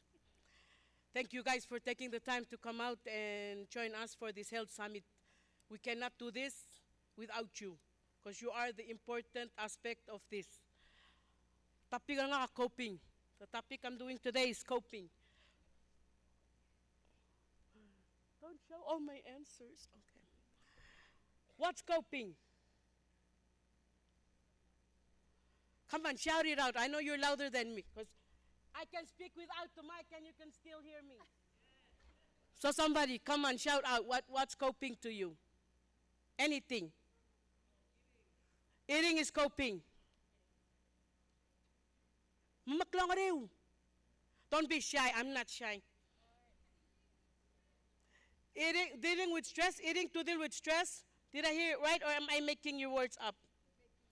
Something else. Come on, guys. What's a coping mechanism for you? Naklan? Vaping? Drug use? I'm kind of waiting for prayer, but okay.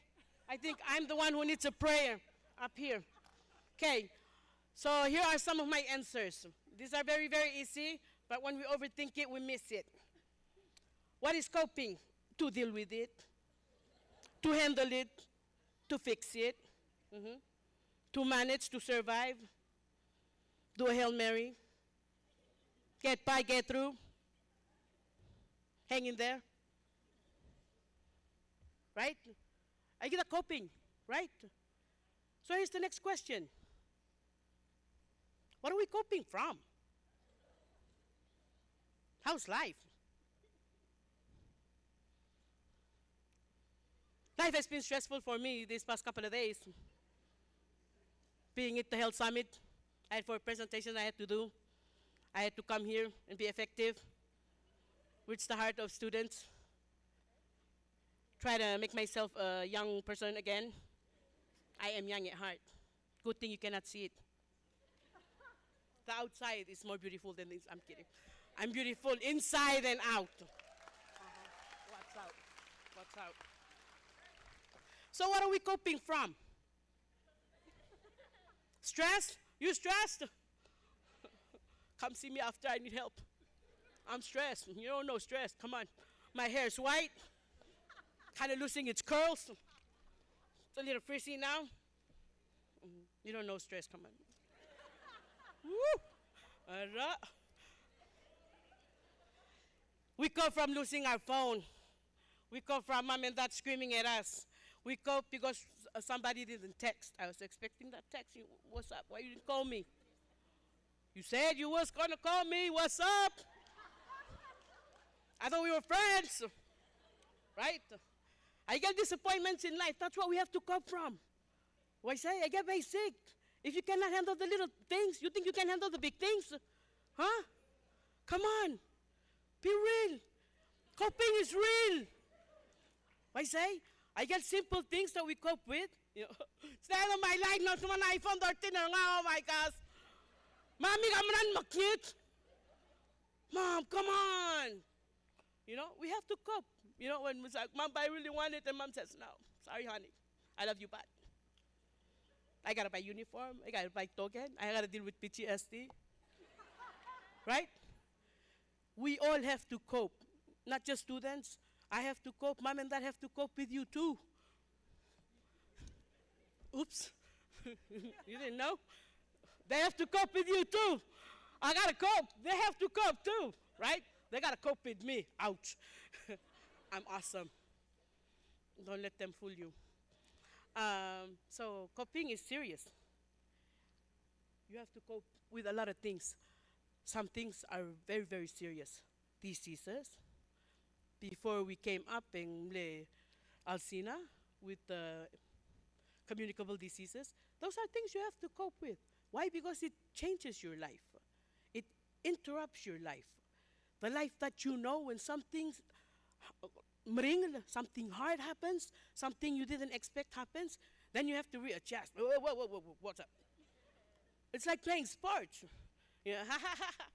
You guys play volleyball?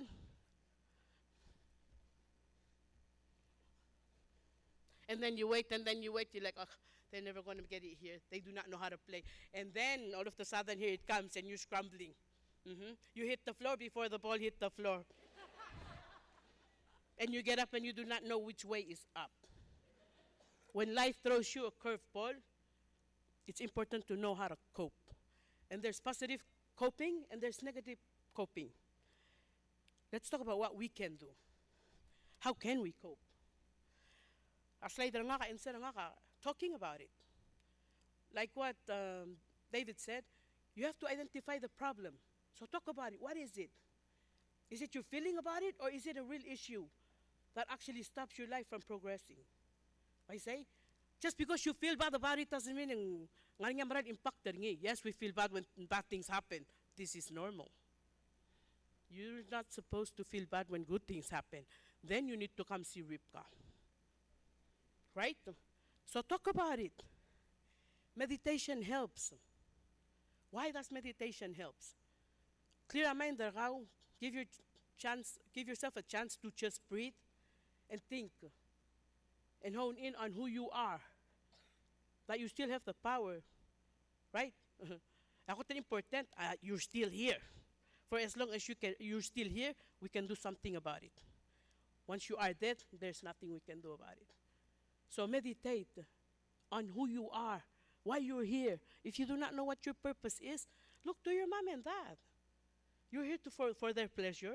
You're here for the pleasure of your friends. You're here because there's something you have to offer. Whether you see it or not, that's utterly important, right? Pray. Pray. Pray. Pray. Pray. A pray adi algo magay. Nga gina mo ka padre, ka pastor, ka diakon, ka ngarangklet to pray. Anybody can pray. So pray. The good thing about prayer is say whatever you want. Talk to God. Pray. Pray. Believe. Pray. Have faith. For as long as for as long as you are alive, there's something you can do about it. Pray about it. Be active. We've asked mutawat ang other sports. When you are active and you go and run or play volleyball and rangklel, and will top that you happy hormones, lulsa David. The dopamine, that's your happy hormones. Did you remember what he said? I got a natural process. When you go to the store and you see ice cream and you like chocolate and you get chocolate, once you feel happy, automatically will top the dopamine. I say, when you feel stressed, here comes cortisol. It's also a hormone, stress hormone. We don't want that, okay? Help others. Helping others makes you feel good about yourself. I say, so help others. Talk about your problems. Share. You know why? Not just for your benefit, but for the benefit of others. Because oftentimes, you're not the only person going through what you are going through. There are people before you. There are people who are going through it the same time you are. And there will be people going through it after you. Be mindful. Be mindful of your feelings. Be mindful of the people around you. If you're feeling bad, do not go to people who are going to make you feel more bad. Seek other positive people, positive peers, positive adults. I say, to give you a different perspective, to uplift your spirit. Ask for help. It is okay to ask for help. Did you hear? It is okay to ask for help. You can call me. Rabi AIDS. Call their number. Any number, Rabi AIDS, ask for me. I say, ask for help. Pray. Ask a trusted adult. Talk to your friend, okay? I want to talk briefly on meditation and prayer. What are you meditating on? The issue? The problem? Did it help when you meditated and dwelling on the problem? No, it did not. So what do we dwell on? Start counting your blessings. Writing down what you do have. I have good friends. I have mom and dad. I have brothers and sisters. They're not perfect, but they are here. I say, so count your blessings. Yes? Meditate on those. Meditate on the positive. Because there's enough negative in life to bring you down. I say, so how about we take all the time we have and do the positive? Prayer, pray. Pray. I'm not a preacher, but I'm just telling you, pray. It works. Okay, talking about it, identify your problems, and then talk about it. Once you know how to talk about your problems, you know what it is. By the time you're done talking, you already solve your own issues because the power and the knowledge and the experience you have. All the tools you have. You just didn't allow yourself to talk about it and think about it. You remember what Ripka said? The good, the bad, and ugly? Then you have to talk about the ugly too, honey. That's kung mo sa girl ugly, hindi ka all beautiful. Ay garo ko yang imam. It's in your eyes. The beauty is in the eyes of the beholder. Wa umalas aringin mo beautiful is also on you. Okay? I talked about get active, exercise to get happy hormones going. right? Why are positive coping skills important? Because negative coping skills lead to death.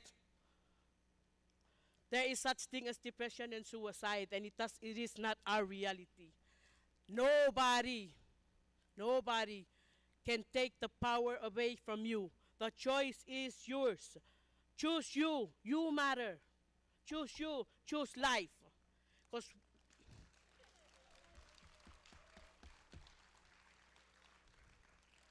as long as you are alive, we can do something about it. As long as you are alive. It might take time because the hurt is real and your feelings are real. Yes, I feel bad and I feel sad. Why did you break up with me? You're the most handsome person in the Balulab. Arang 7 billion ang adra Balulab. Pick another one. Pick another one. As long as you're alive, there's something we can do about it. Okay? So note your feelings. I una kasi note your feelings and talk about it. Because sometimes you tell yourself all the lies. I feel so alone. You're not alone. We're here. There's 7 billion people in the Balulab. You are not alone. I am unlovable. Yes, you are. Ask your mom and dad. They pay for everything when you're walking down naked. You think that's out of hate? It's out of love. Right? You are loved. What is resilience? You guys know resilience better than me because you're the best at resilience. You bounce back better than any adult. You want to know why? If I sit on the floor, I am not bouncing back without help. You can. So resilience is bouncing back from the hard place, right? Sometimes you can do it by yourself. Kudos to you. Sometimes you need help to come up. Kudos to you. Langar niya help. So I'll be out of a job. Come on, guys. Help me out. So changes will happen. When something hard happens to your life, it disrupts your life, changes will happen. You have to accommodate, you have to go through it, you have to change some stuff in your life, you have to make sacrifices. This is life. Is it fair? No, this is life. You go through it, I go through it, everybody goes through it. But we have to manage. And you don't have to manage by yourself. We are here. So the call to action for you, keep a positive attitude. Keep an attitude of gratitude. I say, count your blessings. And if it gets just a little hard, ask for help. Pray. Pray. If you don't get anything from me today, pray. God help us all. Pray. I say, keep an attitude of gratitude. So, I got one of these. It's just some mental health stuff. After, it's normal to feel bad for 2 weeks, you know, like when you lose a loved one, when you lose your iPhone, when you lose your favorite something. It's okay to be sad for a couple of weeks. When it gets longer than that, then we need to go to Ripka. Then it becomes an issue. Because now it's forming habits and forming bad behaviors. Why say? It's normal to feel sad. But I gotta get the behavior, we gotta nip it in the bud. Okay? Yes, any questions? Remember, you are not alone. Please go to my last slide. I get available resources, behavioral health programs. The specific unit I'm from is trauma unit. Trauma unit ako important ako best because we gotta stop all the bad habits so we don't change, we don't move it to the next generation. We stop it where we are. Now I know all the bad. I make sure I do not pass it to my kids or somebody else. Do not pass the bad buck. I say, pass the good Benjamin, the $100. My last slide. Memorize that. When you're having a bad day, say that. Trust in the Lord with all your heart. Do not depend on your own understanding. Seek His will in all you do, and He will show you which path to take. God bless you all. I love you all.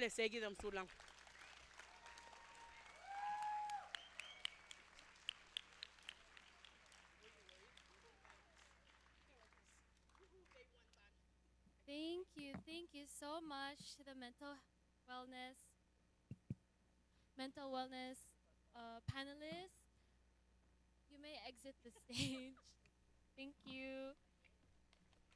Let's yes.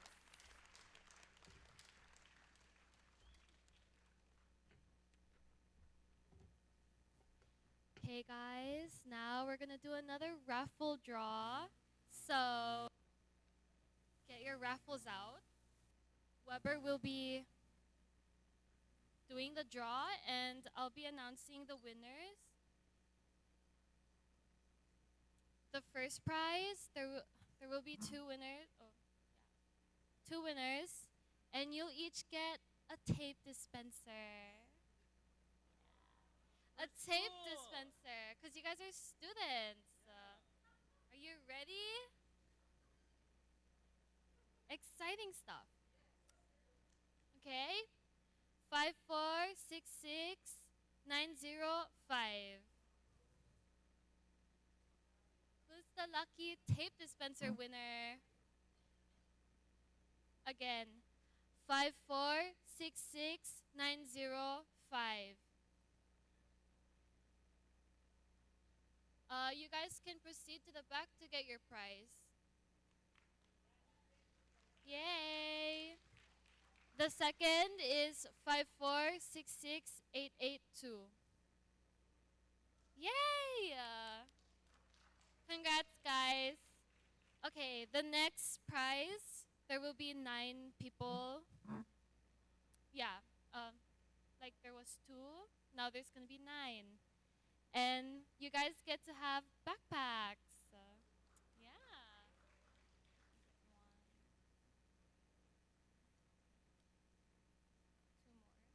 Okay, first one, 5466726. 5466726. We're good? Do I keep going? I just keep going. Okay. Next, 5466922. 5466922.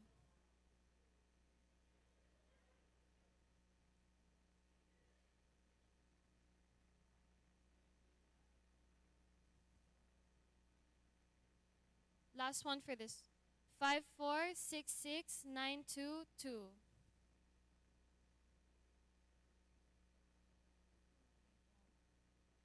Okay. I'll go on to the next one. 5466891. 5466891. Yay. Next, 5466878. 5466878.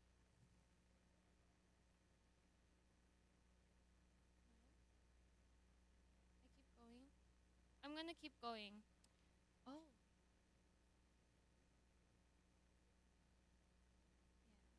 Okay. 5466704. 54667. Oh my gosh, I think I said it wrong. Sorry to get your hopes up. 5466740. Did I say that? 5466740. Okay, nice. Next, 5466742. 54. Okay, nice. 5466722. 5466722. Okay, nice. Next, 5466929. 929. 5466929. Nice. Okay.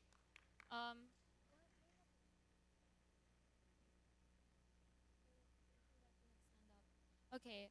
5466603. 5466603.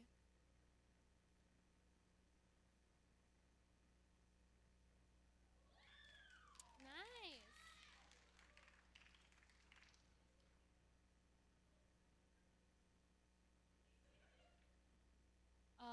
we're gonna check if there's more backpacks, but let me see. One more? Three. Okay, we'll do three more. 546627. 546627. Okay, we'll read the next one. 5466731. 5466731.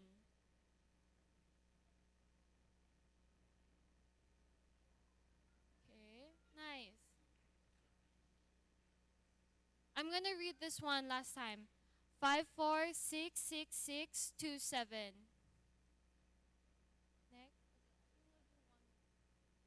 We'll do one more for the backpack. 5466893. 893. Nice. Yay. Congrats, guys. What does the backpack look like? Okay. Guys, the last the last prize. Really exciting. And there's only one winner. So, oh wait. I'm going to wait.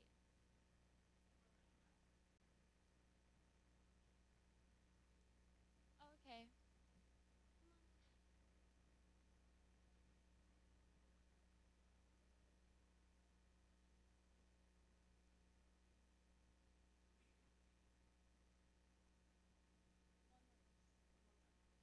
Okay, one more backpack, guys. Let's do it. One more backpack. Okay.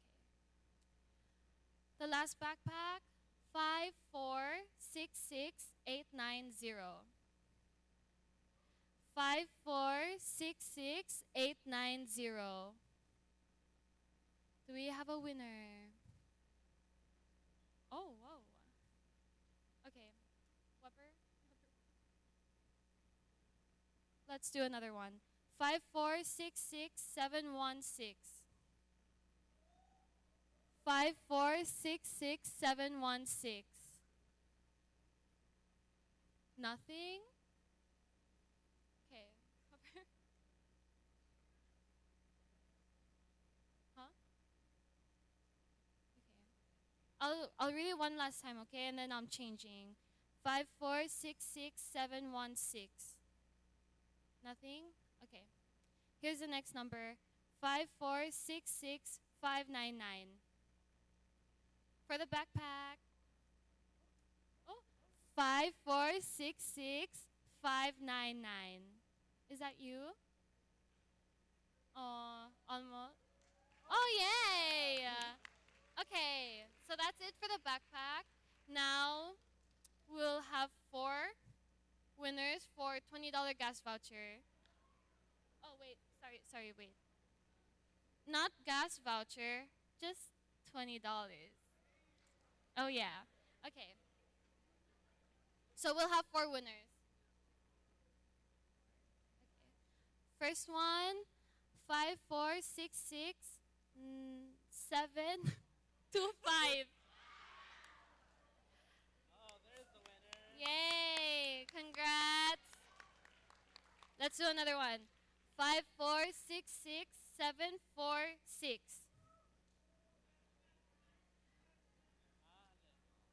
One more time. 5466746. Okay. Yay! Yes. Okay, next. 5466727. 54. Oh, is that you? 5466727. Is that you? Okay. Yay! Last one. Last one for $20. 5466730. 5466730. Do we have a winner? No. Guys, there's a winner. Calm down. Calm down. Okay. For the grand prize, guys, there's only one winner for this one. Are you guys ready? Courtesy of MD Wholesale. Let's give them a round of applause, guys. Thank you.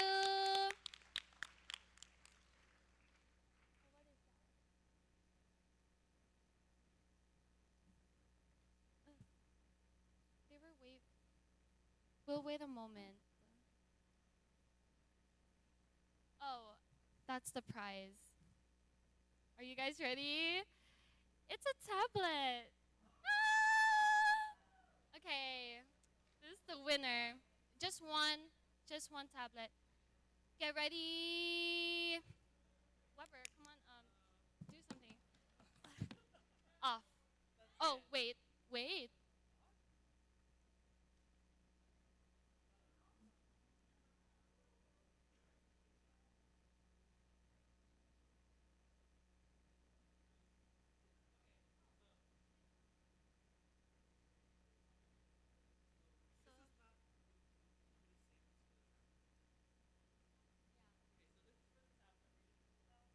This is for the tablet. There's gonna be a printer, guys.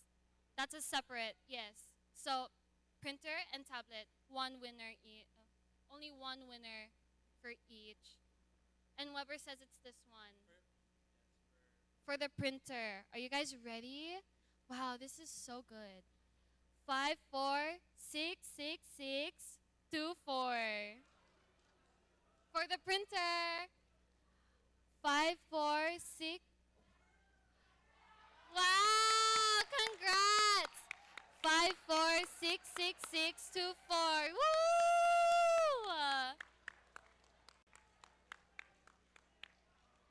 Yay!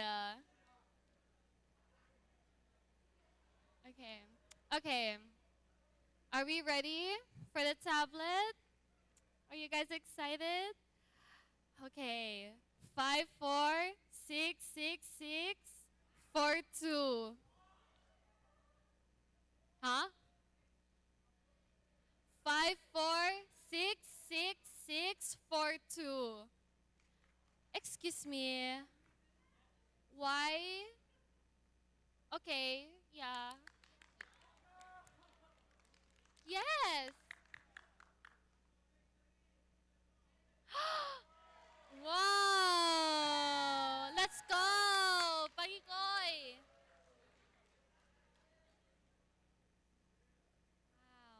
Wow. Thank you, O'Keefe, guys. Let's clap for O'Keefe. And O'Keefe is part of Pangikoy Society, so let's clap for Pangikoy Society.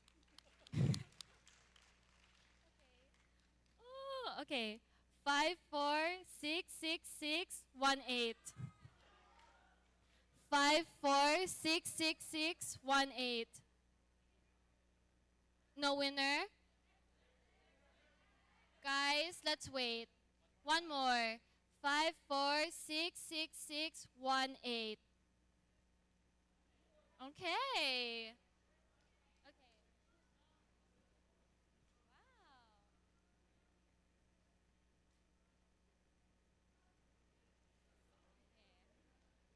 Here it goes. 546617. Yay! Congrats! Okay. So, that ends the raffle. But don't worry, guys. Right now, we will break out into the focus groups. So, hello. The focus groups. Yeah. The three focus groups. So, if you've signed up for them, the LGBTQIA and the mental wellness, and then the extended conversations on STI, you may proceed to the back tables or the front tables. So those who are in the focus groups, please stand and make your way to the front. And those who are remaining, please fill out the chairs in the front. Oh yeah. Yeah. Are you guys part of the focus groups? please move to the front. Like, let's fill in all the seats. Let's get a little close because we're going to do another Q&A, guys. So if you didn't win anything for the raffles, this is your chance. This is your chance to win. Shuri, are we doing the Q&A of the panelists as well? Or Yes. So Yes, sorry. I got too excited. yes. And maybe they can ask some of the questions themselves, and then maybe we can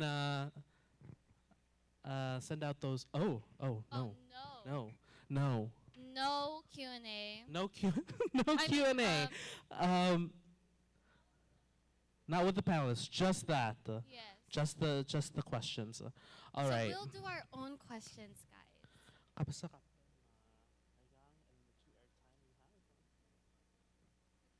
Just a moment. Oh, behind the tablet. That's it. Then you answer the questions. We'll do the. Guys, let's fill in the seats so it's easier to move the mic around. Please, Yeah. as a favor for me for all the hard work I'm doing today, for free. I wish I can win. Oh, what is this? $20 gas voucher. $20 gases and airtime and internet cards. Oh,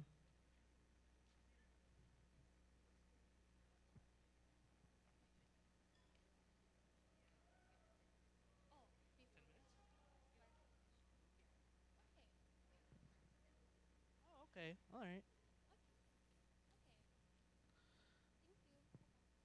Okay. So, update.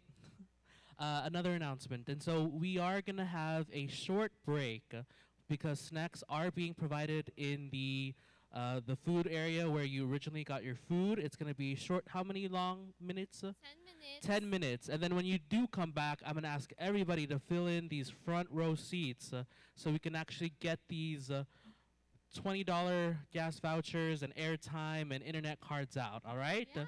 So after you get your snacks and you come back in, please fill in those front seats. All right? Thank you, guys. Yay. Thank you. So that will be 12:23. And please clean up after yourselves, guys. Thank you.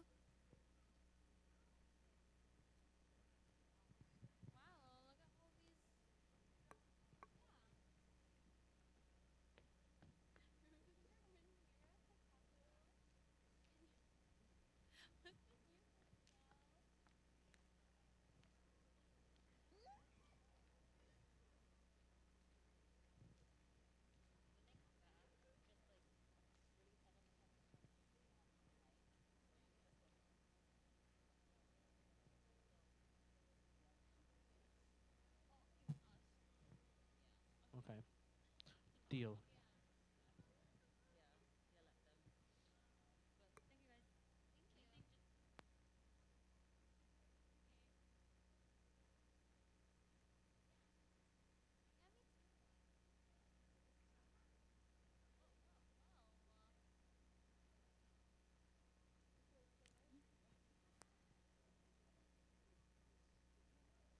Say hello to everybody watching abroad.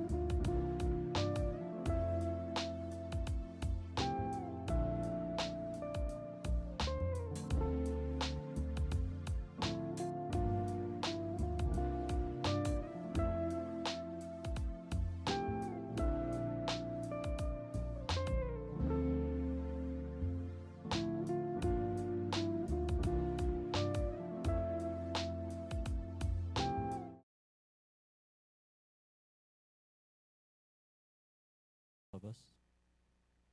So I just want to take this time to thank each and every one of you for being able to be with us today. Show of hands, and who among you would want to see this again for the next grade?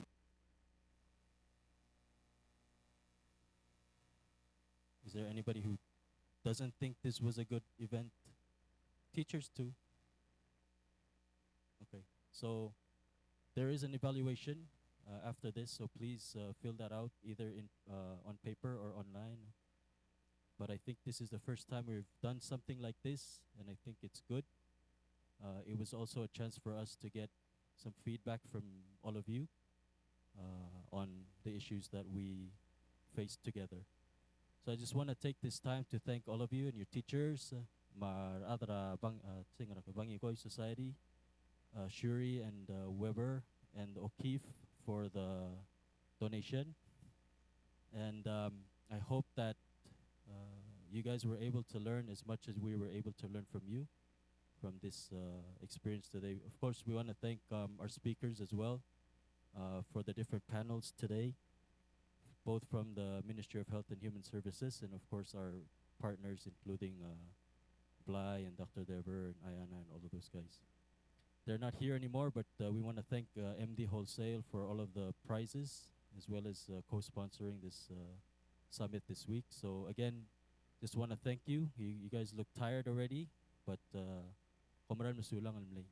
think it means a lot to us too that we're able to hold this for you, for all of us. So sulang.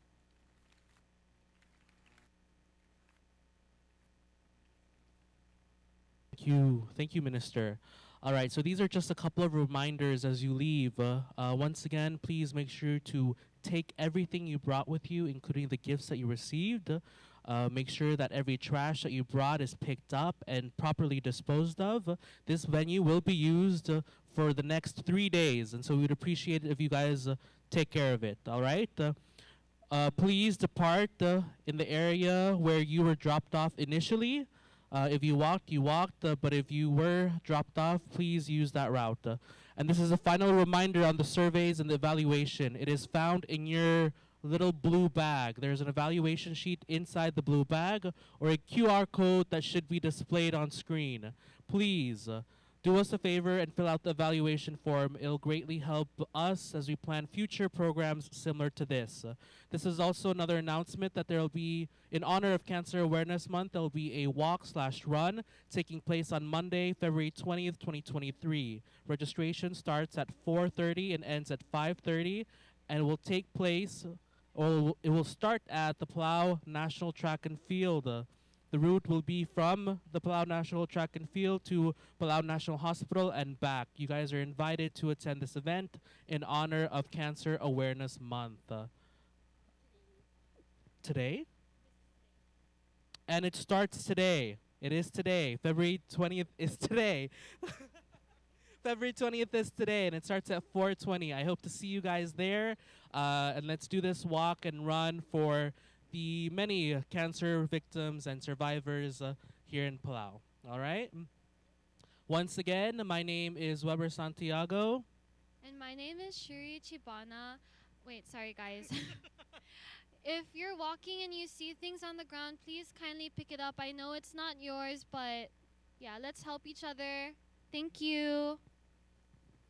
Bye, guys. Will you miss me? Okay. Promise. Promise. I won't unremember that. Bye. Did you skip work? Why? Oh, wow. Don't forget evaluation forms.